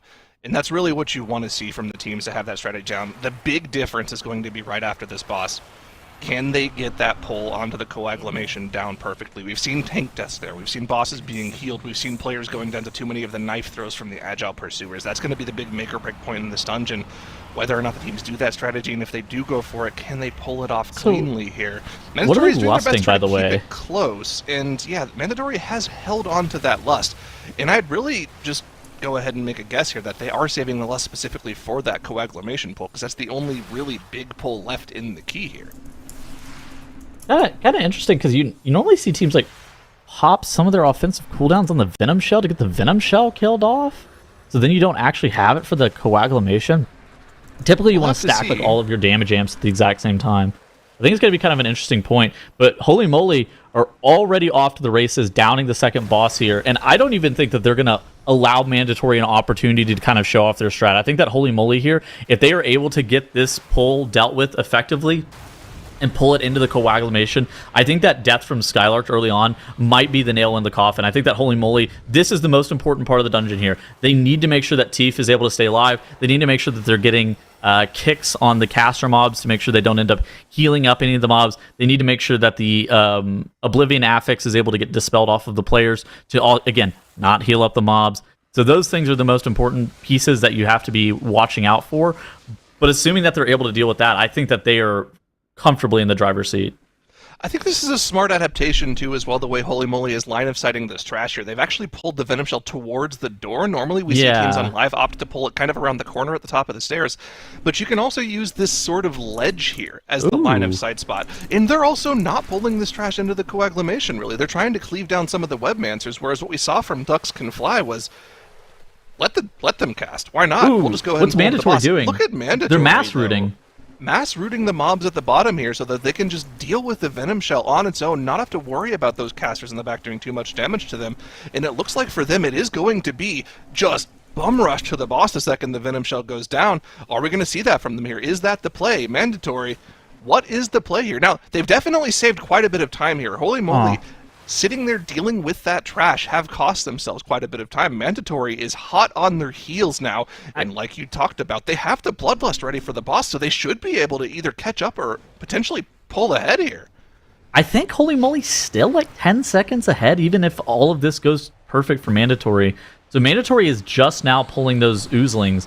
Notably, those Oozlings that are being killed off for Mandatory are the limiting factor for actually spawning the coagulation. On the right side of the screen here, Holy Moly is about to tag the coagulation. Yeah, as it has been pulled, as you see that lower third banner being flown. And they actually don't have that much trash to be dealing with, so they have a much safer pull. For Mandatory, this is so sus. Like, you did mass root those mobs in, but Skylark is in a lot of trouble here. You already see him popping that wall. He's popped that last stand. His wall has faded, and he has 10 stacks of a debuff. That debuff, what you need to know about that is it makes the mobs do more damage to you. It is a debuff that the conscripts apply on their auto attacks. And now Skylark has to kite this pack around and try to make sure that the mobs don't get a refresh on him. It looks like all the conscripts have also died. So now they just have to deal with these pursuers, and hey, they caught up in terms of boss HP. They pulled ahead on the boss HP. Oh, wow. Huh. This could still be a close match here. Now, of course, the death timer for Mandatory is going to be a factor. They need to finish off the dungeon 15 seconds faster than Holy Moly. Holy Moly gets a lust. They're not going to have a Bloodlust to do that. Holy Moly does get a Bloodlust on the boss, so it's going to have to be something special coming out from Mandatory. But look at the overlap here. Affix from Zalatas Bargain on top of the Dark Pulse from the boss. And we do have a death on Mode Mode. That's going to be an extra 15 seconds. They are able to keep it to just the one death, though. And they are able to res up Mode Mode after the boss dies. I think it was actually just a release from Mode Mode. So Mandatory are going to be healerless. Nope, it was a res. Okay. Holy Moly has to be able to take advantage of this. I kind of talked about it with the Arakara. Like, these are the situations in which, if you were trying to win the weekend, if you want to be the first seed coming out of this group, these are the situations of which you have to be able to take advantage of. Mandatory has had 2 pretty decent-sized mistakes, and they are throwing you the ability to be able to win this map. You have to be able to take advantage of it if you're Holy Moly. You don't know how many opportunities you're going to be able to get. Now, Holy Moly here, they're pulling the 2 final mini-bosses that is going to activate the ability to pull Ezo, the final encounter of this dungeon. They do have Bloodlust available in 45 seconds. Once Ezo is engaged, that boss is going to die incredibly quickly, but they need to be able to get this War Shell down prior to that boss even spawning. And Mandatory, it looks like Mandatory is going to be able to pull Ezo ahead of Holy Moly, but like you pointed out, 30 seconds of death penalty are against Mandatory. I don't even think it's going to be possible for Mandatory to be able to kill the boss 30 seconds ahead of Holy Moly. So Holy Moly just needs to make sure that basically these unnatural waves don't wipe them. There is a way. But it requires Stove getting only Lightning Wolves for the next 30 seconds. Lust is in 8. Lust is in 6. We are going to press the Lust for Holy Moly. All right. And then you're going to watch Ezo's damage, like health, completely plummet. Holy Moly needs to make sure that they get all of the kicks on these Stove is void waves. cooking. Look at the wolves. He's got a lot of Lightning Wolves. He's cooking. The enhanced trauma's popping off. 30 seconds. I don't You have to think beat it's them by going to 30 be seconds. enough, though. The Bloodlust from Holy Moly is helping them catch up to the boss percentage on Mandatory and even now surpass them on the boss. All they have to do is just let Mandatory finish the dungeon by 30 seconds or less, but they're not even going to do that. They're just going to outright beat them on the boss here. They're now 10% ahead on the boss. It's going to be Holy Moly running away with this, and the team that had the fewest deaths the entire weekend continue to stay as clean as possible in the second game of our finals here, and Holy Moly will be evening the series off at 1-1. Oh man, it's going to be a good series, Tettles. Dude, that was sick. What a dungeon. That was pretty amazing. I mean, holy moly. It never gets old. I mean, they're here on that 11:19 as we watch the clock continue to go up, but like you both were pointing out, Mandatory is not able to overcome that time differential, and the victory will go to Holy Moly, bringing these two teams 1-1 here in our best of 5 for our Group B champion. I mean, this was, honestly, this is what I'm talking about. This was such a good matchup, and it's been such a great series already. But as we look over it again, Dratnos, why do you think that Mandatory was unable to catch up after that initial death that they had? I mean, yeah, it all does just come back to the initial death at the start of the dungeon. That being said, Mandatory were certainly still accelerating through the remainder of the dungeon, right? That's the worrying point here. Like, if you were a Holy Moly fan, I'm actually almost more worried after winning this map because of the way that you won it, which was you relies on this big blunder from Mandatory at the start of the dungeon that cost them quite a bit of time, right? Like almost a minute at the start of the dungeon. And then for the rest of the dungeon, Mandatory were just clawing back that time. They had another death at the end that cost them more time, but I'm definitely pretty worried here because this is where you could see Skylark in combat, dying, 30 seconds of death timer lost, the res time, so much time lost on that pull. Definitely something that it was the big thing that cost Mandatory. The good news for Holy Moly is that they were able to capitalize, right? And they were still 40 seconds ahead at the end of the dungeon. Of course, 30 of those seconds were death timer because Mandatory were just faster at dealing with the rest of the dungeon. They actually had some pretty cool tech as well. You can barely see it coming off in this area. I think it's going to be when we switch over perspectives. Let's see if we can look for it coming soon, perhaps. Maybe. Hang on, you guys got to trust me. It's coming soon. The tech is coming soon. It's imminently inbound. Okay, you can barely see just off to the side here. The mass route. Look at the mass route coming out, yeah, from mode. On these mobs down the stairs. Just there, bottom left of the screen. Bunch of little spiders walking in. Hang on, it's about to happen. You guys have to trust me on this, okay? The mobs are going to get mass rooted. They're mass rooted back there. A bunch of mobs are mass rooted in the back there. We can see it for like one frame there, and those get to come in late. That actually saves a bunch of time, and then they come in late on this boss. You get a bunch of funnel. That's how Mandatory killed this boss at like the same time, time-wise in the dungeon, despite taking so much longer to get here. Of course, 2 deaths are going to cost so much death timer, though. What do you think about the 2 lusts versus the 1, just general strat-wise for this dungeon? I feel like 2 lusts instinctively I want to like 2 lusts more, but it kind of seems like the 1 lust is maybe better, like 1 really, really, really good lust versus 2 pretty good lust. I don't know. Instinctively, I'd want to say 2 is just so much better than 1, but after watching this, I'm not so sure. Mm-hmm. Also, in general in this dungeon, what do you guys think about specifically like the Frost DK versus the Unholy DK? Because it seems like it's a good scenario for Unholy DK to be good, right? You've got 3 bosses where you're pulling a significant amount of trash on top of it, and that's kind of the perfect scenario for Festermite, right?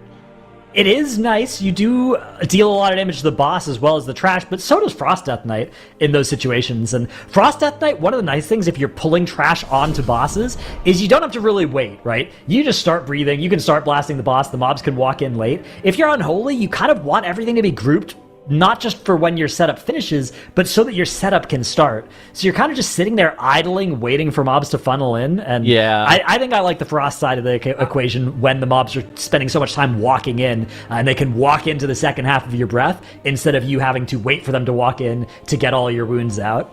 I'm also going to throw up a counterpoint. I think that there's something unique to like the +9 non-fortified level key, where I think you want a little bit more ramp up time for the Unholy DK to really become online for those like very large trash pulls. And it's not even like necessarily an issue of we don't have enough mobs to make the Unholy DK good. It's more like, well, the Frost DK also kills the trash pack in 20 seconds, the same as the Unholy DK. And so then I would rather have the Frost DK for the boss than the Unholy Death Knight. Mm-hmm. Yeah, I mean, we've seen both used a lot to great effect in various dungeons this weekend, but it seems like there is constantly a bit of that debate, which one is more effective in very specific moments, right? And Zyronic now, that's what we've had happen here, bringing them even, right? So we've got all of the past stuff, these little details, the technical stuff, the deaths, but we're going into Stone Vault now. So, Mandatory and Holy Moly and Stone Vault, this is one that we've also seen post some challenges for our teams this weekend, right? Yeah, now, I do want to point out, holy moly, congratulations, you've gotten your 1 dungeon victory. Let's keep it there. I want the perfect prediction. I want the 3. Yeah, let's relax. But yeah, you're right. Watching teams. keep going, holy moly. No, this is definitely a difficult dungeon, but it's one that I think Mandatory has had a lot of success in. Yes, they've had random deaths, but it hasn't cost them that much time over the course of the run, so we'll have to see if Mandatory can keep their times up in this key, and if Holy Moly can challenge. This is a run that Mandatory has definitely been good in, but we already see a differing idea for tanks and healers here. We have the Prot Warrior and the Disc Priest in for Holy Moly. Yeah, in addition, it's the Unholy DK versus the Frost Death Knight, and there's like a major difference in Lust strategies in this dungeon. I feel like Holy Moly is almost playing a very different dungeon structurally than what we're seeing from Mandatory. Holy Moly is more that, we're going to press our power infusion, we're going to go for 2 lusts, we're going to try to complete this dungeon around the 11-minute mark. Where Mandatory, they're going for the huge pull into Skarmorak. They're trying to deal as much damage to that one singular pull, and that's going to be the make or break moment. They're even all-inning, at least in terms of their spec choice as well, with that Unholy Death Knight to be able to just do as much damage during that one singular pull. They even have things like Heart of the Wild from the Restoration Druid, just really all-inning that one moment of this dungeon. Excuse me, what is Soda doing? Why has he done 200 million damage in the first 15 seconds of the boss? Well, he's padding. Okay. There's other trash mobs. That was his funnel. I guess he was the only player that saved cooldowns for the boss. They did use the Breath of Syndragosa and the Death Mark on the trash to finish off the trash, and they saved the Ascendant specifically for boss damage here, and you can see that's giving them a slight advantage in the boss HP. He got PI'd as well. Most of that's going to be from the Lust, and yeah, the PI also quite useful when paired together with the Ascendants for single target damage. Mandatory, though, as we've seen in this matchup for them all weekend long, they're the only team that's really going for that Skarmorak burst strat. They've got the Unholy DK for it. They're saving the Lust for it. No PI on top of the cooldowns, but the affix in this key kind of acts as a pseudo PI for the entire group, right? Those orbs that spawn as you deal with them. Each stat gives you 2% haste, so 10 orbs, 20% haste. Pretty nice. So let's kind of talk about the Lust and like you were talking about. I think Soda holding his cooldowns and them holding the PI. So it's kind of counterintuitive to what you would normally expect. You would normally expect teams, and like if you're doing like a normal dungeon, it kind of makes sense. You want to pop all of your offensive cooldowns in the really, really hard trash pull. What you need to know, and MDI teams do this time and time again, and it proves that it's true, is that single target damage is way harder to gain than AoE damage in most situations. To the point where the most powerful single target cooldown that they possibly have is Ascendance here, and the spec that utilizes the power infusion the best is that Enhancement Shaman. Now, the Enhancement Shaman has insane funnel, and they have just straight up the best single target damage out of this entire composition. So thus Igloo is going to be funneling that PI over and over again into Soda, and they're going to be pulling kind of around this Ascendant CD. As you see, it's pressed again on the right side of your screen here, the Ascendant and the power infusion coming out, and Soda is basically unloading on this Forge Loader, trying to do as much damage as possible to this mob and being able to kill it off as fast as possible, because this mob, instead of these speakers that are kind of chasing Tifa around, the Loader is the mob that is slowing the group down from pulling the remainder of the trash and continuing on to progress the dungeon. At the same time, while Soda's trying to kill off that Forge Loader, you have Wexy and Wally on the Assassination Rogue and the Frost DK. Those are going to be your main AoE damage contributors, and so it's kind of like this very elaborate dance. You have your single target damage doer with that Enhancement Shaman. He's the funnel guy. He's going to be killing off the Forge Loader for you, and then you have, while the Assassination Rogue and the Frost DK, it's not that they don't do priority damage. They just do less than the Enhancement Shaman, so you're just kind of all-inning your strat around the Enhance. I love the setup that Skylark does for this pull from Mandatory here. Holy Moly kind of just drag everything together. Skylark sets up this pull with a Fear Sigil on the first pack of mobs so they can go grab that engineering buff before That's good. they start to unload the AoE on this triple pull here. And look at how quickly this is going to go down for Mandatory. Holy Moly, however, does have the double Forge Loader on this pull, so it's going to take a little bit longer for them. They're going to gain a little extra trash count out of it. But it's going to take them longer to get through because of that. Look at Mandatory just destroying that trash pull. That trash pull in the setup that you pointed out is actually the most important thing, because the Forge Loaders, they stack up an increased damage taken debuff on your tank, and they end up taking increased physical damage. And so you saw Teef on the side of Holy Moly having to kite the pack. That's like the nightmare situation. That's like the worst case scenario, is whenever you start to kite a pack, the pack can get spread. And from a triple melee composition, they want the pack to be as stacked as possible. That way they can just kind of pop off in the entire pack. And Skylark, with the weird finesse that you were referring to whenever they were leaving the mobs in the Fear Sigil and stuff like that, that allows the pack to stay stacked for longer because he's slower to gain stacks from those Forge Hands. Perfect. I mean, the execution and thought that goes into every single one of these pulls can't be overstated. They have to think about it for essentially every pull in the dungeon, and no team better than these two has been doing that this entire weekend. Mandatory now slightly ahead on the boss, which is the situation you'd love to be in, considering you're the team that still has the Bloodlust still to be used. So definitely ahead. It's really all going to come down to that Skarmorak wing for them. Can they get that pulled down? Now, we've already seen this dungeon twice from them this weekend, right? We know that it's pretty unlikely that they'll beat the first shield, but it's kind of about the mitigation when that shield is up. Can you kill off the despoilers so they're not also pulsing AoE during the shield? If Mandatory are able to pull that off, they'll be in a pretty commanding position to take this dungeon. I much prefer Mandatory's position here relative to where Holy Moly are. They're going to be both downing the Master Machinist boss encounter at around the same time, maybe, minus 5 seconds in the favor of Mandatory. But the lust that Mandatory has prepped with the specializations that they have prepped with the strategy that they are getting ready to deploy here is much better than that of Holy Moly's. Oh, and Holy Moly is actually grabbing even more trash, just finishing off this last area. This is interesting because I wonder what they're going to be skipping. I think they're probably going to be skipping... So they're going to be skipping the first spoiler pack, and then they shroud into the boss room and they just play the trash that's only in the boss room? They play everything after this first pack. They don't skip anything. Okay. I'm pretty sure they just go straight on through and pull everything. There's the meld from Skylark to skip past the trash, and yep, here we go. Into the first pack, nothing getting skipped here. Everything will be pulled. Now, they leave the pack on the right side. They don't pull that in until later. They can't deal with that many mobs that could potentially silence them and take them out back. But this is still a double despoiler pull. Actually, they're going to the right and leaving the left pack. Okay, makes sense. So, no double despoiler, just the one. I think the right side has the speakers that do the silence, and the left side has the invaders that do the arc lightning. But the arc lightning mobs are the mobs that put curses on you, and they don't actually have a ton of curse dispels. And so the Bloodlust has been popped here, and you see this Maestein on this Unholy DK. This is the real pop-off moment. This is the real payoff for this Unholy Death Knight. But Hopeful on that Rogue is actually able to do more damage. This is the reason that you played the Unholy DK, and for some reason, the Rogue is just gapping the Unholy DK. Where is the second? Play two Rogues. What are we doing here? They are blasting this boss too. This is the lowest they've gotten the boss on the fortified shell push. They still do have 2 of those crystal shards up, but this is the best push they've had so far. And there's no despoiler left alive. Now they need to make sure they get these orbs. They've got that ascension buff on themselves, 20% haste, and that shield is already gone. That's the fastest they've dealt with this. Stove didn't die, and Mandatory have taken a commanding lead.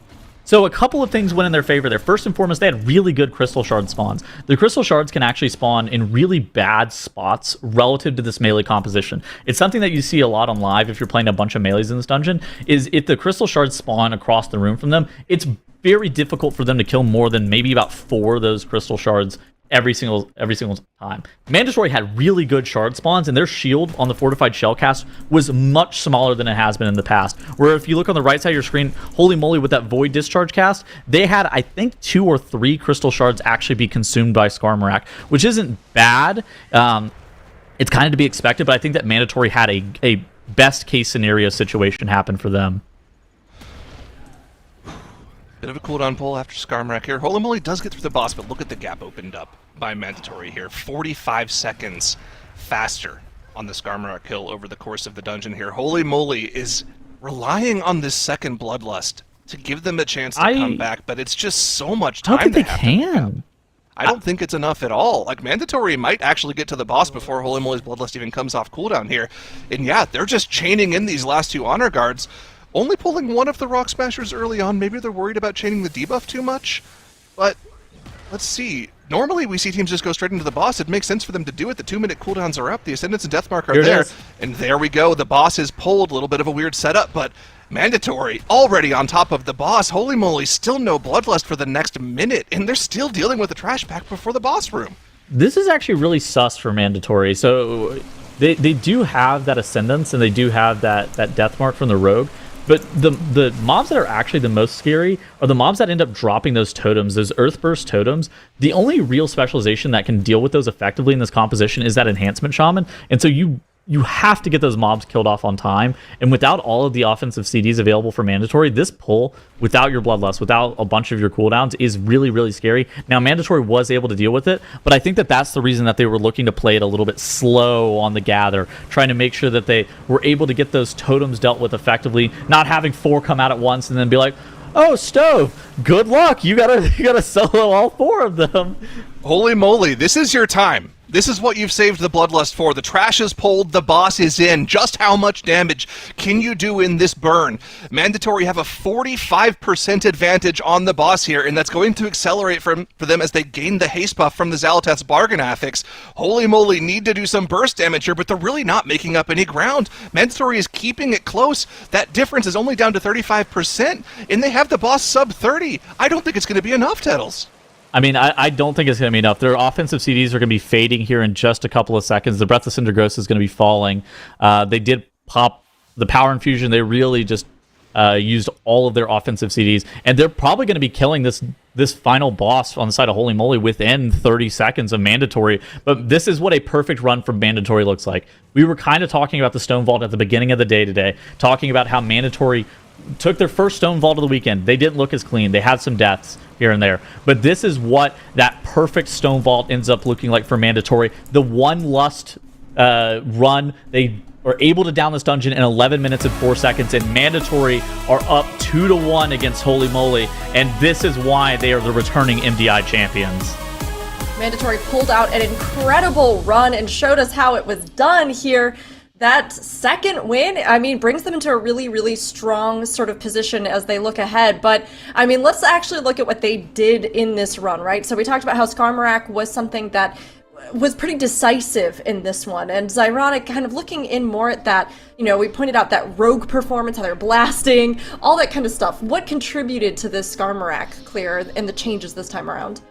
Yeah, we have a screenshot of the breakdown for Hopeful on that poll, and you can see, just based off the overall damage, Hopeful on the Rogue seems right at home. Hopeful, known for being a mage main on live, even for a long time considered even a one-trick, but back in Amirdrasil, he actually ended up swapping to Rogue because it was better for specifically Farak, and he's been playing it as an alt ever since.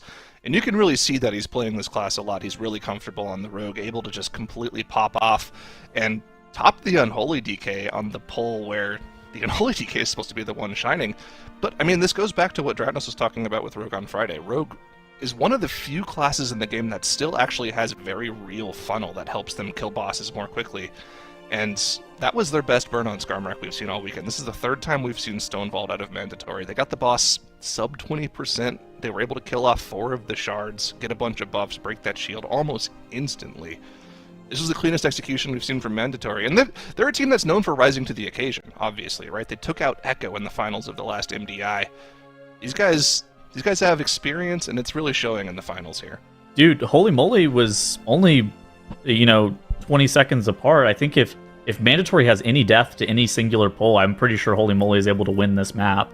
It's a situation where if you have one minor mistake, if you're Mandatory, Holy Moly is able to capitalize every single time, assuming that they're playing to their game plan. Mm-hmm. Yeah. And I mean, Dratnos, you dove into it from a more detailed perspective, but here in this matchup, Mandatory and Holy Moly, what'd you see? Yeah, I mean, this was really just a story of 2 different strategies, both executed, I would say, close to flawlessly. Of course, 0 deaths between the 2 teams. But it's a question of, would you rather have 2 Bloodlusts, one at the start of the dungeon and one at the end of the dungeon, or the one Lust on Skarmorak with that big pull? Another downside of doing the 2 lust strategy is you do need to do another pull in this area afterwards. This area we're looking at right here, so you can get a little bit more count, and so that you can then skip a little bit of trash so that you can do Skarmorak without lust, because you can't afford to do it with quite as many enemies. So I think that given that ends up being the cost of the second lust, I don't think it's worth it. I think that so this is that pull that I was talking about. This is the pull that Holy Moly are doing, and Mandatory are skipping, because Mandatory are saying, you know what, we're going to get this count onto the boss instead, and that's going to be our source of extra count is we're going to use Bloodlust to make that possible onto Skarmorak, which was clean. I think it's definitely good news for Holy Moly that they also had a clean run in this dungeon. It's unfortunate the way that it lines up, right? Because like if they had a clean run in map 1 of this series, they would have won that map. But unfortunately, they ran up against a clean run from Mandatory as well in here, which was more than enough to 20 seconds of wiggle room. I think kind of a proof of concept that it is a slightly faster strategy that Mandatory have here. And I do think that's the story of this series, is it seems like Mandatory have ever so slightly faster strategies in these dungeons. We're talking on the order of seconds, not minutes. And it also seems like Mandatory have been doing a pretty good job of, I would say, I mean, just historically, they've been a pretty clutch team in final situations. They've, of course, are defending MDI champions. So those are the reasons why we've had them as favorites coming into this series. And so far, it's panning out. But it's certainly not over yet. We are moving into a Necrotic Wake, which is a dungeon that both of these teams are known to be very fast in. Holy Moly set the record here at 7 minutes and 47 seconds, and then Mandatory one-upped it at 7 minutes and 40 seconds. 7 seconds faster. Dude. But both of these teams are going to have a chance to improve further on that, or hope for something to go wrong on the other side. I feel like if you're Holy Moly here, like, this is something you would have looked at after that match, because you set the record for it at 7:47 earlier in the weekend, right? And then you had a pretty good run as well at the end of the upper finals earlier today. If I were them, I would be like, man, how did we lose that? What did Mandatory do? And they could go back and look at what Mandatory did and potentially try to yoink some of that strategy. So I think it's really cool that this is our potential final match here. If Mandatory is able to do exactly what they did last time around, maybe even improve upon that time, they should be able to take this series. But if Holy Moly was able to implement some of the faster strats that Mandatory did, specifically that Amarth roundup strategy, they could steal another map here. I worry that Holy Moly is going to be kicking themselves thinking about that Arakara later, because like this dungeon honestly could go either way. I feel like we're kind of coin flipping this dungeon, and Holy Moly needed to be able to take advantage of that Arakara, because Mandatory, like Dratnus mentioned, is so incredibly clutch that I think that this Necrotic Wake has to be Mandatory favored. You would think so, but I mean, we saw both of these teams absolutely come in here with some world records this weekend, now facing off for match point. Mandatory versus Holy Moly. Re-back in here again for this quick run. Re-back. I'm just too excited, honestly. Re-back, everybody. We're re-back. Here we go. You know what's ironic? It's all you. It starts away right on the first pull. We got to get going. Look at the burst AoE damage coming out from the group. Igloo goes down, though, for Holy Moly. Okay, the power infusion actually did go off. That's important. They got the damage buff out, but the AoE damage from that Gatekeeper could potentially have taken other players out if they got hit by some throw flushes after the fact. They're able to keep it to just the one death. Mandatory, on the other hand, have dealt with all the trash. They've got Blightbone down to 10%, and Mandatory are going to be killing off this slightly faster than Holy Moly, unable to deal with the Gatekeepers. Dude, it's not even necessarily about the death. I think the death is almost whatever. It's more just an issue of you're losing 15 seconds in a 7-minute dungeon. That's actually it's actually so much time compared to a lot of the other dungeons, especially since we know that the cap of these two teams is within 5 seconds of one another. We know that a clean run from both of these two teams is basically neck and neck. I don't even know if you can afford a 15 seconds of death from Holy Moly. It's going to be an uphill battle here for Holy Moly, as we know Mandatory can potentially go even faster, but not when you have deaths from a cleave. How did he get cleaved from a Marauder? Don't stand on your tank. That's that death timer equaled for Mandatory here. Fortunately, it wasn't on the cooldowns for Maystine, so it's not going to be too big of a time loss. It's just going to be handing that 15 seconds right back in death timers. But we are back to having a very close battle between the teams here. Now, is Mode going to leave the group here like he did last time around? Can we get a Mode POV? Is he setting up that Amarth pull right now? He melded in Invis Potions away. So I think he might already be gone, Zyro, looking at his Shadow Meld. Now, something that's nice about having the Warlock is without that Healing Priest, you do have 2 health potions available to you, right? You have the Health Stone and the Health Potion both, so the healer not being there is not too big of a deal. The person we have to keep an eye on is Skylark there, who has essentially used all of his buttons there, right? Metamorphosis used, Last Resort popped, so he's going to be very low on cooldowns heading into this next pull, but this is planned out perfectly. The 2-minute cooldowns are coming off cooldown in just a moment. It'll be ready for the Amarth pull here. And Stove actually healing Surging Skylark before Skylark is actually grabbing this trash pack, and Mode is penancing him over the wall. Yeah, so I think that this makes a lot of sense. And look at both of these sides. Holy Moly is getting ready to pull a Marth as well. Both teams have grabbed 2 of their spears. Basically, the spear does penetrating damage as well, where it puts the 25% damage amp on all of the mobs that it will pass through, in addition to the mob that you have targeted with that Javelin. And so you're trying to get that Javelin on every single mob, including the Skeletal Monstrosity, including the boss. And so you just kind of wait, you line it up, you make sure that spear toss is perfect on the side of both Holy Moly and Mandatory, and then they end up saving one of those spears for the last boss. But once that spear is thrown, all the offensive CDs are pressed, and Amarth's health just absolutely drops on both of these teams. Even with the death, it was still about a 15-second faster pull on Amarth for the team here. It's a bit of a scary moment as the boss does get buffed there. Holy Moly, accelerating, blasting the boss here. Was there a second spear used from them? Yeah. Both teams use a spear, but it's the compositional difference. The Warlock is really not good at that pull compared to the Rogue on the side of Holy Moly. But this is where the Warlock comes online. This pull here, we have 4 minutes, and so our Spy Master's Web is available. It's important, though. Maystine died on that earlier pack, so he's probably minus 15 stacks from where he was last time around in this case. So his burst damage is going to be significantly lower. He's going to have about 15,000 less intellect than he normally does, so his damage is going to be about 15 to 20% lower than it was in the last key, which could end up costing him a lot of time. I think he peaked at around 11 million damage here last time around, and he decides to try to just wall in stacking the AoEs to do damage, but he dies going down to a throw flesh from the Corpse Collector on top of the AoE, not ready for the damage intake on that pull there. The pain sub from Mode wouldn't have been enough to keep him alive, and this is going to be Holy Moly gaining an advantage. 15 seconds of death timer in this key is crucial because we know how quick this can go. This is the problem with playing Clothies in this dungeon. We saw Igloo die to the first pull of the dungeon to the Corpse Collector's throw flesh. And we saw Maystine go down to the Corpse Collector throw flesh again. Now, that AoE from the Corpse Collector on the side of Mandatory is incredibly dangerous, but it looks like Mode was actually able to heal everybody through it. Mandatory was able to get through the hardest part of this dungeon, but this is the part where they were supposed to be accelerating. Holy Moly's composition is better from here on out. For the remainder of the dungeon, the Holy Moly composition is better than that Warlock. And this is tough, Zyro. Mandatory needed to be able to take a lead there, not fall further behind with the Warlock death. This is going to be scary. Now, of course, on the 2 targets, Warlock is good, but like you said, after this, it's really just all the Holy Moly comp that increases. And of course, if your Enhanced Shamans get good RNG with their Wolves, you'd love to see that as well. 2-minute cooldowns being used from both teams on this pack. Fixate on Stove! Namely being saved, and of course, Stove getting the Fixate is not good here. He's not going to be able to do any damage to this assistant. Actually goes down to a melee from the Separation Assistant too.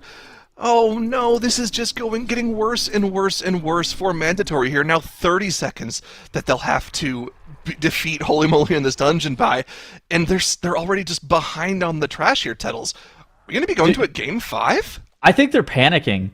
I think that they're getting really concerned, and there was no reason that Stove could have played that way safer and just walked away from the mobs, but instead he tries to play it as close as possible. He ends up getting meleeed to death by that assistant. That is just a very unfortunate situation. We're on the side of Holy Moly. Wexy got targeted by that fixation. Basically everybody on their comp is playing Nelf who can, and so the only bad player who can get targeted with that fixation on both sides is that Shaman. But I mean, Wexy ends up getting it. He just presses his meld, and they save a lot of time in that regard. And now Holy Moly is an entire trash pull ahead of Mandatory going into Surgeon Stitchflesh and now Thor. Now, Holy Moly has two things that they have to be able to deal with. First and foremost, they need to be able to beat Surgeon Stitchflesh prior to the escape cast. Also, they need to be able to hook him off the stage, but let's assume that they're going to get this hook off the stage correctly. Now, they need to be able to beat that damage check, and then they need to be able to beat now Thor before the Grim Harvest downstairs phase starts as well. And so both of those things, assuming that they're able to do that, Holy Moly should be able to even this up at 2-2. They don't have the cooldowns available, Tuttles. They were a little fast in this section. They popped the cooldowns in the 2 separation assistants. They're not up just yet. They need to make sure they get this boss below 5% before the next pull. I think they're going to be able to do it, but it might be close if they decide to save the cooldowns here. This boss... Okay, there it is. The Fleshcrafter spear comes in and finishes got off. us. Fleshcrafter, we're chilling. If you get 2 of those cleavers in, it'll make that phase very simple. Holy moly, great execution. They're heading up to Nelthor first with the 30-second time advantage on the death timers. It's going to take a complete catastrophe for Mandatory to take this map here. And now we've seen cleavers take players out before in the past, but that was in the TGP, where everything was far more dangerous than it typically is in the MDI. I don't think we're going to see that happen here. Wexy does actually get hit by a cleaver there.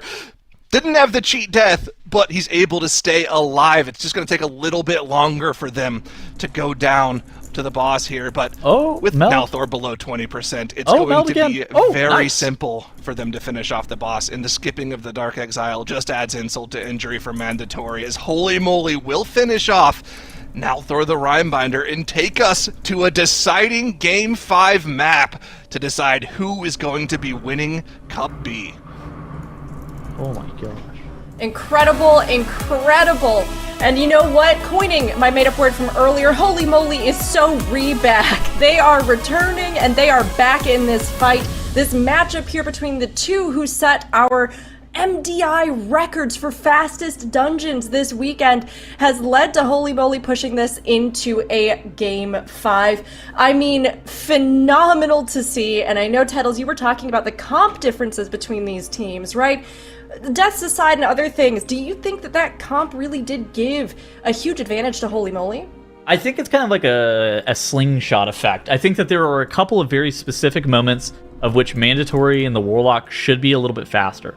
And then I think there are a couple of very key moments in which the Rogue ends up being a little bit better. I think the pull that Mandatory needed to be accelerating on, though, was that first pull that's in the Necropolis with that Warlock, with the 40 stack of Spy Masters. And the fact that Mace has gone down twice in that dungeon means that Warlock is so much less valuable than it otherwise would have been. It's just a really unfortunate situation, and I think that kind of seals the deal. It's not. I don't even think it's like something as clear cut as this comp is definitely better than this comp. It's like they're better at very specific things. And I mean, Holy Moly, we've seen them just use that comp, use that strategy to such great advantage, and especially when you do have those deaths kind of happening or those mistakes piling up on Mandatory side. Just like all of you on the desk have been saying, you know, that's the opportunity Holy Moly has to take, and they did for sure. Now, Dratnos, as you have looked at this, what did you see in your analysis? Yeah, I mean, this is sort of the reverse of what happened in some of our maps earlier in the series, right? We had a pretty big mistake, or a smallish mistake for Holy Moly, right, at the start of this dungeon, and then that was answered by a bigger mistake for Mandatory, and then more problems for them later in the dungeon. So it's interesting because we know that both of these teams are more than 30 seconds faster than the winning time of Holy Moly in this run, but I don't know. I was coming into this series and I was expecting them to be more consistent than they have been. Of our 4 maps that we've seen so far, 3 of them have featured deaths from both teams, right? Only one of them, that Stone Vault, was a 0-death run from both teams. Things have worked out, pretty well, I would say, for Holy Moly. They have lined up their smaller mistakes against Mandatory's bigger mistakes in 2 of those 3 that both teams made mistakes in, and it's all going to come down to that last one. But Yeah, I mean, this was such a short dungeon as well that it's so demoralizing when you have a mistake in this dungeon because you know there's just so little time left ahead for things to go wrong for the other team, right? It's an 8-minute dungeon best case, right? And so, one death, 15 seconds is such a large percentage of that time of this dungeon, and especially when you're losing stuff like cooldowns, like you said, Tettles, that's the Spymaster's Web, a hugely powerful trinket. It takes so long to stack up. Again, 8-minute dungeon, it takes like 4 minutes to stack up a Spymaster's. Yes. So you die once, you are giving up a huge amount of the value of that trinket. Now, I don't want to get too ahead of myself here, but the final map, I believe, is the Dawnbreaker. Oh, wow. I think that is actually a holy moly favorite dungeon. This is an insane turn of events here. I think that we've had a couple of coin flip dungeons in Arakar and Necrotic Wake, which are dungeons that could go either way. I think that Holy Moly is probably the team that is supposed to be favored in the Dawnbreaker, and if they are able to win this weekend 3-2, I will feel very silly, and Nagura will have predicted correctly. She will have taken that. That's actually huge for her, because that's -1 for all of us and +1 for her predictions. That's a huge swing. What did chat predict? I'm assuming chat predicted mandatory. Probably mandatory. That would make sense. But the other thing as well is, yes, Holy Moly has a great Dawnbringer, but we haven't seen what mandatory brings in this key yet. True. They haven't played it all weekend long, so they could have something cooked up. We know they have strats cooked up in other dungeons. We've seen the Warlock and the Necrotic Wake. Maybe they have some other pocket pick for this key. It's not necessarily the fact that I don't think that mandatory would have a good strat for Dawnbreaker. It's that I think Holy Moly has the solve for what the best Dawnbreaker strategy of the weekend should be. Wow, chat, you're really making us all look like just fools here. You and Nagura, you were right. You were right. Oh no, excuse me. What were they right about? You were. I'm so sorry, chat. I thought I could throw you a victory here, but I just am reading incorrectly. No, we all thought it was 87% mandatory, and Nagura was the only one who believed. I'm so sorry. Chat. I think it just goes to show that we were surprised by this, right? And yes, Holy Moly, technically, potentially, I think has a stronger Dawnbreaker, as we were saying, right?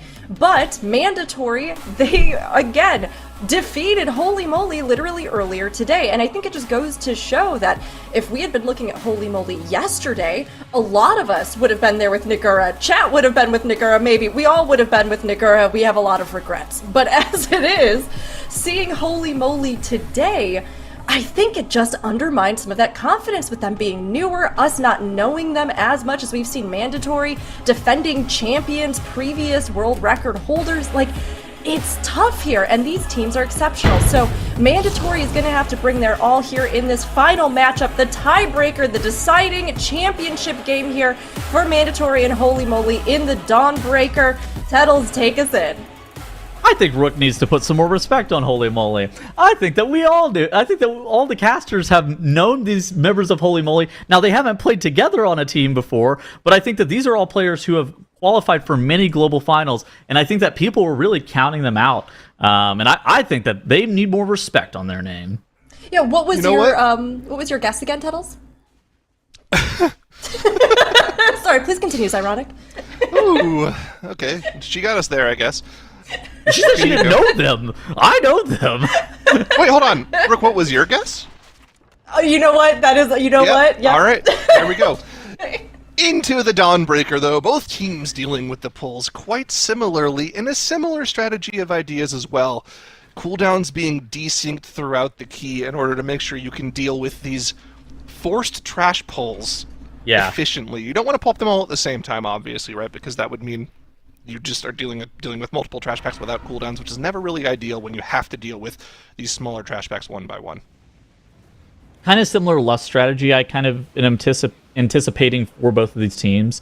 It's pretty common to see like this dungeon going into a one Lust dungeon. You end up pulling all of the trash into the second boss. And then like that courtyard area, you just do like a very large trash pull there and take all of that trash in the second boss. So it's pretty typical. I'm not surprised that both of these teams are saving that Bloodlust for that moment. Yeah. I think in general it would feel kind of bad to use the Bloodlust on the smaller pulls for sure.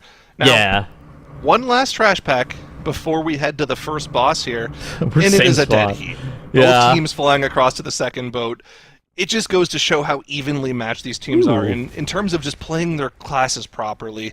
They know how to press their buttons. It really comes down to just the overall strategy and just clean play to determine who the winners are. And I hate to say it, but throughout the weekend, Holy Moly has been the team that has excelled at that specifically. And I think it's a smart play, especially when you consider the affix system we've had. It's been something that we've touched on quite a bit in our start of show panels. We talked about it in Group A specifically, but Challenger's Peril is such a burden on the players' minds when you're playing these keys. Anytime you die, 15 seconds being added to your timer when these keys are taking 8, 9, 10 minutes to complete. That's just a huge portion of the time spent. And if you're able to keep those death counters at or close to 0, it's such a big deal. And look at how close they are. 2 minutes and 40 seconds into the key. 4 trash packs later, and the teams are pulling the boss within a second of each other. Where's the Voidbound spawn for Holy Moly is the question. I actually like how both of the Resto Druids on the side of both Mandatory and Holy Moly, Igloo and Mode, have saved their Heart of the Wild for this burn. It's something that's like really subtle, but the Resto Druid offensive CDs, it's something that we see a lot in like Mist of Tyr and Scythe, for example. It really does make a difference in that Restoration Druid. Look at Igloo. Igloo's 1.1 million DPS, just absolutely crushing Speaker Shadow Crown.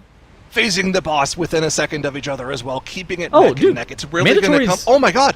Mandatory static riding, not dynamic flying. Not dragon riding.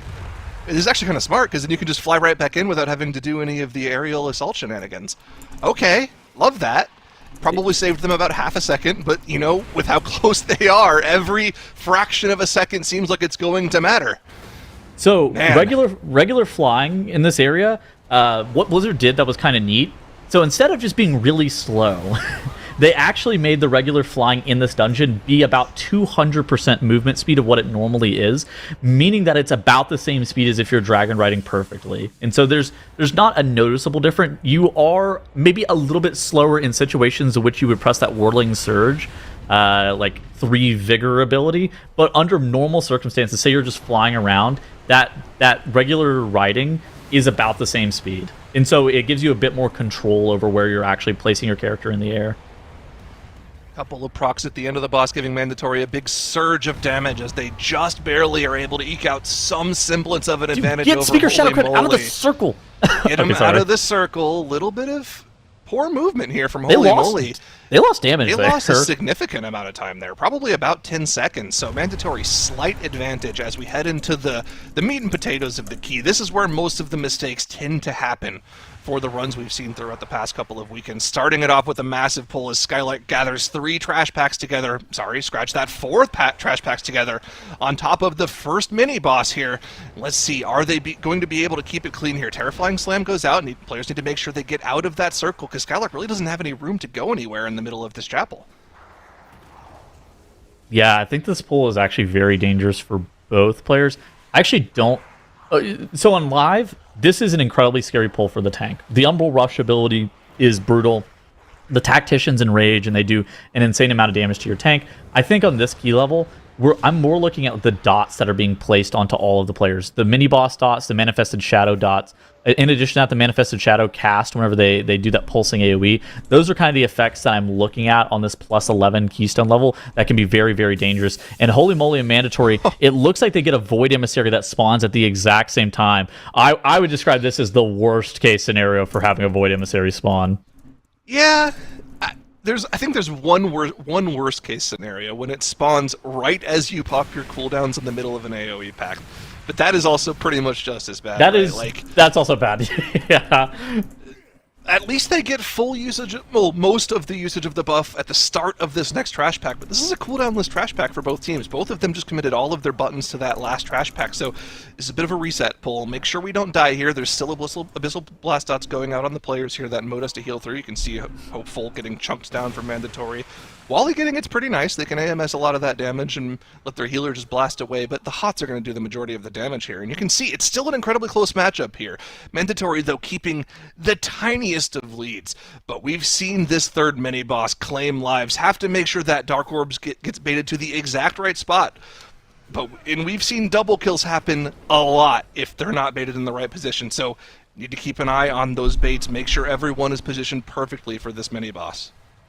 It's kind of funny because I feel like a lot of teams have a tendency to pull a ton of trash in this area, and then they just kind of forget the most important mechanic, which is that dark orb, because they're focusing like a little bit too much on the other trash. I think there's also an issue, like if you pull up too many dark casters in this pull, that tormenting beam can kind of bait you to thinking that that's actually the dark orb line. And so we've seen teams actually like shoot their orb just like straight into the wall on like a near side. And Mandatory is able to down that trash pack a little bit faster than Holy Moly. Holy Moly did do a little bit more count with this pull on top of the mob, but now Mandatory here gathering this entire courtyard pull, putting garrotes onto all of the mobs and pressing their bloodlust here. They need to make sure that this dark orb is baited well, and everybody knows where that dark orb is going and moving out of the way, and Mandatory needs to be able to down this trash rather quickly, otherwise Skylark can be in a world of trouble.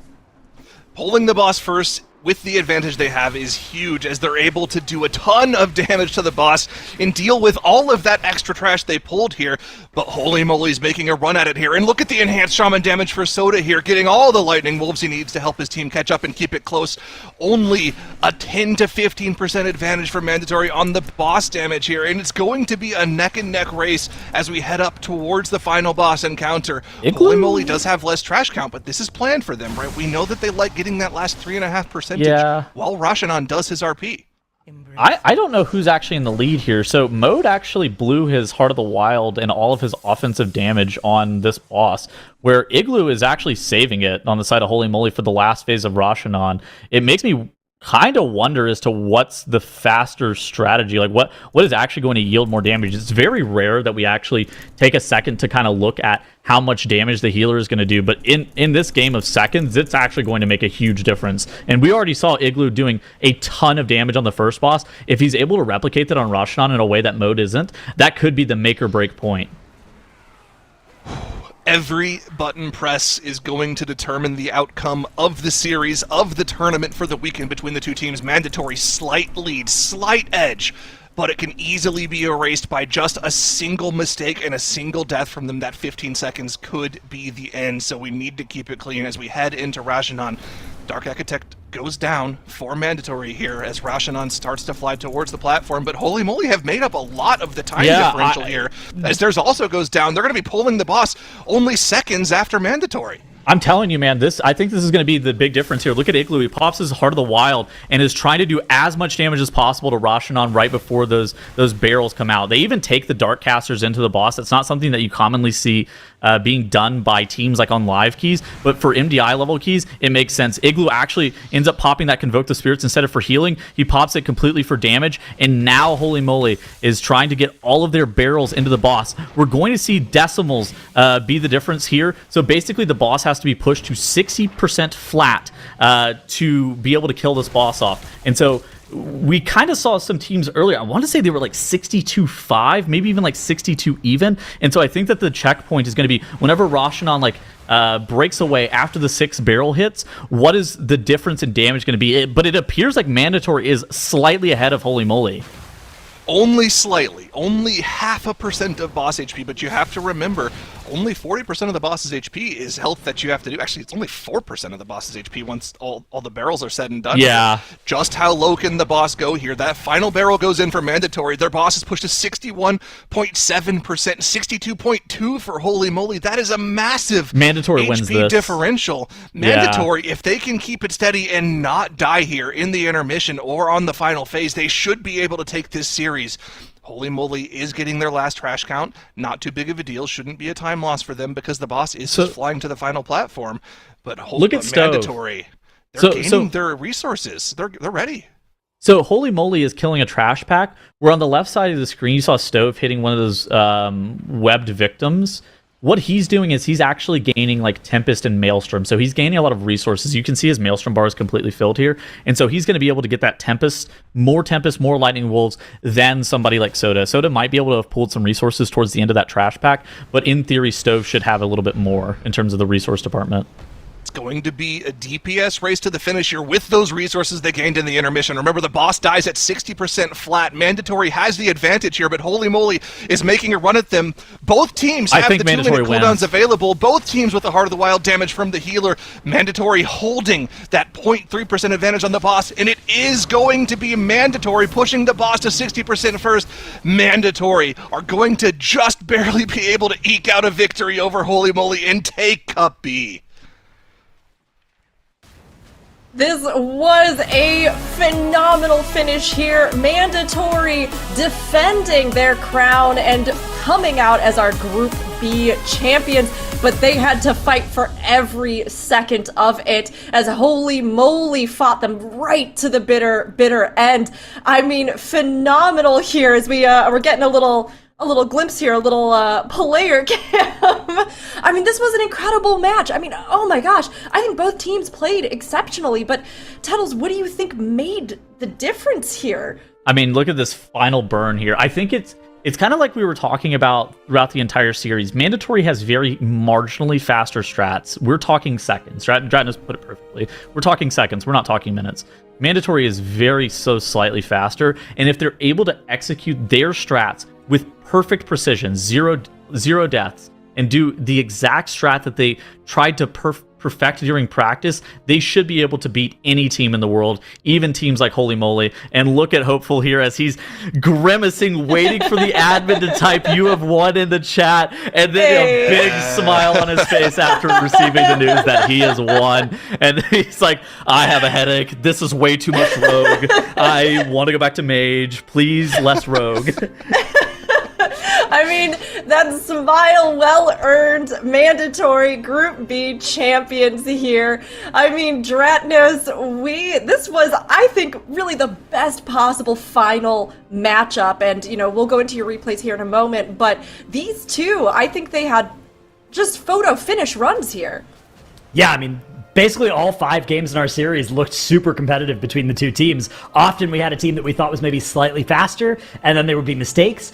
But this game, 0 deaths between our two teams, and we are able to see that it is less than 7 seconds separating Mandatory from Holy Moly. I mean, definitely both at the very, very top tier of our teams in the MDI worldwide. These two teams are both going to be incredibly dangerous in the Global Finals. I can't wait to see them there in a couple of weeks' time. But it is Mandatory who do claim the crown this weekend off of... I mean, it's hard to point to any specific area of this dungeon that they executed. Like, neither team gained huge advantages or lost huge amounts of time in this dungeon. One cool thing that Mandatory are doing...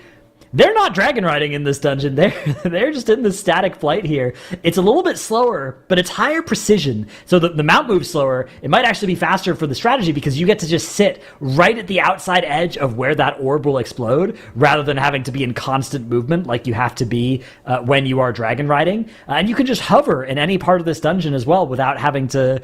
be constantly moving. So any of the spots where you're getting ready to fight mini bosses in this dungeon, for instance, you don't have to worry about somebody getting there first, landing, getting aggro, something like that. You can stay airborne for exactly as long as you want to, rather than potentially too little or too long being spent in the air. So I thought that was a cool adaptation.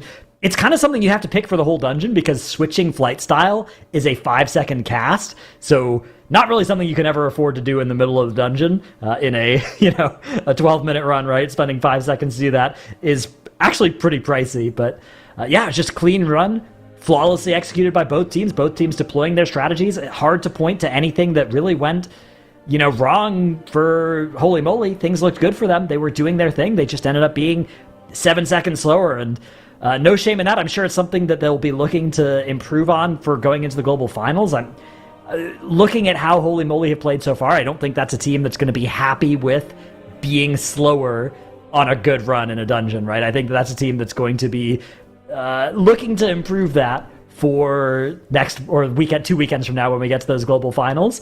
But Mandatory, I mean, they looked so phenomenal in here. I do think Mandatory are also not going to be content with this series, though, because so many of the maps that weren't this one did feature mistakes and deaths from them that I think they are going to look to try and clean up before we go into those Global Finals. I mean, both of these teams, they had a lot to prove this weekend, and Yes, although Holy Moly has a lot of players that I know many people are familiar with. Mandatory had that kind of name. They've been cohesively playing together as a powerhouse for so long, and Holy Moly coming in, I think that what they were able to accomplish, even just showing things off here right at the start in Group B weekend, it's just incredible to see. Really close contenders on both of them, and like you said, I think neither team is going to be satisfied until they can up the ante from what they did today. I know that first game just has to be haunting, Holy Moly, and Mandatory, I'm sure, want a more decisive lead as well themselves. So Mandatory, our winner here in this, but again, they will be facing down once more alongside all of the other finalists in the Global Finals at the end of the month. But, I mean, we have progressed through, we have gotten through all of Group B weekend. Mandatory has come out on top, but let's look at our overall bracket here as we see where everybody ended up in Group B this weekend. We had a bunch of teams that were taken out of the pool, right? And some great contenders and great first-time contenders. But we also had a lot of strong teams that I think newcomers even that really did leave their mark. As we zoom in here to look at the damage, and yeah. Dude, rest of your DPS Warrior is kind of real. blessed. Prop Warrior blessing too, man. Love it. I love it. Here we go. Here's that bracket now as we see. But, right, so our teams this weekend, Group B, we're coming through it. Zyronic, what do you think were some of the unexpected turns this weekend? I think before the weekend, I was looking at the bracket and I was thinking to myself, man, Mandatory are just going to run away with this one, aren't they? It's no downplay to the other teams, but typically, like in the history of the MDI, when you have teams that consist of players that have done well individually in previous MDIs but are playing together for the first time, they don't typically play that well.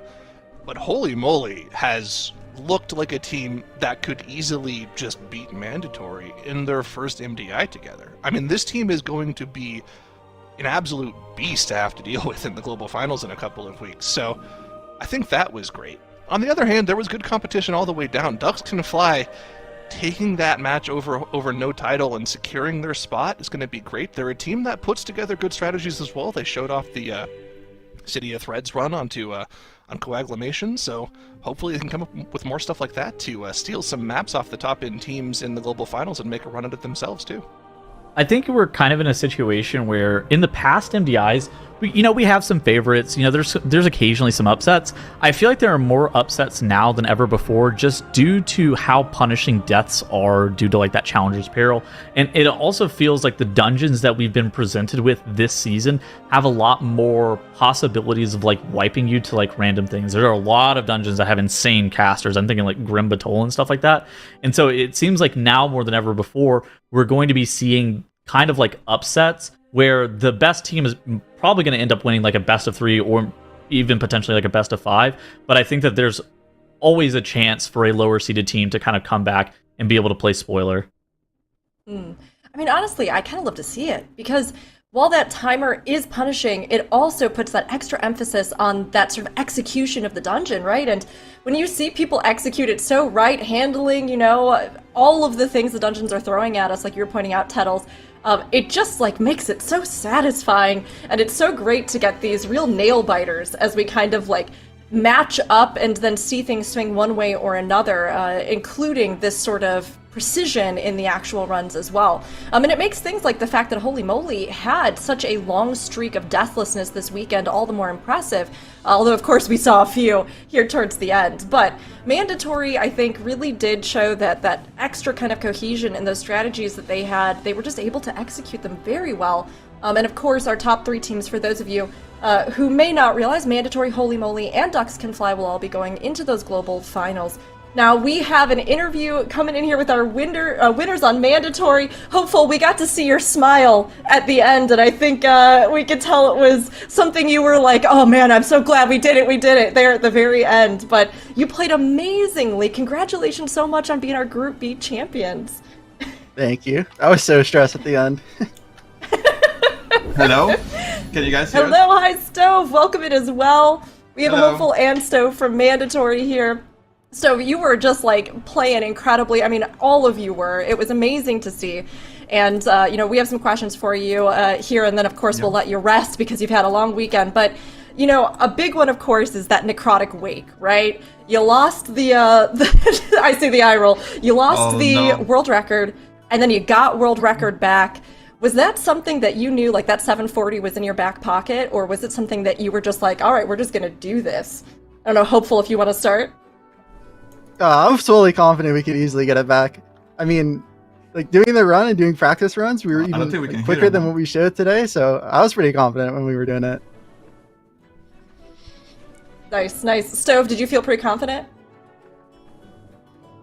In the necrotic wake, well, to be completely honest, we did not have that route prepared. We saw it from Holy Moly, and we were like, yeah, we have this other comp prepared, which we thought we were pretty fast with. But then the route made a little bit more sense, especially that the Martpo. So we kind of went overnight and went over it, and we got like really sick timers in practice. So we were very confident coming into today. That's even more impressive that you were just like, yeah, we'll just do that. Yeah, sure. Why not? I love it. It's amazing. I love it. You know, here with this last one, were you expecting this matchup, and, you know, we'll toss back over to Hopeful again to start, but were you expecting this final matchup to go to a best of, like, to the full 5? No, I wasn't expecting that at all. Holy Moly played very well this series. Yeah, it was pretty impressive to see both of you, how close you were. I mean, Stove, when it ticked over to that 5th game, were you just like, oh my gosh, this is really happening? Oh yeah, it was. I mean, it felt like back in the previous MDI that we did against Echo, like Game 5. It felt pretty similar, to be honest. And I tried to get the team together. I said, "Lock in, guys. This is the last game. Let's do what we can." And we locked in, and we did what we can. Yeah, we got the dub in the end. Nice. Settles. Now, I think you have some questions as well. Oh my gosh. Okay, let's talk about comp a little bit. Is this the most specializations that you guys have been swapping to, like, in the middle of series? Like, we even saw Hopeful have to play DK because Maystein's on, like, a Warlock randomly. Is this, like, the most specs you guys are playing ever for, like, an MDI? For this one, yeah. I swear over practice, I played, like, 5 different specs. And I've only, like, ever played, like, one spec. I've only played Mage in these tournaments. So it's definitely an interesting, like, learning curve with, like, this many specs available and, like, this many comps you can play. So you're saying we could see you on some more things in the future, potentially at the Global Finals then, hmm? I mean, who knows? Okay. Little treat. Okay, I have a question about comp as well, because you guys are playing with Mode, who's like a renowned Disc Priest player. Then in Stone Vault, you guys are running the Resto Druid when a lot of other teams are playing Disc Priest in that, and there are some other dungeons as well. What's the thought process behind playing that Resto Druid instead of, say, the Disc Priest, if you don't mind sharing, of course, the thinking behind that? Oh yeah, we just think it's a little bit better damage and gives us the mark, of course, like versatility. And it's also an extra D curse, which helps a lot with the curses from the... What are they called? I forgot the mob's name, but you know what I mean. Invaders, I think, are the mobs up with the D curse? Yes, I think so. Very cool. Okay. Very cool. So I have one final question for myself anyways. And this is a little bit more of like a general question. I guess hopefully you can take this one if you want. This is your first time playing in the MDI as returning champions, right? You're the defending champions. So how does that affect your mentality coming to the tournament? Do you feel like you have more to prove now that you've won the whole tournament before, or is that just like sort of an afterthought for you? I think it's definitely way more pressure for me, at least, because I wasn't actually on the roster when they won the MDI last time. So going from Legendary, we placed 8th last MDI and they won. Mm-hmm. So for me, at least, it's a lot of pressure because we're expected to win, you know? So we have to like try our hardest to win and like maintain the crown still. Yeah. Well, I guess one final question then from me here, and I'll toss it to you first, Stove. But... you know, Global Finals, they're coming up. So who do you think is going to be your biggest competition as you hit that? Well, it's going to be... It's hard to say, really. There's 2 really good teams that I think are going to be our main competition. I think it's Perplexed and it's going to be Holy Moly. I think Holy Moly, they played insane. I knew that this team is going to be good. Like I know all of the players on the roster, and as soon as I saw that that roster, I was like, these guys are gonna blast. I was sure of them. So they definitely proved me right, and I think they're gonna do even better going into globals. And same with Perplex, they played really solid in their group, and I think they're gonna be even better for globals. Yeah, hopefully you agree. Yeah, same thing. And Miscount too. All three of those teams are really good. Nice. Well, we No can't respect on the Chinese teams, man. What are we Oh yeah, doing? we have no clue if any of those teams are good or not. It's gonna be crazy. There was a couple that put up some insanely fast time trial times. I'm not gonna spoil anything, but there were some insanely fast time trial times by them. All right. All right. Well, you're gonna have to watch those rebroadcasts, see if you can get a little bit of an eye on the competition. But I can't wait to see you come up against all of those teams and everybody else in the global finals. Now, before we let you go to get some rest and just kind of bask in your victory, we do have one more little challenge for you, which is our Whose Spell Is It Anyway game. If you've been seeing this at all in the broadcasts. No, we've been guessing every time it's on. Oh no. We've been trying to guess along. Well, It's good. now you get to guess along here. We have Dratnos to help us. We do. We got Dratnos. You can rely on Dratnos if nothing else, but I believe in both of you. So we will toss over here to our Who spell. As everybody in the chat can see, you're welcome to participate as well. We're going to have to decipher the spell. Let's see what it is.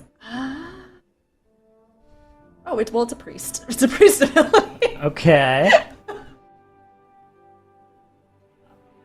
So this is either... Pain? So it's a holy word ability, right? It's either Shadow Word Death or Power Word Life. This could you guys know Power Word Life? It heals if the target is it does something special if the target's low health.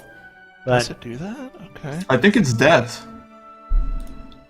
You think death? Death? Does it do that? Okay. I think it's death. You think death? Death? Yeah. Yeah, that's what I'm thinking. Because it says at the bottom, if the target is low HP, does more damage, maybe? Yeah. Yeah, that does sound compelling. I know that there's other stuff with Shadow Word Death, right, where it like hits you back, but maybe that's... Or is that gone now from that effect? Yeah, that's still in. Now you got me second guessing myself. Hopeful, do you Still in. Now you got me second guessing myself. Hopeful, do you feel I have like no clue. Stove's on the right track? I think so. I mean, I'm going to leave it to him. Could that be on the right? Could that be like 10-second cooldown or 15-second cooldown, something like that? That would be Shadow Word Death, I think, is on a 10-second CD. Oh, that's true. That one is sticking out. Oh gosh. Okay. There is... What is Shadow Word Agony? Not a real thing, I don't think. So if you played Shadow the most recent, that's not a real ability, right? That's not a real ability, guys. So if you played Shadow the most recent, that's not a real ability, right? That's not a real ability, guys. I don't think so. Okay, alright. Good that somebody's got this. I don't think so. Okay, alright. Good that somebody's got this. Okay, I back Stove. I'm saying I think it is death. I think death seems Alright, like it. I'm also going with my first guess, death. I'm going with life. Yeah, I'm going to life as well. I'm gonna go death. Split the desk. Tuttles? What did Dratnos say? I said life, but I'm not feeling comfortable. I'm with him. I'm with whatever that guy is. I don't feel good about this. It's better than what I was gonna ever say. Dude, maybe it's chastised because Wait, maybe it no. stuns. No, you if the can't just throw target's this. undead. I was Hold worried on. that it was a holy word ability to begin with. That was the issue. Oh no, I was thinking if it was death, it would generate insanity, and we don't see that here. But I guess I think there's text missing from any of these spells. Okay, Maybe. okay. I don't know. Alright. I'm gonna stick with death. Okay. Yeah, Got I'll a stick very with life. War Within division here. The void and the light. I'm gonna say death. 3 deaths, 3 lives. What do we got? Oh, it is life. Oh, It's too easy. let's go.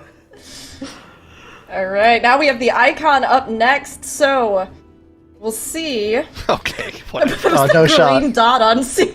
Stove, you gotta have us here. Yeah, I have us, guys. I think it's D, looking like a D angle for me. All right, Alright, good lock it in. enough. D, D. I'm down for D. Yeah. D, 100%. I have rerolled all Shadow Priest, guys, just to mention that, yeah. If you guys were curious, going what you can D2. do is you can go to your other web browser. There's some search engines you can use to look this up if you want. So hold on. Nah, that's cheating. That's cheating, dude. Cheating! Sarah's answer isn't validated anymore. I'll just go with whatever the consensus was. I have no idea. I think we're just going with Stove. We're just locking in D. I trust D, him. guys, D. When was the last time you pressed this ability, by the way? It was in season 3 of MDI. Oh my god, you're right! Hey, you're right! It's so easy. Season 3 coming back to you. D, amazing, well done, and seriously, well done, both of you, and to all of the team. I mean, we're so excited to see Mandatory take this victory, and we can't wait to see you play more in the Global Finals. But before we go, do you have anything else you want to say really quick here? Hopeful, we'll start with you. No, I mean, thank you guys for all the support and playing. I hope this Grand Finals was fun to watch. It was very stressful to play. Can't confirm, it was super fun to watch, so, sorry about the stress, but it was awesome. It was good. It's really good. And Stove, how about you? Is there anything else you'd like to say? I'd like to say that thank you guys for letting us play. It was amazing, and thank you to Mandatory for supporting us, and all the fans for watching and supporting as well. Means a lot, and thank you guys for doing such an amazing show. Our pleasure. Thank you so much, and get some rest. We can't wait to see you back again in the Global Finals. So thanks so much. Have a good one. Mm-hmm. Thank you. Bye bye. Thanks, guys. Man, an amazing weekend, honestly, and an amazing couple weekends coming out of Group A and B here. Congrats again to our Group B winners, Mandatory. But, I mean, we have now been through 2 weekends. We've been through our group stages, and while we do have the Chinese teams, which is important to note, and everybody remember, you can watch that broadcast the 19th and 20th if you want to tune in. But it's been an incredible competition. We have 3 teams from both Group A and Group B going on. We've got the 2 teams yet to be determined with China, and of course, all of these 8 teams will be facing off November 22nd through 24th. So as we look back on the couple weekends here, I mean, Dratnos, how did this shake out compared to what you thought going in? I think that for the most part, the teams we were expecting to make it out of the groups did so. At least the first and second seeded teams in each group did make it out, although with miscount it was a little bit more of a nail-biter than they would have liked, I think, in Group A. And then we had some really cool stories with both Polish Mountain from Group A and Ducks Can Fly from Group B, overcoming some obstacles and outperforming their seeding to make it to Global Finals. So it's going to be very exciting to see what they can do there. But yeah, I mean, to me, I would say Holy Moly was the biggest surprise of our 2 groups with just how strong they looked in this weekend. Yeah, I mean, they just came in and they just proved that they might as well be in here in the absolute top teams, regardless of their formation, playing with a cohesion that's so impressive for all of these veteran players coming together. But, I mean, we have had some predictions of our own, and Tuttles, you have been reigning supreme at the top of the predictions board, but, do you think that is held, you think? I think I had a bad day today. I think I might have gotten beat by Nagura. I'm not 100% sure. That's not the important one. Did chat pass you up? Okay, That's the important matchup. I don't think I got passed by chat. Oh my gosh! Risen! Oh, you did! Oh, what? What is the tiebreaker here? Why am I losing to them? Alphabetical order. So the C is before the T. It's actually A Tuttles. It's actually I've rebranded it A Tuttles. You made the mistake of not naming yourself away. A Tuttles. Oh, good God Almighty! I mean, I said it earlier, chat is always right. Yeah, there goes the glasses. There they go. Chat looking so cool, so fly. Nailing it. Yeah, just, it's incredible, chat, how much better than Tuttles you are in your guessing. What even is the tiebreaker? Is it just like if I have the same, then I'm below them? Is that how this works? No, the tiebreaker is actually your world ranking, and everyone knows chat is the first group of people that actually clear the raid in addition to the secret boss every time a raid comes out, so there you go. Tiebreaker is Tuttles loses. Okay. Oh, yeah, there is just no justice. Do better at the Global Finals, buddy. I know. I gotta lock in. All right, I gotta lock in. I gotta do more research on these Chinese teams than chat can possibly do. Tuttles, all right. You know what? I believe in you. You've got this. You can break even these additional production seasonal affixes that have been placed on you. I'm getting briefed. But everybody. everybody. It's been an incredible couple weekends of competition. We have had such a great time being here with all of you, and we can't wait for the global finals, obviously. But, here really quick on the desk is ironic. I'm going to toss it to you. Do you have any final thoughts as we look ahead to global finals? The competition's been great. The thing that I want to look forward to is before the global finals. I want to watch that China rebroadcast. I want to see what they have to offer, because this is the first time we're going to be seeing two teams from that region in our global finals in quite a while. And if they're as competitive as they've been in the past, they could throw a wrench into the plans of some of our teams here. They could, and I can't wait to see what they're going to bring, because it's great to have them back in the competition again, and they are fierce. So a lot of these teams are going to have to stay on their toes and keep an eye out. Now, all of you need to keep an eye out as well, because while Group A and B have their finalists, China's are coming soon, as we said, so check out those broadcasts the 19th and 20th. And each and every one of our teams are going to be looking to win in our global finals at the end of the month. You can see there November 22nd through 24th. But be sure to tune into all of our upcoming entertainment and rejoin us for our finals weekend. We've got Warcraft Direct, we've got the AWC Grand Finals. There's a ton of great stuff coming up, and we'd love to watch it all with you. So we'll see you again for global finals, but enjoy everything until then. And let's see what the future has in store for all of our teams.